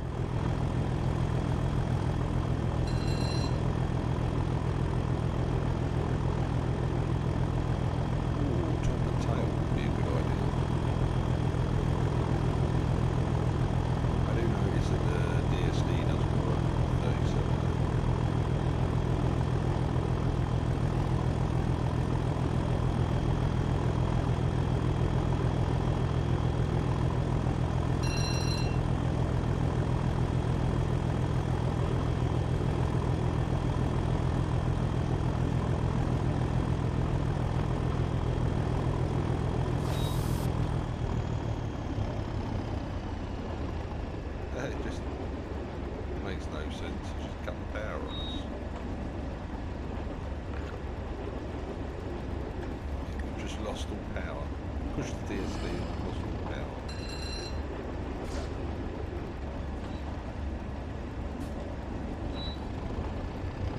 Everything was back again.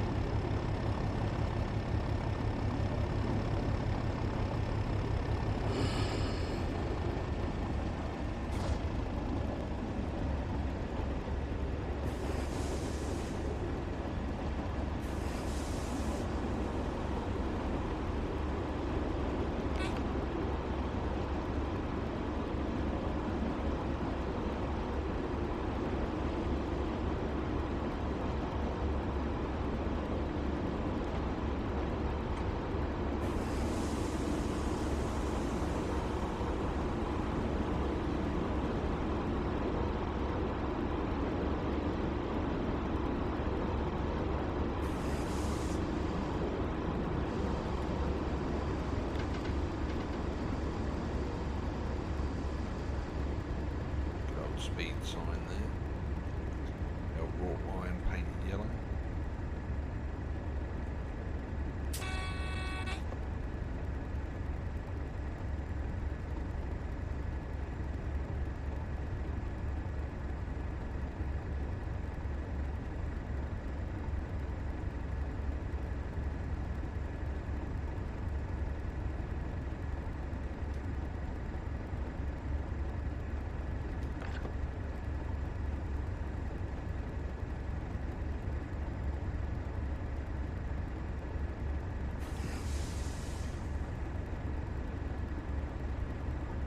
Would you look at that?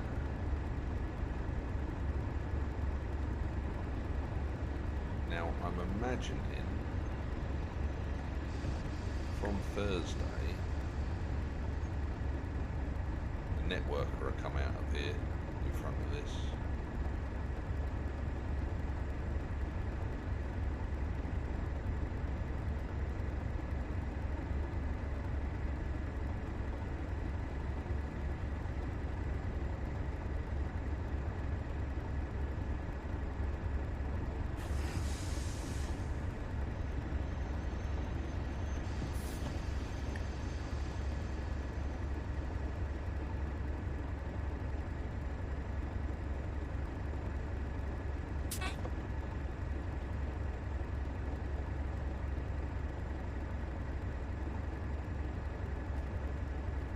That's a good touch there. I like the fact that they've stopped the Class 1 rail tour to their Class 2 passenger train out in front of us.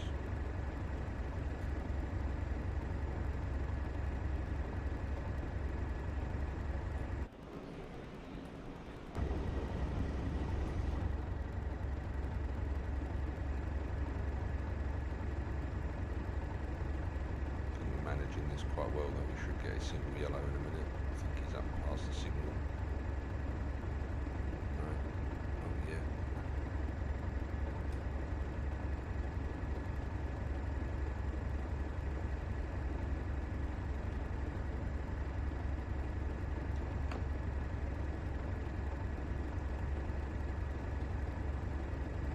It's creeping.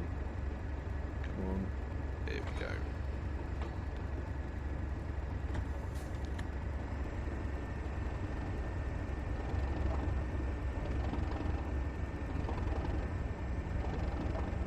This goes to Gravesend, and then it would go up. It'd go up towards one of the London terminuses. Although it'd be nice to put it up to St Pancras. We don't have in-cab signalling in this one, so we can't. We haven't got TV in.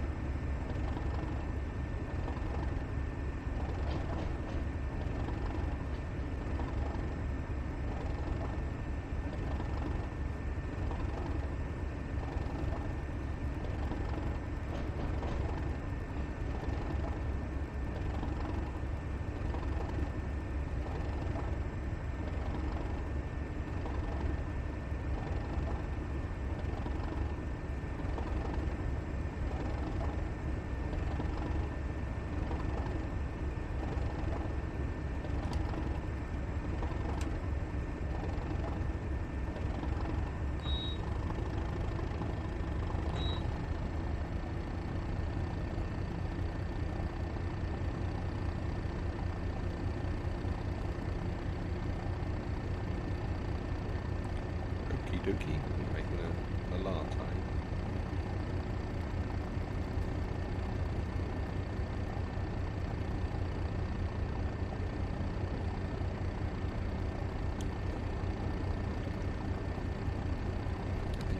Snacks for tomorrow's stream. Package. That's what a latte is. Hot chocolate and coffee.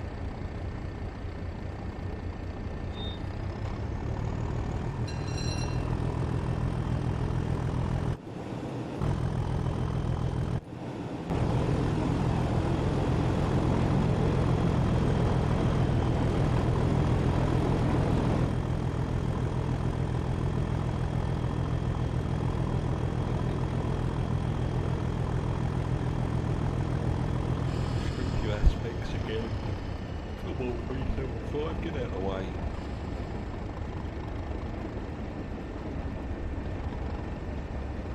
Got a load of drunk people on this one. Had a good old day on the rail tour. We've had some fish and chips down at Ramsgate.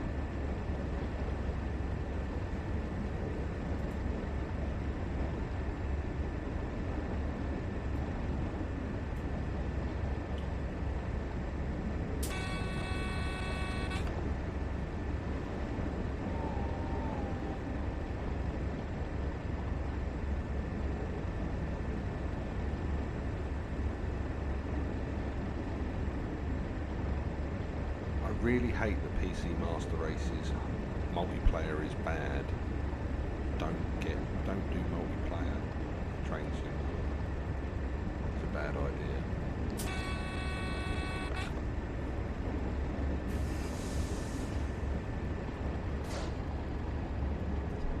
Sorry I went quiet there. I was just reading a reply to a forum post about adding multiplayer to this, and it's the worst idea in the world. It's not. Not at all.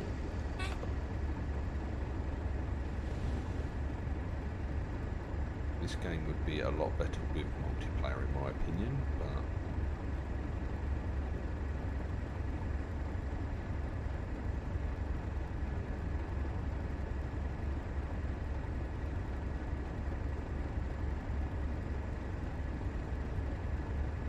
hey ho.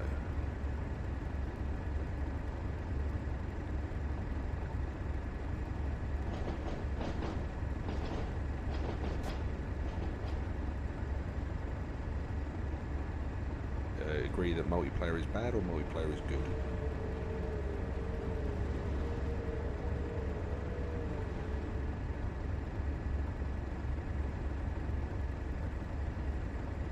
Yeah, it would be, and especially if you could add the aspect that the signaller bit is a human, to give a human the option to play the signaller.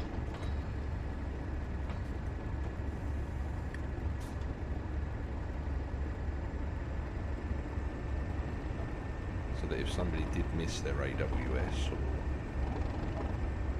or you introduced random train failures or had a TPWS overspeed taken out, the signaller could then look to route trains around the failed train or something like that, or give orders on the fly. See you later, Rogan. Take care, mate.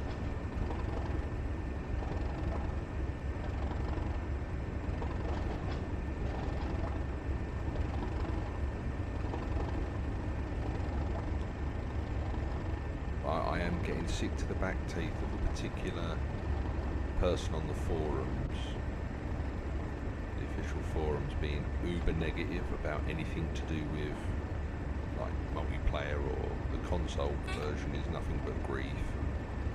It's like, you've got console players in the community, you're going to have to learn to live with us. We ain't going nowhere. There's more console players than there are PC players, just FYI.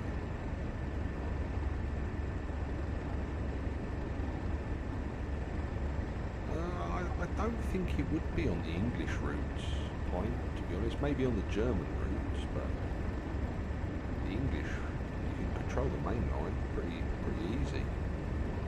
Or they'd have to upgrade the signaller a little bit if they were going to just leave it automatic.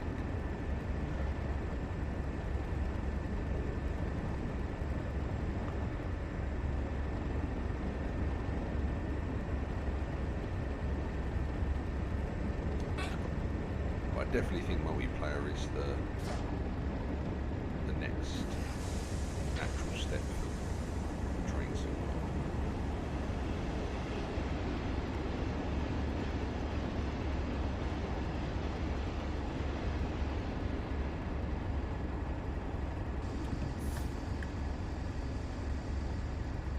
Because you imagine, if you were to enable cross-platform play, for example, between consoles and the PC, because in theory you could do that, you just have it running on dedicated servers, you join the it's in timetable mode and you join it.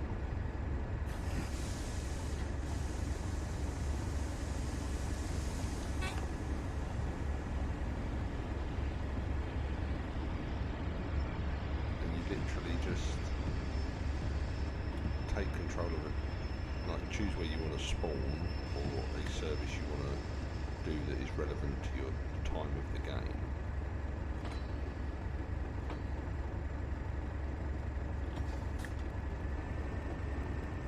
And yeah, off you go, and you implement a basic GSMR function or a proximity chat as you're going along. Hello mate, you alright? Open party chats that you can talk to one another. Bob's your uncle, isn't it?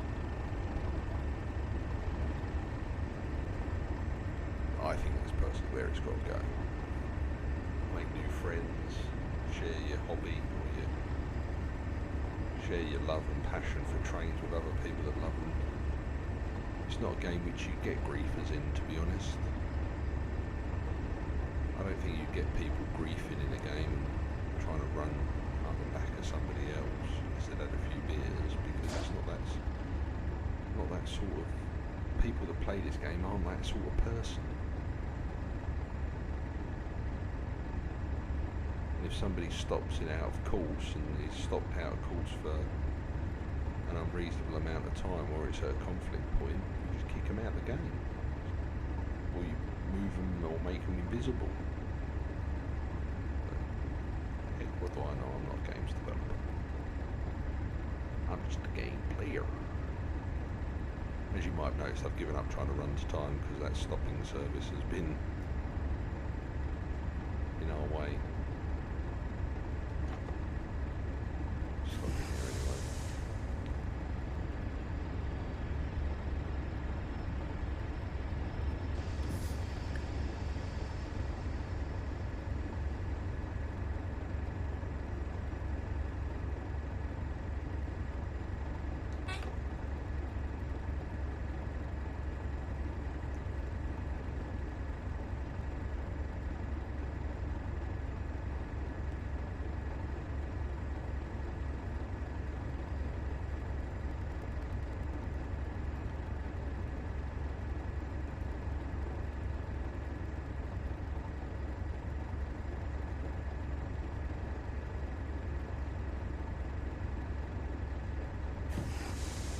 Don't think you could do it P2P.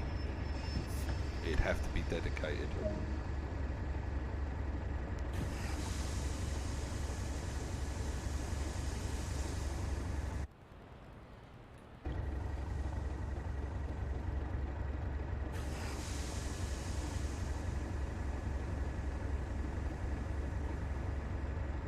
Yeah, that's what I mean. Is you have a host and it's player to player setup wouldn't work because you'd get too many issues with people's connections for hosting. You'd need to set it up like the dedicated server running the 24-hour timetable mode in real time.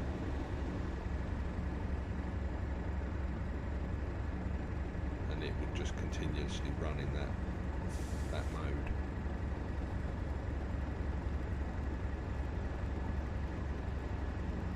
On the dedicated server there's no load on anybody's machine then for hosting. And Dovetail can control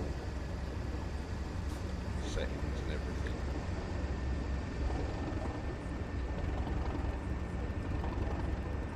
They can do server rental, which is another revenue stream for them. You have access to all the routes on the server, and you just set it up to do 6 hours at Great Western, 6 hours at Southeastern, 6 hours at East Coastway, 6 hours on Long Island Railroad, or however you want it set it up. And you just do that. If you don't have the content, you can't join the server. Simple as. If you want to enable all locos and DLCs onto a server so that anybody that's got those DLCs can use them on the route and everybody will see them. You can't drive it unless you got it. Your own game.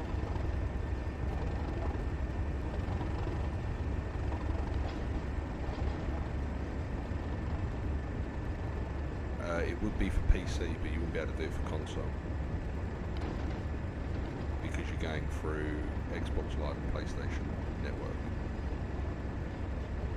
So for the PC people, yeah, P2P probably would be a quick to implement solution, but with the two gaming networks, you'd struggle. Unless you just had PC clients being able to host.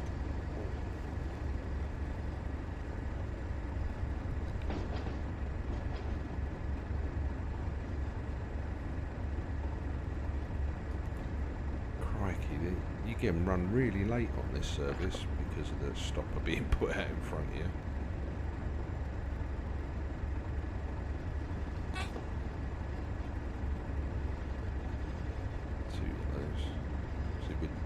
Just on the cusp of catching it to the point where it'll be slowing us down. If we can keep at 2 yellows,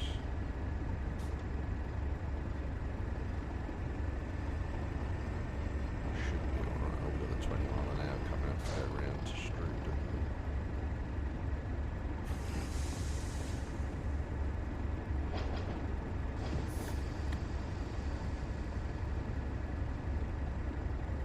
However they decide to implement it, it'll still be good, but I just don't think peer-to-peer would be the ideal solution.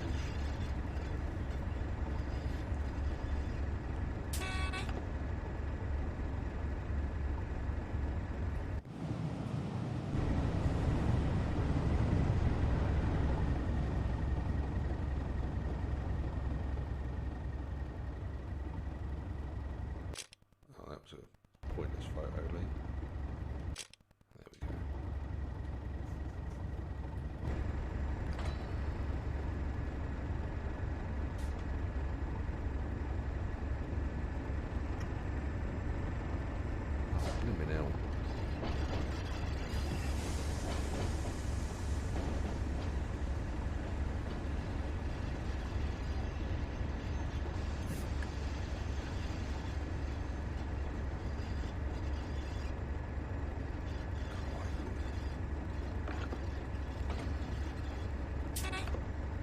Getting their money worth on this rail tour.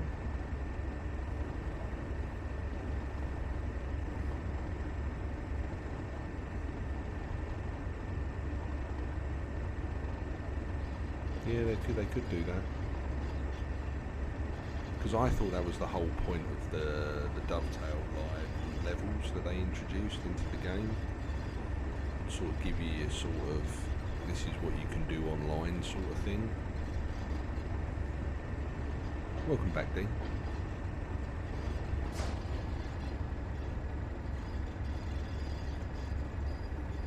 Like the points made licenses, or the higher your level, the higher like like you could only be grouped with players of that certain like players of equal skill sort of thing.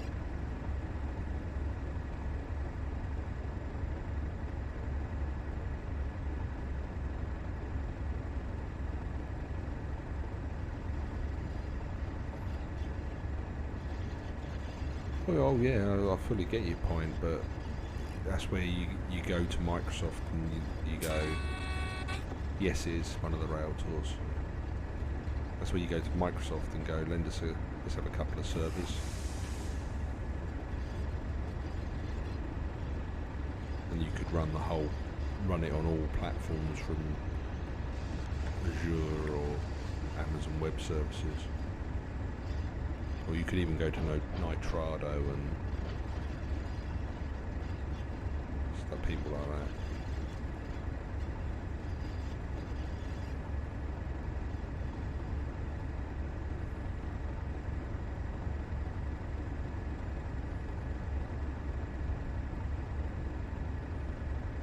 Oh yeah, probably could be.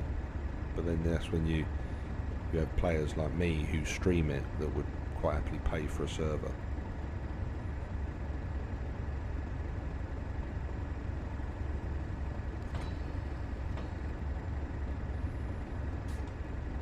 You'd only need 2 or 3 servers if you've got 30 players in a server.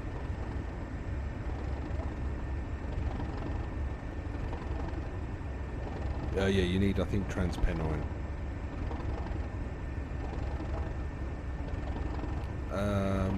I might not even go live tomorrow, I'm not even sure yet.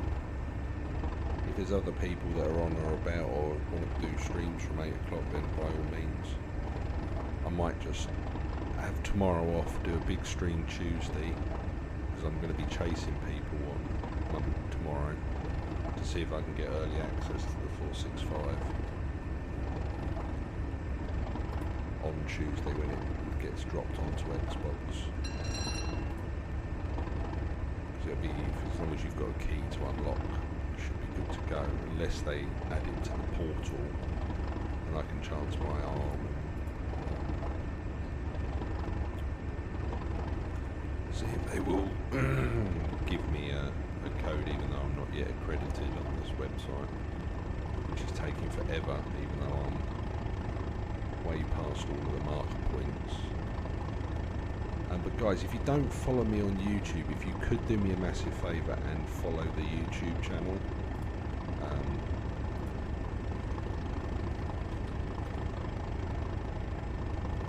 Just drop it a follow. The more, I'm trying to get some bits and pieces together, but I need more followers before they let me do it.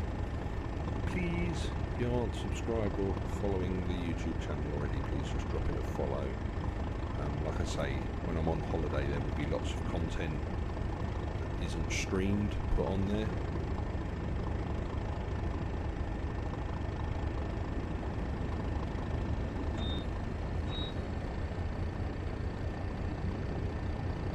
Just help me out.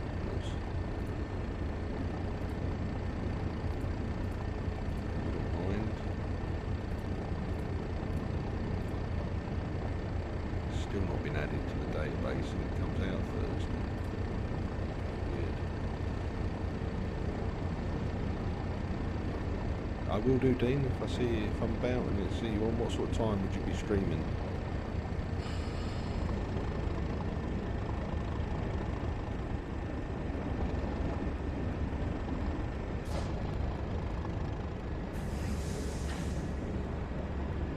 Didn't get an AWS alert for that signal, I don't think.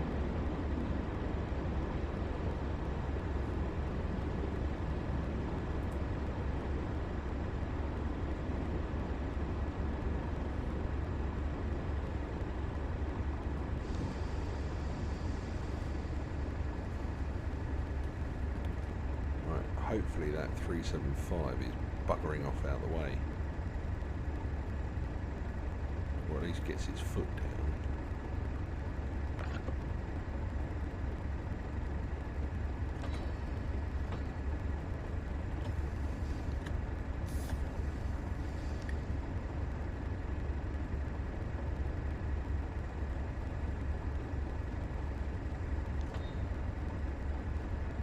Okay, I'll drop in for one of them, Dean, when I'm not streaming.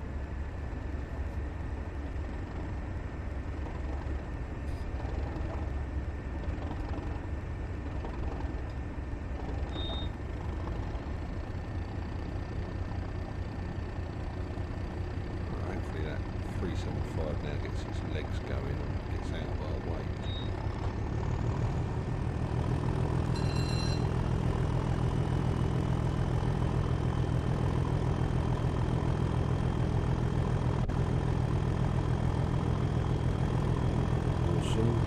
Top of tail 30 seconds. Is it an RHTT train? Snowmobile. Oh, nice.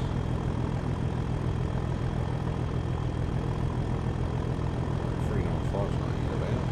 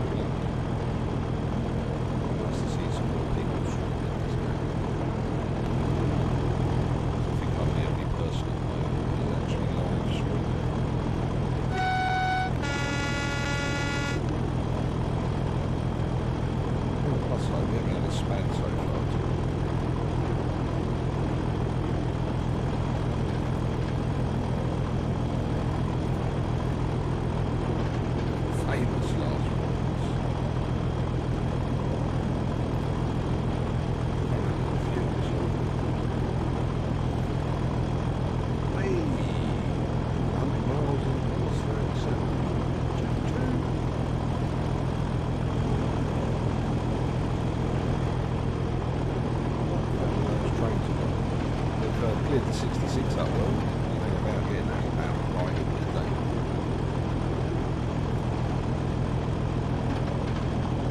Did you clip that, Ollie? Clip that, yeah.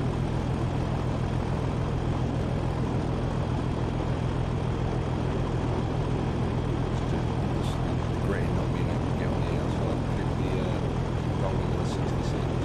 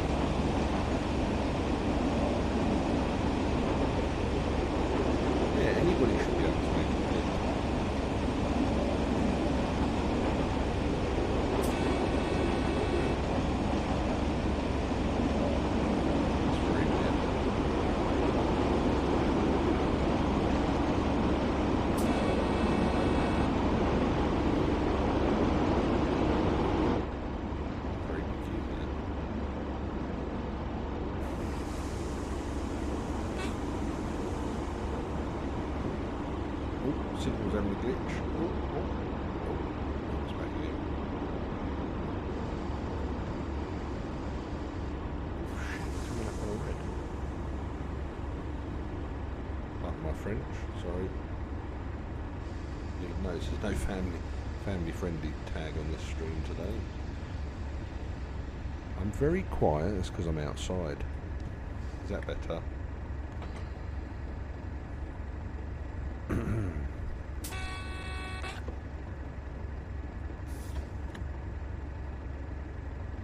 Oh, I wonder what's happened here then. Hello, check 1 2. Why has the mic gone really quiet? 1 2 1 2. Check 1 2. Any better?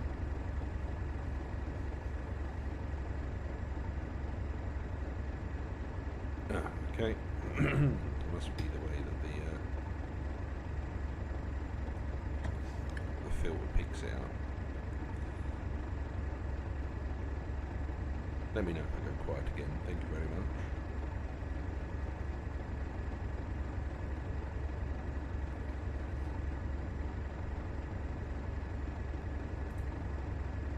Did Alan stream this weekend, Ollie?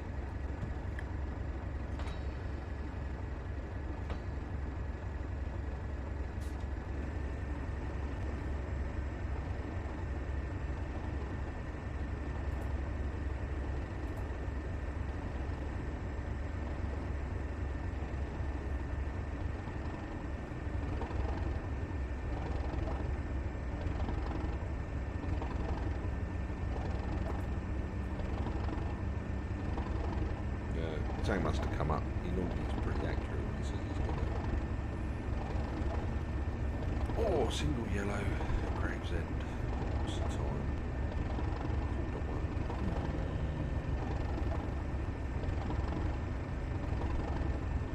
We'll be going to bed after this one. We're only 11 minutes late getting to Gravesend. Not our fault. Not our fault.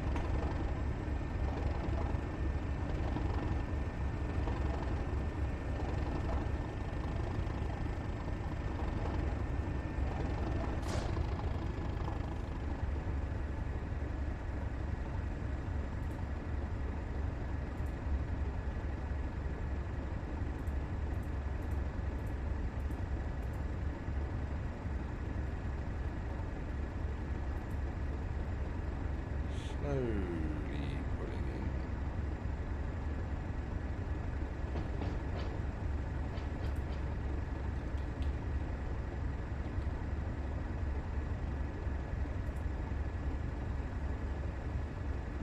Wow, we are the biggest simulator, biggest train sim world, or biggest person streaming trains at the minute.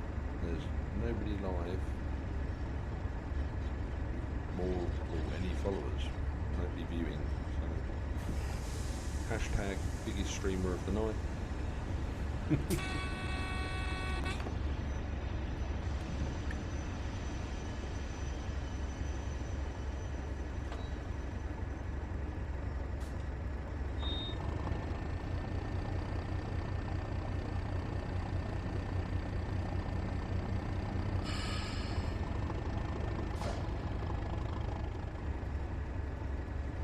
Here we go, Gravesend, final stop of the night.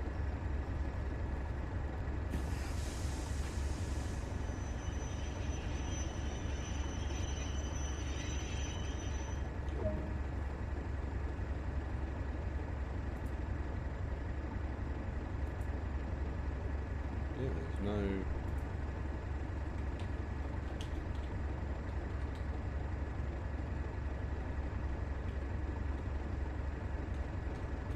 raid somebody, but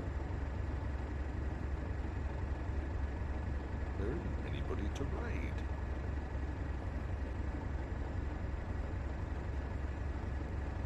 There's nobody actually streaming, really. Oh, that's a shame. Yeah, I'm glad. I hope you've enjoyed it. To be honest, if you did miss the start, I would go back and watch the start on catch up.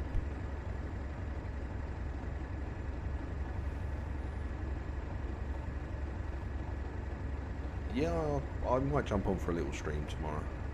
Oh, lock the doors. But thanks very much for stopping by. As always, it's much appreciated, every little follow. And if you're not following me on YouTube, folks, please do jump into the YouTube channel and drop me a follow. Like I say, every little helps. You're going to stream about 4 PM tomorrow, Ollie, are you? Yeah, hopefully Alan's on tomorrow, because I'd quite like to watch a little bit of him. And then the patch will drop at midnight for Train Sim World on the consoles. And I'll be bugging somebody for a key tomorrow so that we can get on, and I can hopefully get some 465 content up. But I'm honestly not expecting the person to get back in touch with me, but we'll see. Excuse me. Right, so thank you very much everybody for watching, and I shall catch you all tomorrow.